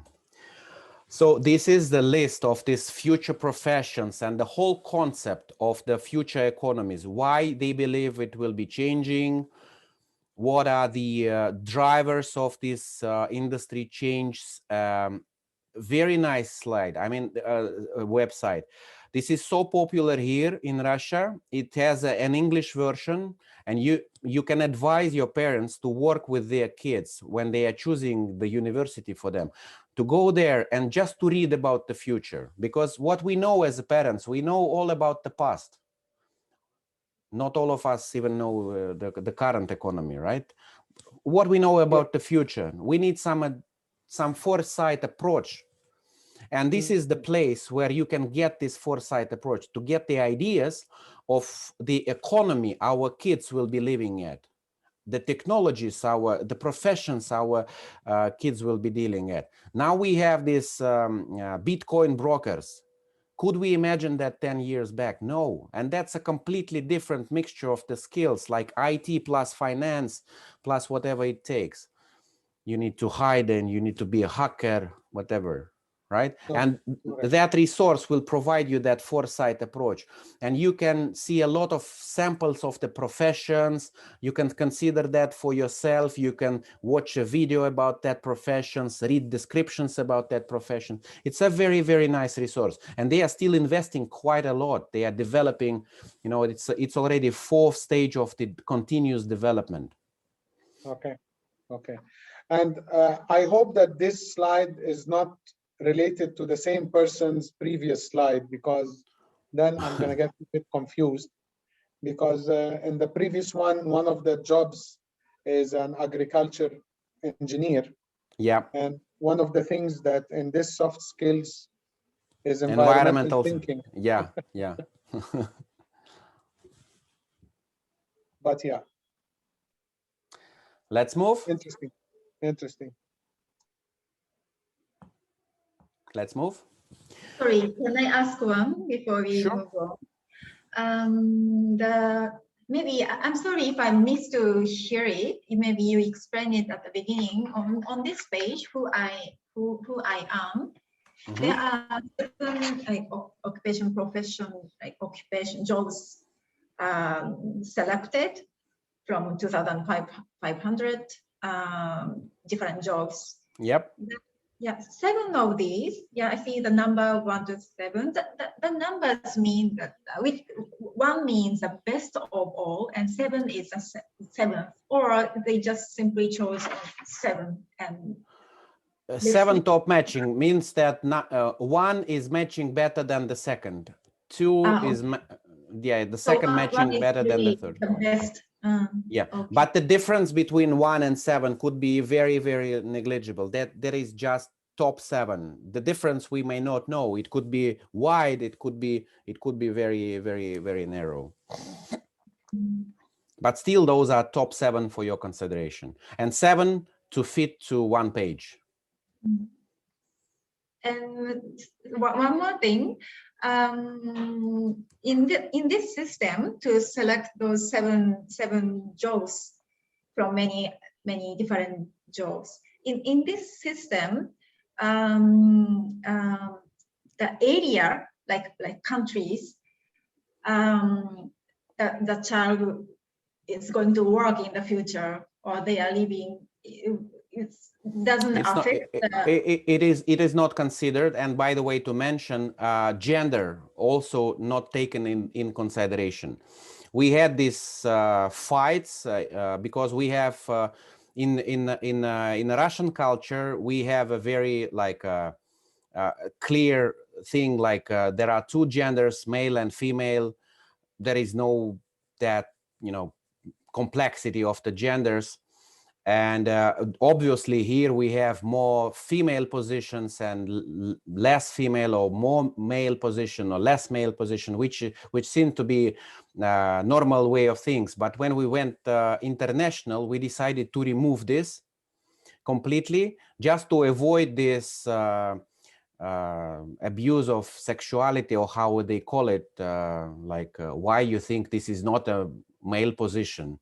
Why do we have to explain we think that driving a tractor in the field is a male position? So we just removed this factor. So gender is not taken in consideration in that.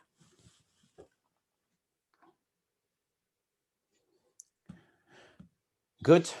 So personal qualities. This is a new arrival to the report thanks to COVID. We were sitting out of revenue, but still with R&D, full of energy to bring us something, and we invested in R&D rather than sales.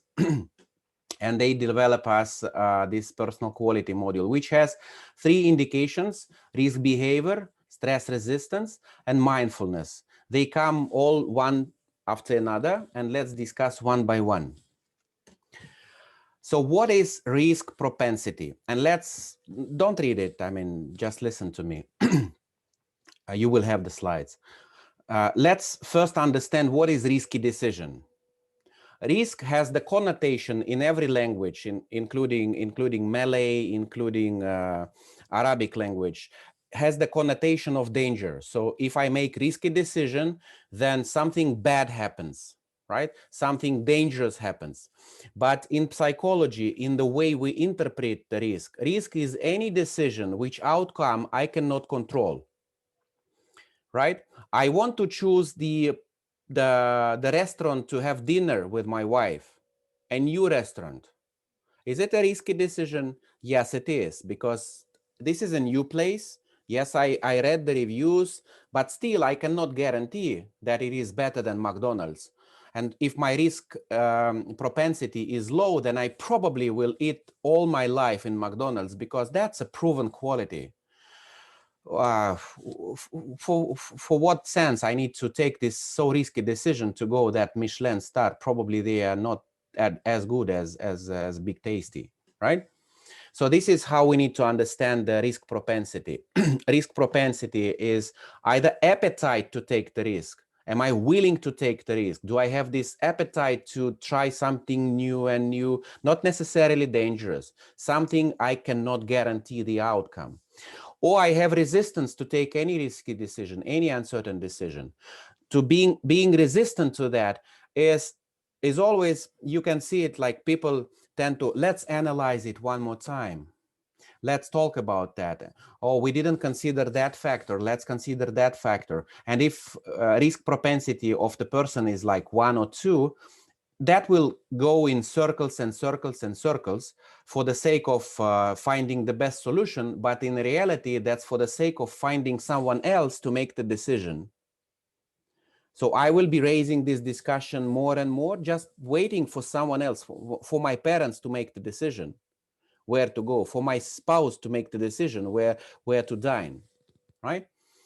And that will be in the form of, I am so careful in selecting the place to spend our vacation. Of course, that has a great impact on the comfort that we will feel with our job, if this is riskless or risky job. If you are the firefighter with risk propensity 1, then you will be very, very stressful position, right? Because you are not willing to take the risky decision. You need someone to make the risky decision. You need your commander to take the risky decision. If he made it, okay, you can go and fight. That's okay for you to fight, but to make the decision, which door to enter, which window to break, right? To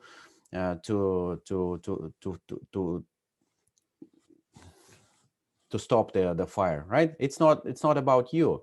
It should be someone else to make this decision. So risk propensity for teenager, for example, is the barrier, internal barrier that we have to accept or reject the proposals from our friends. Let's go smoke just one time. It has no risk. Just try, right? Do I have this internal barrier? If my risk propensity is high, I will be willing to, yeah, let's try. This is something new emotions, new places, new taste. Let's try. If my risk propensity is low, I will be resistant to that. Not because I'm afraid of smoking. I'm afraid of, trying new things. Let's go base jumping. Even it's a very safe. Everything is fixed. The equipment is quite modern. But I will not do it. My risk propensity is 1. I'm not doing any new things. You go alone. I will be standing downstairs and looking how you jump, and will be very happy for you, and will be very happy for me not jumping. I will be very comfortable with that. So first thing to learn is risk is not only making a dangerous thing, it's making any decision which result you cannot control. And having risk propensity low and having risk propensity high is neither good nor bad. That helps parents to understand how the level of the control they have to apply on their kids when they are out of their control.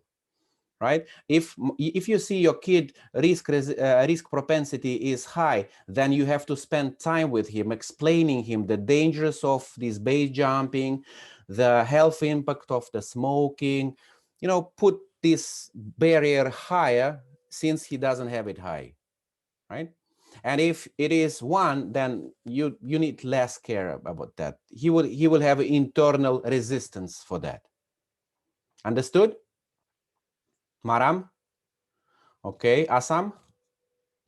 Good. Okay. Let's move further. And you have other descriptions on the page, including the supporting documents to read and supporting literature to read. And all of these are international because all of the studies are international. There are no Russian studies. Let's talk about the mindful. By the way, where is stress? Yeah. Let's talk about stress resistance first. So stress resistance is not a stress ignorance. The most important thing, because stress has 2 impacts on us. One is a physical impact, or let's say emotional impact. How do we feel stress?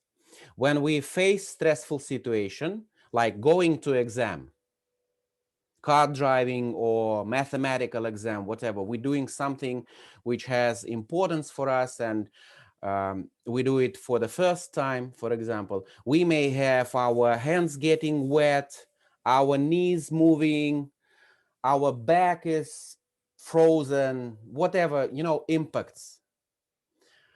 So you feel the stress. But if your stress resistance is high, that doesn't block your thinking ability. You still can make decisions. You still can think effectively. You have all these wet hands and frozen back, but you get A in your exam. So stress doesn't block your thinking ability. You are in the stress, so situation and the feeling is stressful, but you are not blocked. You face a Russian bear in the street of Cyprus, right? And you can still make a reasonable decision to run away, not to him, not towards him, right? So you can make a reasonable decision with all of this scare filling your body. You have this scare, but you're still able to make a reasonable decision. You go into exam, you have all this stress, but you still get A. If your stress resistance is low, then stress blocks you.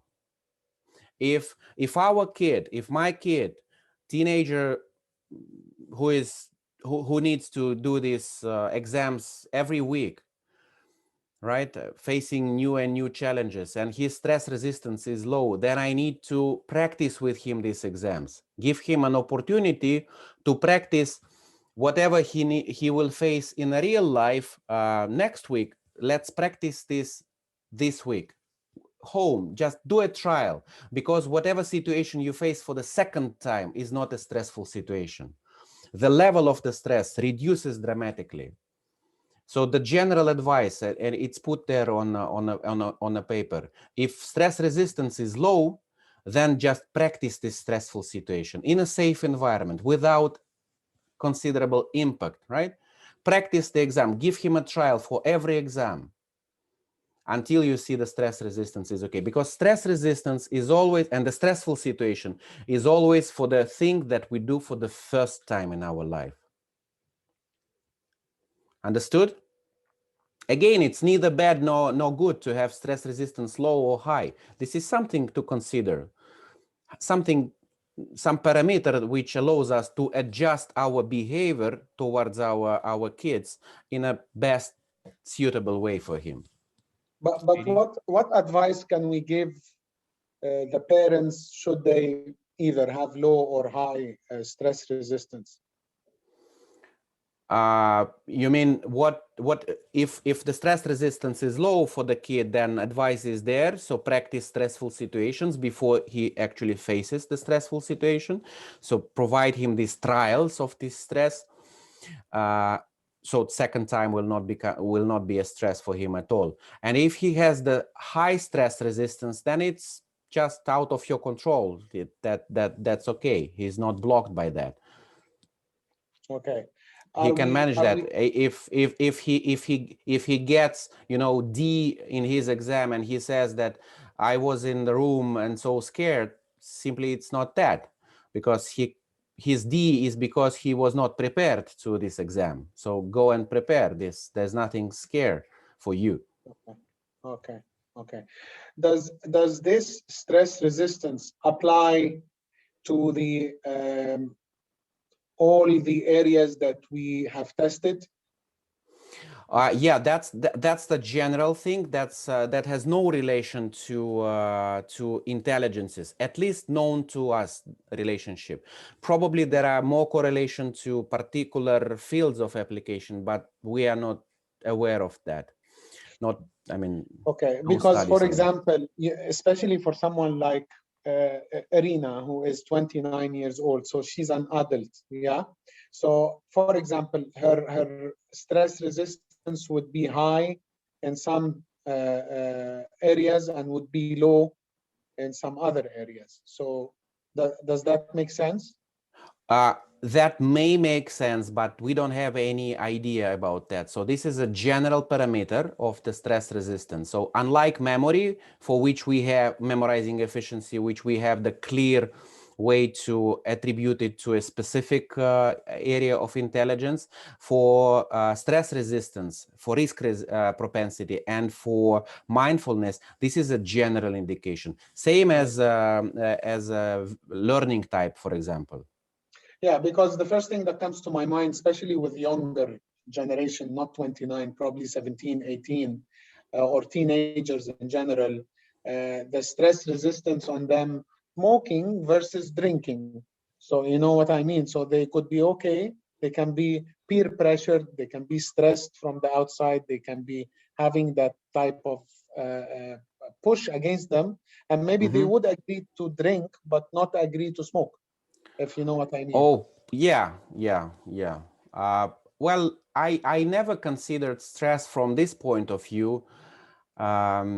Stress was considered as something important that we face in our life, which has impact to our life. Of course, it also applied to drinking and smoking, but not at the moment probably of consuming those things. Stress is something like exam. So I know for sure that it does have a lot of impact. That's what puts me in a stress. Okay. Smoking is not perceived as something which will change my life, probably. At least if my mommy will not know it, what kind of stress? There is no stress. If I do it with my friend, then there is no stress, because it's not someone who pushes me and I need to prove to him. Like, that could be. I mean, let's look at specific scenarios. Yeah. Most smokers, as per statistics, they smoke because of peer pressure, not because they and that's why I wanted to see if there is sort of a relationship, because in this part of the world, in the Middle East, smoking is probably the cheapest thing you can do anywhere in the world. Yeah, we don't have taxes, we don't have things. Even Cyprus, they smoke exactly the same. It's a very high percentage. So I think parents are always aware of the health, not only about tests, of course. I understand more on the academic side, this makes a higher sense, but you could also be inclined to be asked such a question as part of the test. Yeah. So generally, we would say if your SBQ is low, then consider it as a general. So this is something which, if you're concerned about this smoking and drinking, then in general be concerned that it could be low for each or both of those habits. So this is something in general to be concerned, and it could be specific for specific areas, which we don't know, we don't measure. Okay. Let's go back one page to the mindfulness. Mindfulness is often misunderstood and confused with self-awareness. Remember that self-awareness is understanding what am I good in and what am I bad in. Even not exactly knowing in a correct way what is my strong and what is my weak point, but strong belief that this is my strong point and this is my weak point, right? Mindfulness is the control of over my emotion state. So I do define myself, my mood. If I wake up in the morning and my wife is in the bad mood, it doesn't have any impact to me until I make the decision to turn myself in a bad mood, right? It's only myself to know the to define myself state of the mood. No one else can tell me that you are so bad person which can turn me bad. No, I know what person am I, even though I probably may consider what you say, but after analysis only I to decide if I will accept that and change my state and do things in a different way based on what you say, but it's only me to decide. So having high mindfulness is could be seen as a high independence from the people opinion. So when we see someone ignorant to what you say, probably his mindfulness is so high. It's not like your opinion doesn't matter to him, but he is not ready to act right away based on what you say without him analyzing what you say and making his own decision. He probably listens very carefully, and probably that will have a lot of impact to him, but it's only him and later to make this decision. That the high mindfulness seems to be a very comfortable and very good property of the human. But consider your son is with mindfulness 10, right? You still need to be able to push him to do certain things because of his lack of experience, and sometimes we need just to tell him you need to do it that way, and this is bad thing that you do, and this is a good thing, and this is a rewardable thing to do. With kids with mindfulness over like 7, let's say the highest mindfulness, you don't have this ability to communicate that way. Until he makes his own decision, he's not going to react in one or another way.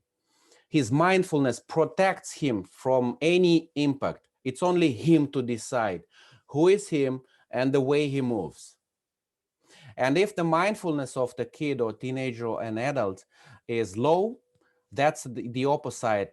He is too dependent on everyone's opinion.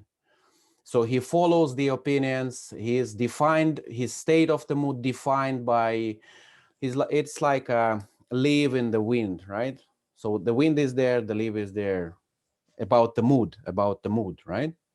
You do bad things, okay, I change. You do good things, okay, I continue. So you are defined by opinions that you hear, right? Of course, some opinion may have more impact on you, but all of the opinions will have sort of impact on you. Does it sound like having low mindfulness is a bad thing?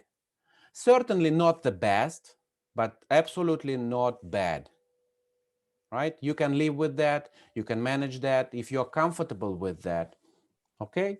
For our kids, probably we want something in the middle to still be able to manage our kid, but be a little bit ignoring the opinions of the others, right? Something in the middle probably would be more comfortable. But most important is to understand that once the person lives in the way which match to his physical properties, and if the property is one, and he is enjoying this, flying like a leaf, he's enjoying that. That's the way of living which makes him comfortable. I may not be comfortable of my son living like that, but the first thing to understand and accept that makes him happy and comfortable. And you may discuss with him that probably that could have in the future, in a long run, was an impact on your career, for example. People can manipulate you, whatever, explaining him, improving his mindfulness, right? Building a little bit of walls inside his psychology, which is tending to follow other opinions. So you can work on that, but the starting point is to understand that as of now, he is happy with himself. The flying like a leaf makes him comfortable with that.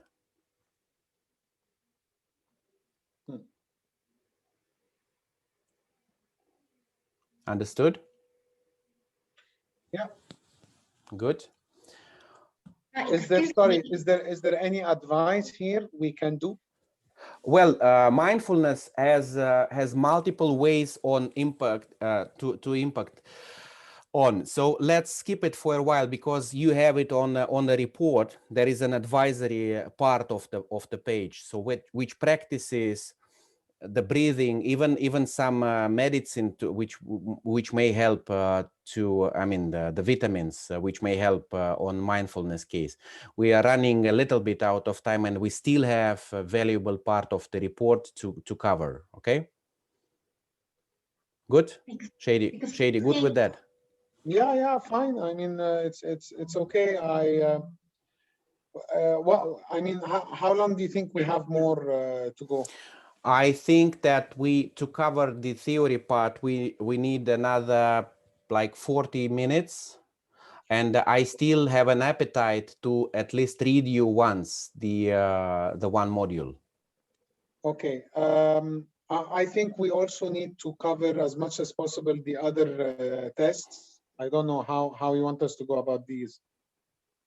Let's just continue. Let's do until the end. Let's do until we die, until you die. Okay. So other than career coaching, so you already aware that neurometry and verbatoria report is not only about choosing the career path and the activity. Let's look deeper to what we already covered on the first page, like emotional intelligence, thinking type, and emotionality. And let's start with emotional intelligence. How do we use it? What's the way we offer to use it? What's the outcome we have? What is self-awareness? Before we discuss the balance, what is self-awareness here? Of course, it's knowing what am I good and what am I bad in. As being said before, that's not even a correct knowledge of what am I good in and what am I bad in. That's the confidence. That's the way we talk to other people. I know how to do things. So to achieve the goal, to score the goal, in our next soccer game, you do this and that, even though that may be a, wrong thing, but you're so confident that this is good, right? You're confident in what you're saying.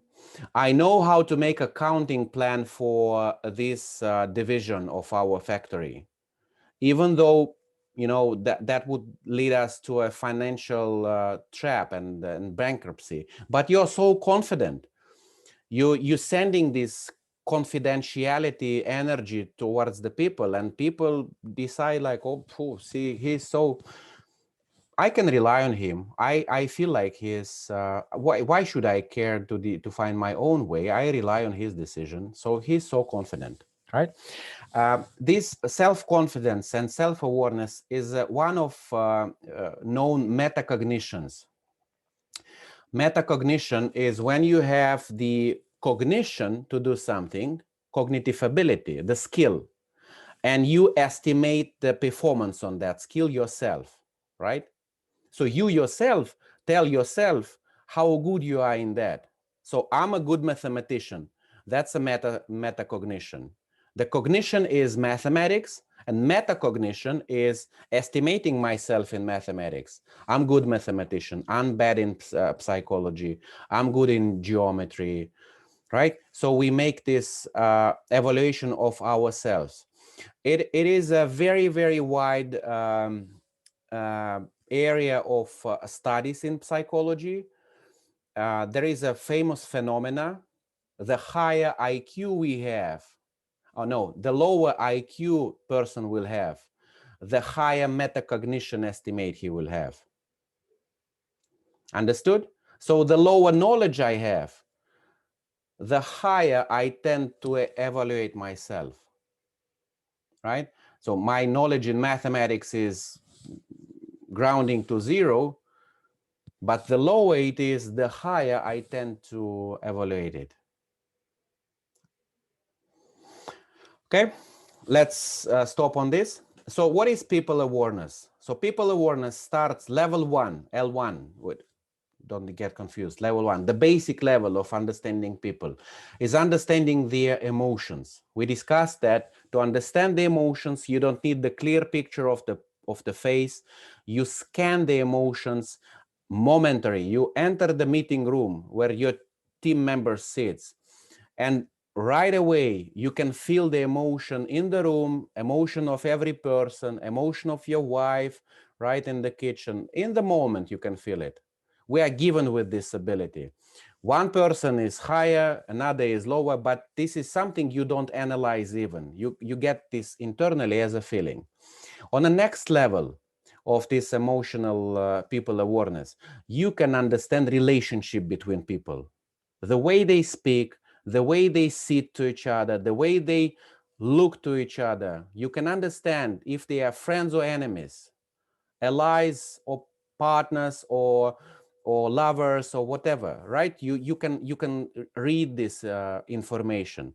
And the next level, you can manipulate people. You can motivate them to do things in your favor, in favor of the project, in favor of the team, in favor of the football club, right? By pushing them, their pain points, their playing with them. You know how to talk to that guy. You know that you need to be a tough guy with him, like giving him a very strict instruction.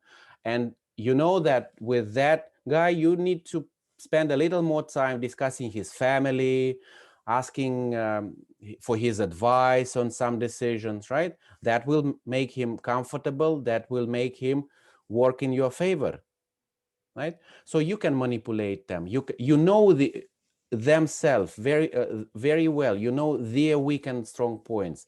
You know how do they relate to each other. You never put the teams in the conflicting situations. And even if you create the conflicting situation, you are the one who makes them for the purpose, and you are the one who can control them. So conflict for those type of people become a tool, right? For me, conflict is a stress, is a fight. For high people awareness type of persons, conflict is a tool. They are willing to, they can put you in a conflict for the sake of the reason of proving you something or developing new skill, and they can launch the conflict, and they can stop the conflict by their influential abilities. Those are the type of the people with a high people awareness. And let's see how we use it. And we use it to understand what is the managerial type, what is the leadership style of the person. Let's guess we have one person whose measurement result for self-awareness and people awareness is somewhere here. So we are very self-confident. He is very self-confident, sending this energy. I know how to do things. And his ability to manipulate the people is also very high. When they enter the room, when they join the soccer team, they become an organical leaders. Everyone, they are comfortable listening to him, taking advices from him, doing things in the way he's saying us to do things, even though he's not the coach in the team, even though he's not the leader of the team. He was not appointed, but we are so comfortable interacting with him. He became an alpha leader. So alpha leaders, their leadership style is like consultative. They are very consulting. They are speaking a lot with people. They are not the one to hide in their cabinet and then appear with the decision. That may happen also, but more likely you will see them speaking every time with a lot of people, making micro decisions, involving in a different sort of the relationship from morning till the end. Those are the comfortable ways of them making the decision and motivating people. Understood? I think every one of us have met these kind of people, being alpha leaders, organical leaders, without even being appointed. Okay? And let's guess we have let's move this dot somewhere here down. Means that our self-esteem is very high, know how to do things, but our ability to manipulate people is no longer there. So we still okay dealing with the teams, It's still okay with us to sit in the meeting room, to find a joint solutions, to listen to the opinions, to find a balanced solution, but we are no longer able to manipulate the people, right? It's not the strong part of us. If we consider that type of mix to become a leader, his leadership style will be a directorship. First of all, he needs to get appointed, so he needs to have a paper in his pocket, the virtual paper, to say in a critical moment, okay, this is my appointment, so this is the way we're going to do things. He's not able to motivate with his words to encourage people to do things like alpha leader. He needs sometimes to have this backup solution, like, I was appointed by a teacher to lead you guys, so follow me because I was appointed. Let's stop the discussion at this moment. Follow me, right? I was appointed. It's not you. No discussions anymore. They still okay with the discussions, but sometimes they will prefer to go to a directorship style of operation. So they will prefer more instructions, more directions compared to alpha leadership style. If we manage that kind of people, or if we manage that kind of class, the class or the team which has kids with this directorship style of emotional intelligence, we have to consider how to give them the ability to realize the potential of the directorship, right? Create them the environment for them to be able to make their own decision and for someone to follow them. We need to support them with this ability to make these decisions on their own. They are comfortable with that, right? Okay, let's move the dot further down here. Self-confident, but come on. Every time I interact with people, I find myself in a trouble. I walk in the room, start saying the funny story, and all of a sudden I realize that I'm sorry for that, but that's the first thing appears.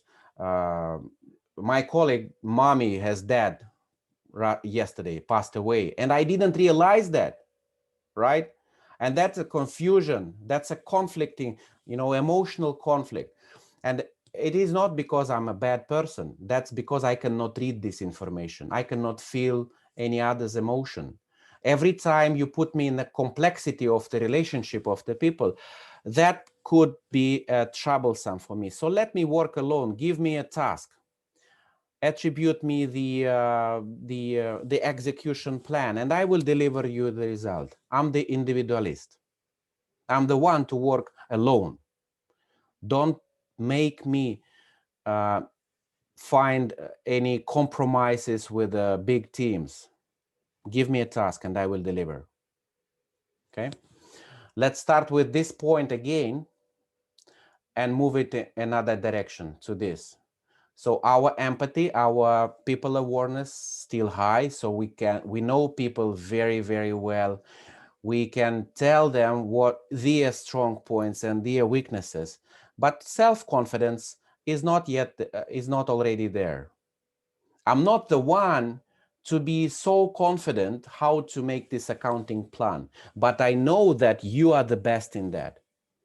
I know that among my team, you are the best in the accounting plans for manufacturing, right?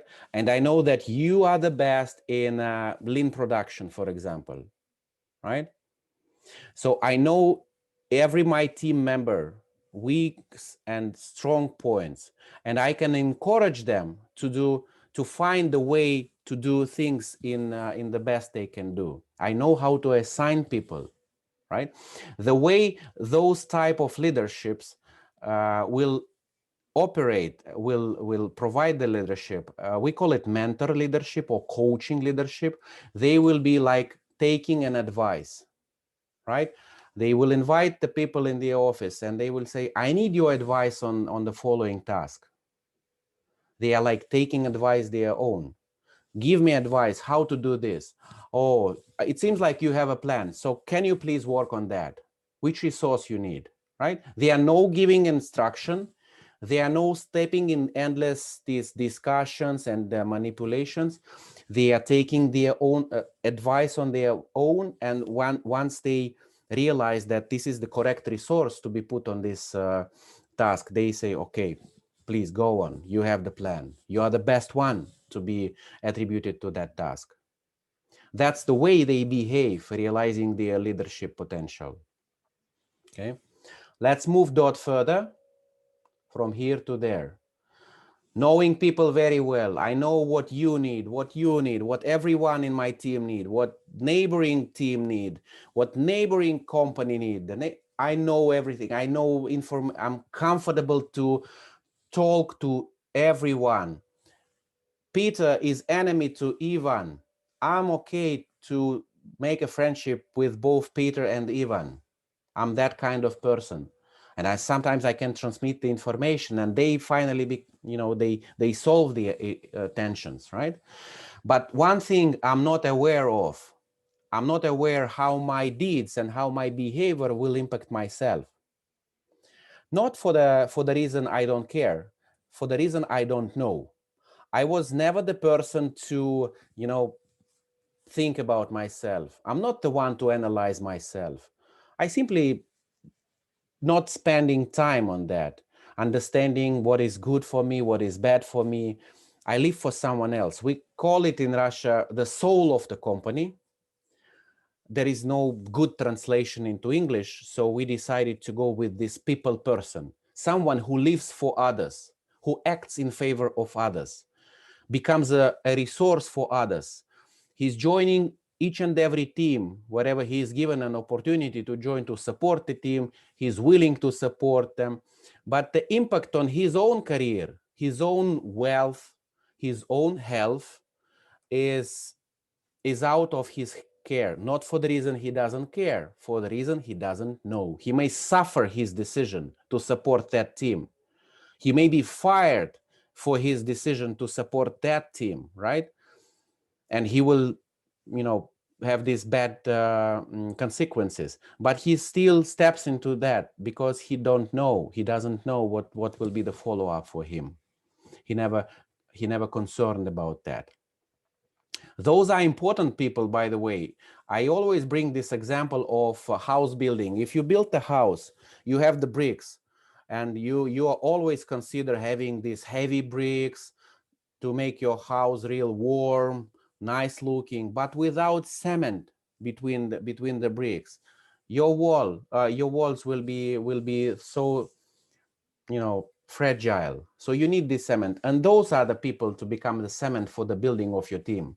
They are the one to transmit information, to transmit energy across the teams, not for the official roles, like this is the coach and this is the AB with the letters, emails, so please listen to read this email. No, they are the one to transmit horizontally information, right? And everyone will benefit on that. They are cementing our teams. We need them in the teams, in the class, in the projects, everywhere, okay? And this is the area everyone is unhappy. So once you will face a report with the kid falling into this, the first question you will get is how to become a leader. How to become a leader, how to turn him to be a leader. Or sometimes they will say, no, he is a leader. I told him to become a leader of his soccer team, and he is a leader. The first thing to start discussion is that he's comfortable to follow someone's decisions. He's comfortable to be a part of the team. Performer, the follower, the team member, teammate is not a bad place for him to be. That's the majority of the people, by the way, right? And this is a comfortable emotional place for him. But if you want him to become a leader of a particular style, for example, this one, you dream of him giving an orders like in army, right? So do support him. If he is here and you want him be there, he is lack of what? Of self-esteem. But he will say you, How come his lack of self-esteem? He's scoring the goal every game, but he scoring the goal and having confidence that you may score it yet another game is a different thing, right? I may be scoring 100 goals, but still scared not to score the another game. So provide him the support, prove him that he may score as many goals as he wish. Increase his self-esteem. If you want him to become a coach, to take the leadership and like an advisor, then support him in understanding people. Provide him the environment for him to learn to understand people more. Watch with him movies full of emotions. Discuss with him movies. What did you understand emotionally from that movie, right? Enrich his life with emotions. Don't get him out of the emotions, but enrich his life with emotions and start analyzing with him. Invite someone coaching him on emotions of the people. And then you can impact him and make him comfortable to become a mentor leader. You may not appoint someone to take this position without putting him in a stress. Let's take another example for adults. You're going to deal with adults as well, right? So we have someone in the team being the best engineer, right? So he's the best performer in our team.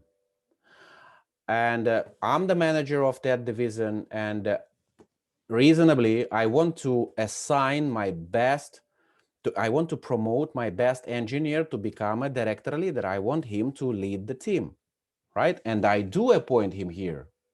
I give him a secretary, a car, a cabinet, increase his wage, but that doesn't impact him positively on his emotional side. He's happy to get more salary, but he's unhappy in the end of the day.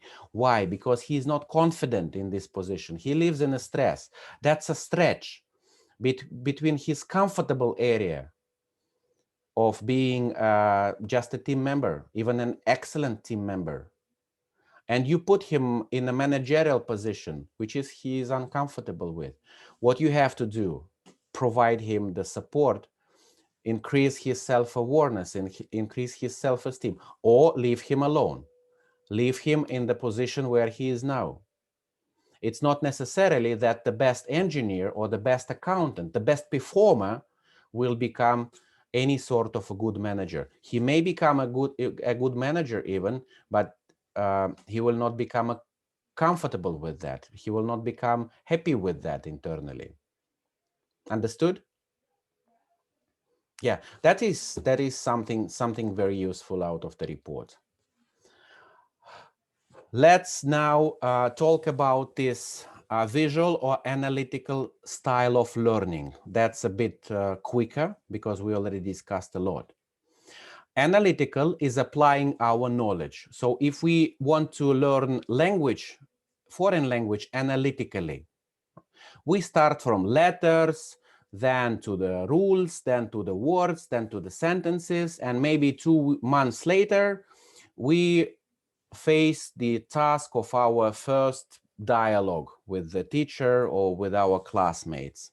And that's the analytical approach of learning foreign language, or analytical approach of painting, as we discussed. You learn the colors, the rules of mixing colors, and 2 months later you do your first practice. Visual learning of foreign language is class number 1. Let's listen for this dialogue and let's try to repeat it without understanding anything. That's, by the way, I learned English in my school. I was in a 4th grade class, and day 1, she just let us listen to some dialogues and repeat and repeat and repeat and repeat. I don't know if it took us like 2 years until we started to learn alphabet. Maybe not 2 years, but quite a long. So we practice speaking without understanding what we speak. Of course, we had the translations, but what are the words? What are the rules behind that? And that made me learn English to that poor level that I have, but I'm able to speak. But some of my teammates, classmates, joining the same classes with the same teacher, they were not able to get it. Because that's not the way they need to study. Probably they should follow a more analytical approach, starting with the rules, right? For me, it was efficient. For them, it was not. Okay, the same visual learning of the painting. Okay, guys, now this is our first class of a painting. Let me show you how to paint the Mother Nature. Okay, can someone repeat? Can someone do the same without introducing any rules? And then you follow up, and then you feel this experience with the rules, right? So every brain, again, has both operands, visual and analytical, but each brain will have the dominance in either area, analytical or visual. So you have only binary choice. So it will never be like 2 here and 5 here bricks. It will always be like this, either visual or analytical here. No, never balanced.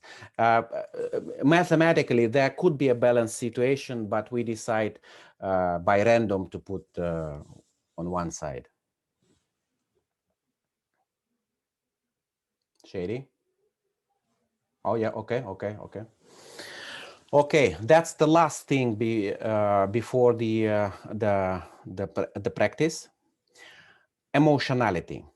We already started to discuss that, but let's dive a little deeper. That's the last section of the report, number 6, remember? So we have built in physiological level with which our nature wants to react to something emotional happening. If I hear funny story, the normal reaction would be me slightly smiling, slightly laughing. If the story will be real fun, cutting the edge, then I will be expected to give more strong reaction, right? So if my level of the emotionality of the reaction is equal to the fact which I'm reacting to, that is called a normal level of the reaction. If I'm overreactive a little, if I want to give little more reaction, little more emotions, then we call it higher. And if it's real high, so like the thing happened is like, I don't know, someone told me that I'm a bad person, and I go to police, right? And I cry in police, and I cry day and night in the police. And I write like an article on Facebook discussing all of the things, including that someone called me a stupid guy, right? So my emotionality of the reaction is overwhelming, right? So that will be high emotionality, the physiological level. And if I'm calmer, then the thing happened. So for example, I see on the street dead cat, for example. I'm expected to give some level of the reaction, like a bad thing happen. If that doesn't touch me, then I'm a little lower, right? Lower than normal reaction. I'm a little bit calmer, so we may expect more strong reaction. So you have this on your report. So when you receive the report, that says you about this internal physiological level of the reaction. Let's guess it is somewhere here, right? So you see it like high, full high. And then you ask parents, so are you with this? Are you on this? So do you really see your kid being overreactive, over emotional, like very high in his emotional response? And what they will say is probably, no, I think he's always relevant. Like he can control himself quite well, which is a good thing, right? Which is a very rewardable behavior. And we reward our kids to behave with adequate reactions, right? Because this is something which is good. That this is good for society, but that is bad for the person.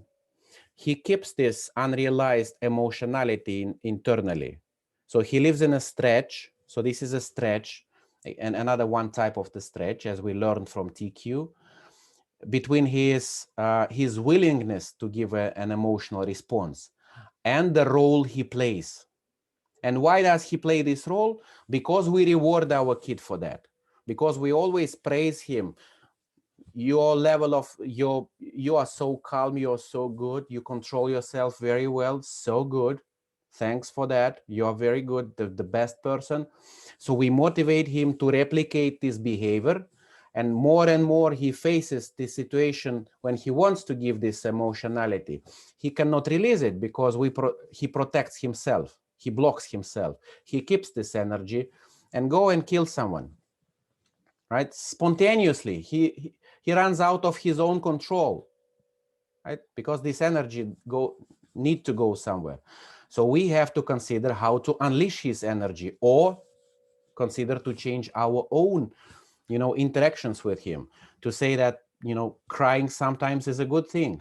Don't control yourself. Don't block yourself from crying. I know that's the sad movie. Let's cry together.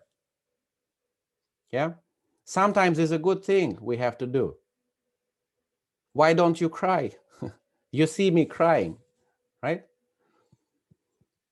So knowing this stretch, you should understand that you probably put your kid in a stressful situation. It is probably not because of you. It may be a different sources of this impact. Probably he is copying his favorite movie actor, Bruce Willis. He is always calm. He is always cool.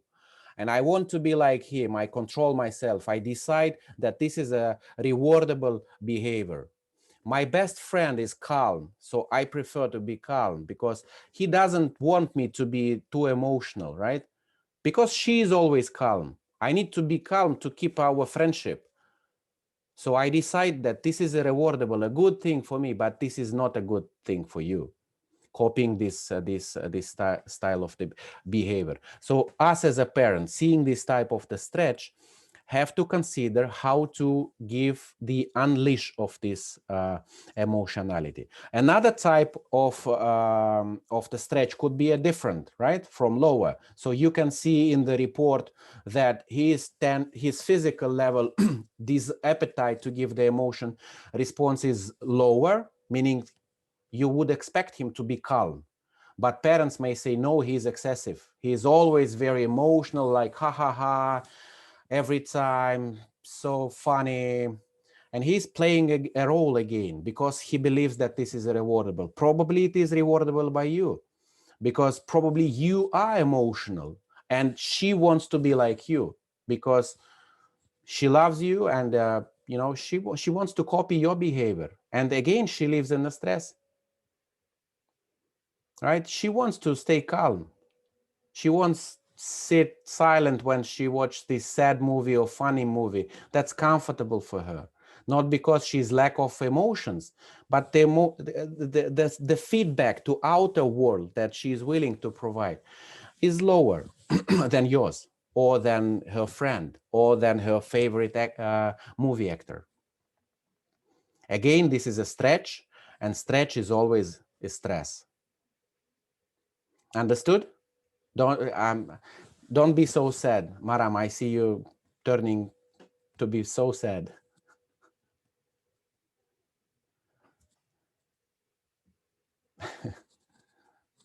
That's okay. No, I'm not sad, but I'm overwhelmed with the amount of things that I'm trying to connect them together. Come on, that's just 4 pages.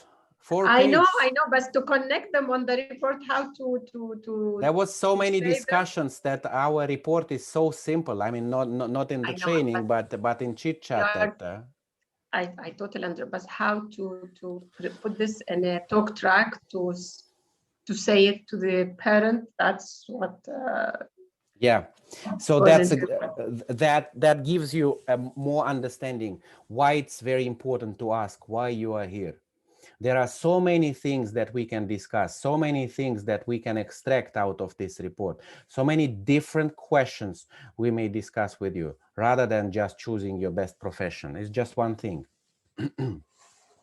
Okay, so let's You need 5 minutes before we do our last attempt of reading the another module of me reading to you.